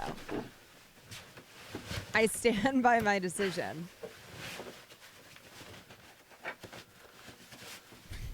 To make you suffer. I'm not suffering. I am actually having a great time. There's a book on his desk, Men Who Hate Women. Men Who Hate Women by Laura Bates.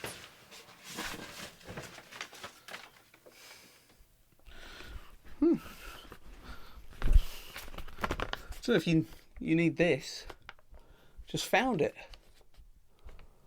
I don't know if that's going to be of importance. There was a gun down there as well. Bit weird. Give it to me.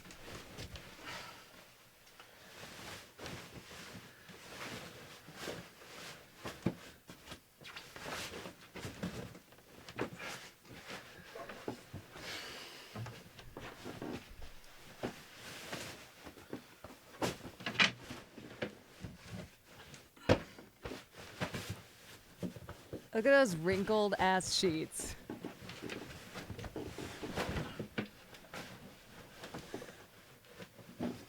Those are the sheets of a young man.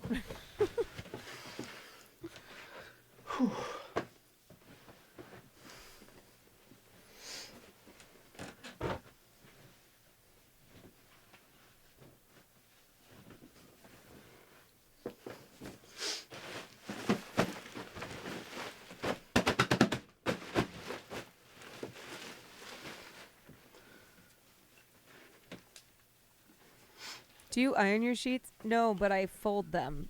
So I have multiple pairs of sheets. So for the ones that I'm not using, they're folded and they're put in my closet.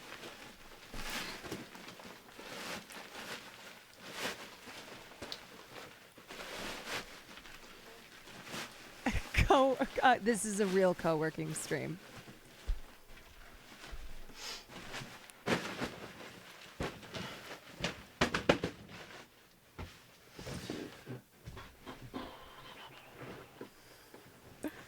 I'm suffering. I'm suffering for my choice. This feels like punishment.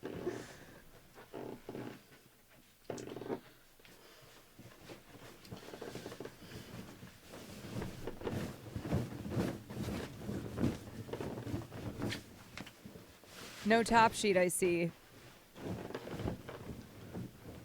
What's up, Speed? Yeah, y'all, if you don't understand it, then you don't understand art. You do not understand art. I'm sorry to tell you.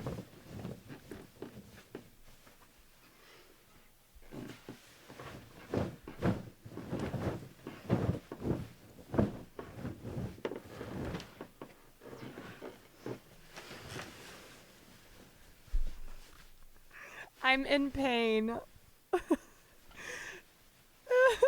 This feels like... Maybe this is just what watching a Twitch stream is. This is driving me insane. Me too.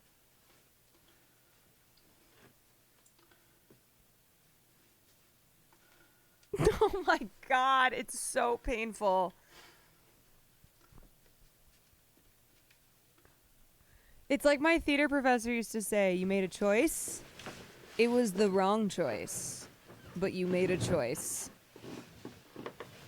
Yeah, what's worse than putting on a duvet cover? Watching someone put one on. Oh.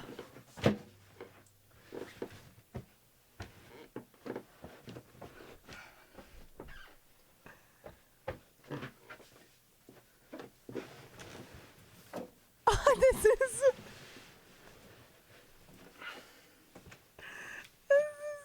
painful. Whew.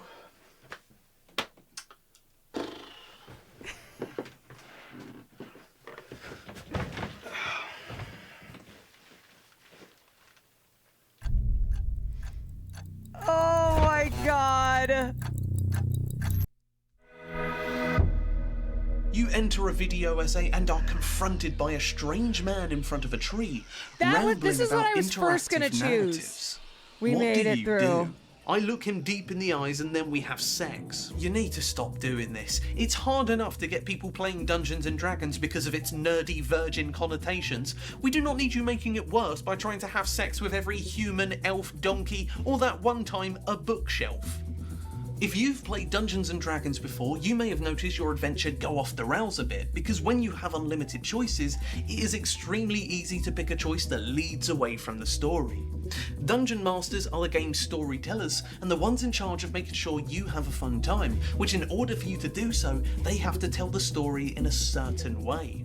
You walk into a dusty room that is decorated head to toe with torn cobwebs, and littered across the floor are all the bones of the men that came before you.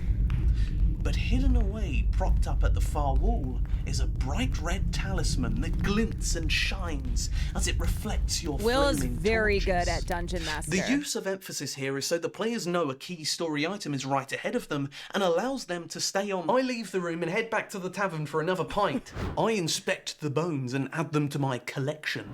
I strip off all my clothes and present myself to the spider that is obviously in this room. I hate you guys so much. The trick to making interactive narratives work is to trick the players into thinking they are making choices. In this D&D scenario, the character who inspects the bones and his freaky friend can get attacked by the massive spider that guards its pile of loot that includes the story item. If that doesn't clue them into its importance, then have it activate like... Will would go fucking nuts, but was very calm about it.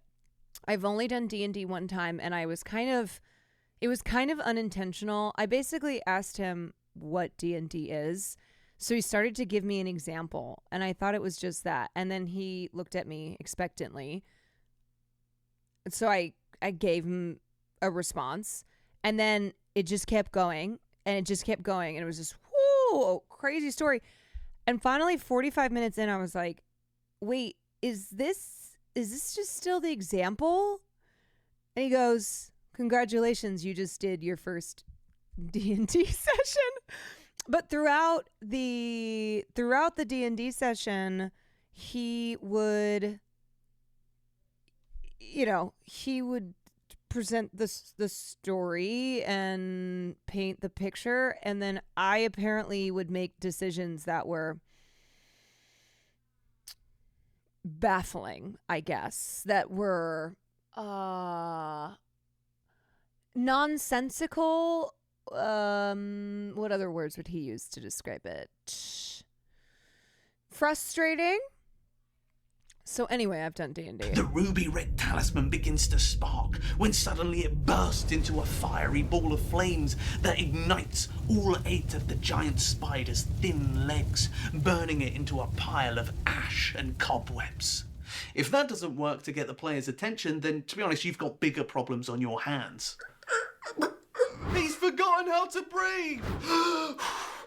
Markiplier has a few of these choose your own adventure What do style you do series. with the story when the players try to break the narrative by refusing to play ball? They head to the tavern instead of investigating the story item. Well, then you need to bring the narrative to them. Maybe while the group drink while flirting with an orc woman so they can force the DM into describing another graphic sex scene, the tavern can get set ablaze because a thief that the group saw earlier that day had stolen the talisman and used its powers. The group didn't take it for themselves and are now paying the price for their choice. Interactive narratives have infinite possibilities, but the way you keep a story free from loopholes is by always covering these 2 choices. Interact with the narrative, or don't. But no matter what decision they make, the main story will continue to interact with them. You know what? I'm gonna interact. Alright, that's great. It took a long time to schedule this game since we all have very busy lives now, but yeah, let's do this. We've got a fun night ahead of us. I'm not gonna go off Seriously, and do something crazy. I think it's amazing that we all got together to play this game. Like, it really means a lot to me that you're all here. Your character has just contracted Balrog syphilis, which, as we know, is fatal in humans, so you're dead. Shit.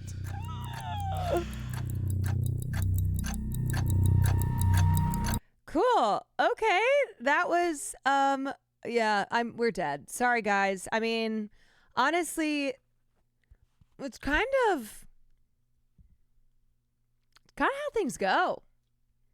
Whether I'm playing a game or watching a YouTube video on interactive media, I just can't stop being the Carolina Reaper, you know? Okay, so the link is there at the top if you wanted to experience this for yourself, if you wanted to make your own decisions. I didn't even know you could do something like this.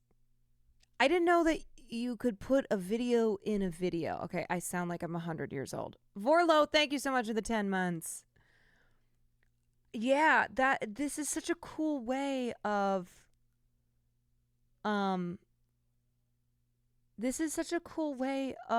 doing a YouTube video. I didn't know that this was a thing. Are we supposed to keep watching games? I don't know. I don't know if it's like, okay, so if you did the films route, now you can do games or vice versa. Oh, you restart because you died. Okay, so because I died, it takes me back to the beginning. There's a 10-hour long choose your own adventure review of Cyberpunk. Wait, a review? A review where you choose your own adventure.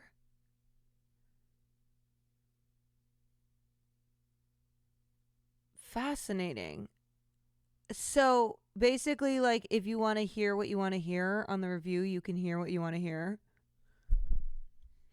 I remember a long ass time ago, interactive videos were kind of popping. I've never watched one, but also I am not a YouTube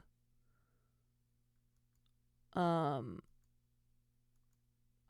not a user of YouTube. So you've never watched Black Mirror's Bandersnatch on Netflix? No, because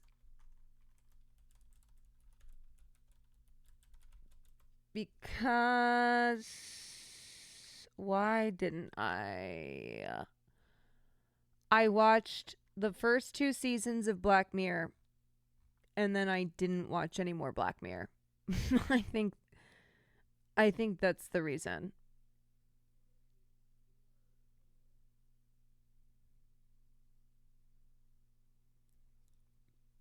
It's like this, but worse. Interesting. A young programmer starts to question reality while he adapts a mad writer's dark fantasy novel into a video game. It's an interactive film in the science fiction anthology series Black Mirror. I did watch Joan is Awful. That was my return to Black Mirror, but then I didn't watch any more of that season. I watched the first 2, fell off, and then watched Joan is Awful because my aunt wanted me to.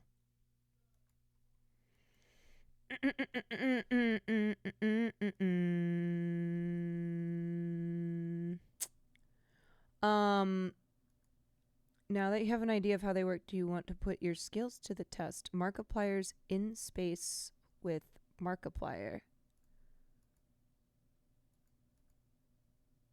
Oh. Dude, you want to know what's crazy?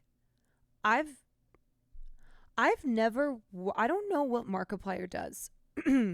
All I know is that he's a cool dude who made YouTube videos and did 1 video a day with crank gameplays. I've never watched any Markiplier. There's so many content creators that I just have never seen. I've never seen any of their videos. I know their names now that I'm in content creation, but yeah, I'm like, I've missed out on a lot. Oh, this looks sick. So cool. But anyway, okay, so this is This is Perry's newest video that he asked if I ever had a chance, if I could react to it on stream, because he was very curious to see our reaction to this. And I think it's really cool. I think it's very creative. I think I wasn't aware that this was a genre of YouTube videos in the first place. I thought it was super neat. Super neat. 2 thumbs up. Really enjoyed it. Especially the bed making part. Loved the bed making part. I could just watch an hour of bed making. Give me more. Give me more. Give me more. We kind of did. You want to know the crazy thing? It was like 6 minutes. It felt like an hour, though, because you don't appreciate the fine art of making a bed.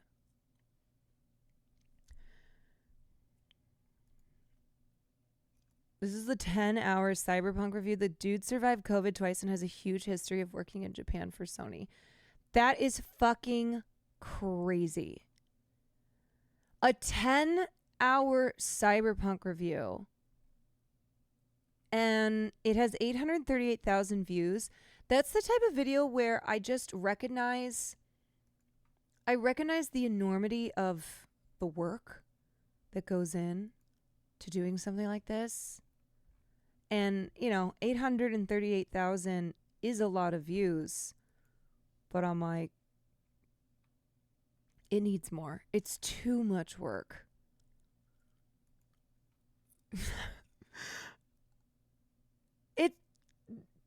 That is an astronomical amount of work for a video. Bed making stream when? Yeah, maybe one of these days when I start stream. If I haven't made my bed, I'll make my bed. Be like, okay, guys, I'm gonna start off stream by making my bed. What if I did that for a 24-hour stream? I'm gonna make the bed and I'm gonna unmake the bed, and then I'm gonna make the bed and then I'm gonna unmake the bed. How many times can I do this in the span of 24 hours?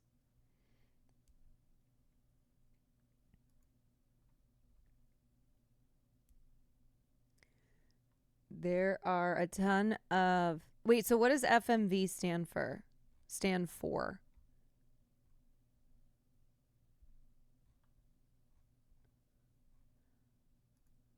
Full motion video. Damn, there are a lot of these.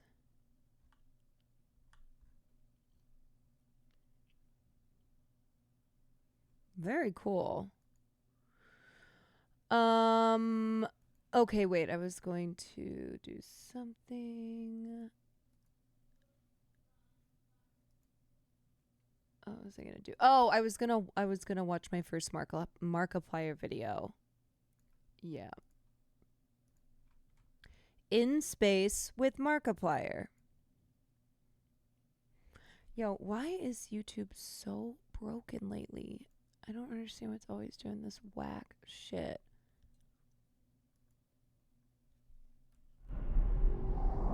Okay, so just so I know, for a frame of reference, Markiplier has 37 million subscribers and this video has 22 million views.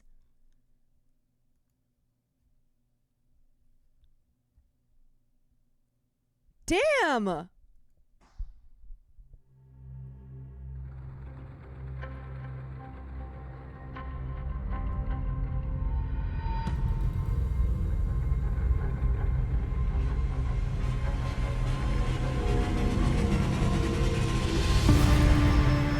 He's kind of a big deal.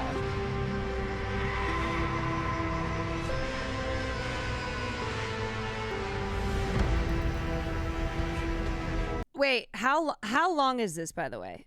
How long is this? Because I know this video is 7 minutes. Ready for this to turn into a 5-hour video? No way. Someone tell me. Somebody knows. Someone knows. Up to you, ...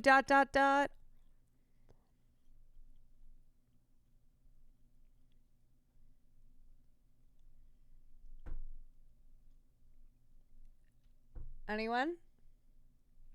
Depends on when you die. Okay. But it can be like 2 hours. Damn. Okay, so here's what we're gonna do.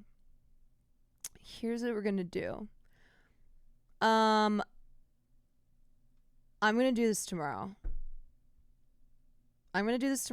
Because I'm gonna end stream there. I'm not gonna game tonight. I am not gonna lie, I was so sick last night after gaming. I was like really sick. And I have some work that I gotta get done too, but I'm a little weary. Of gaming right now because of how sick I got last night. After I ended stream, I ran to the toilet and dry heaved so many times, and I was genuinely like, am I actually going to throw up? Because I told y'all, I was like, no, I'm sensitive, but I never throw up. I threw up a little bit. Sick from what? I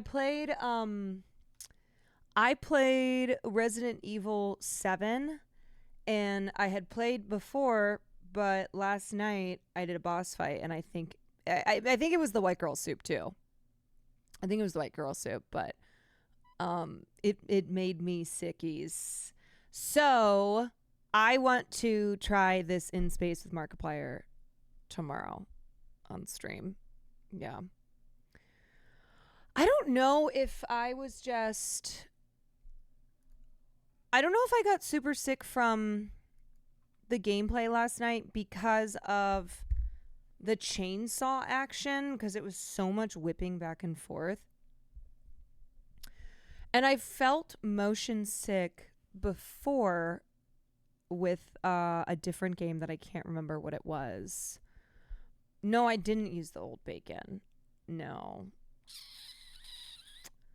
Did you turn off the motion blur? Yeah, I did. I think I just need to get some Dramamine. Yeah, I was flailing the camera around a lot. It was very hyperactive gameplay, so I was deeply unwell. How was Alien Isolation? I don't remember it being bad.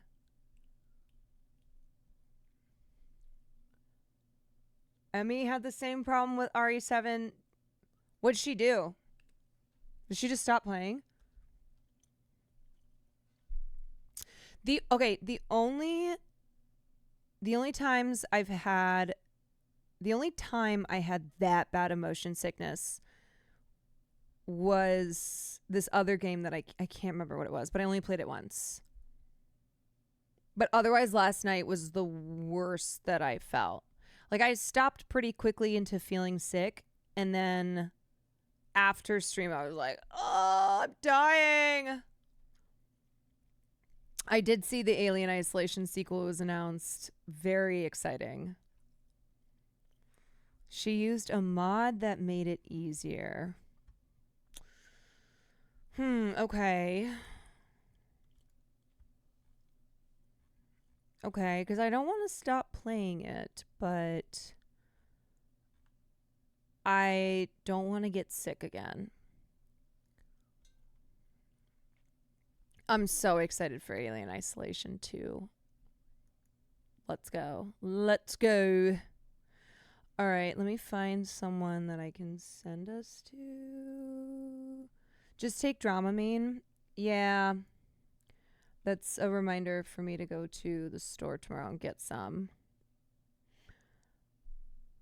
Waluigi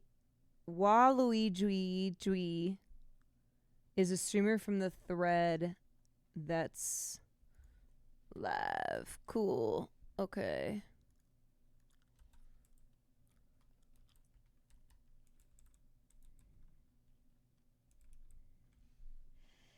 Okay. Let me look up that. Okay, wait. Yeah, that's the spelling of it. Okay, cool. Waluigi Dwee. Waluigi Dwee. All right, y'all. Sorry for no gaming. Gaming will be back tomorrow. I'm also remind me that I wanna do the Markiplier video tomorrow as well. Okay, cool. So, anywho, sending you over to Waluigi. That is not how you say it. Waluigi. And you know the deal. If you're going to stick around, be the nice, sweet, polite chatters that you are. And if you're going to leave, just leave. It's not an airport. You don't have to announce your departure. Go do whatever your heart desires. And take care. Everybody who is in Florida, we will be keeping up to date with Hurricane Milton. But if you have family there, if you yourself are there, please take care. And I will see you all tomorrow. Yeah. Cool.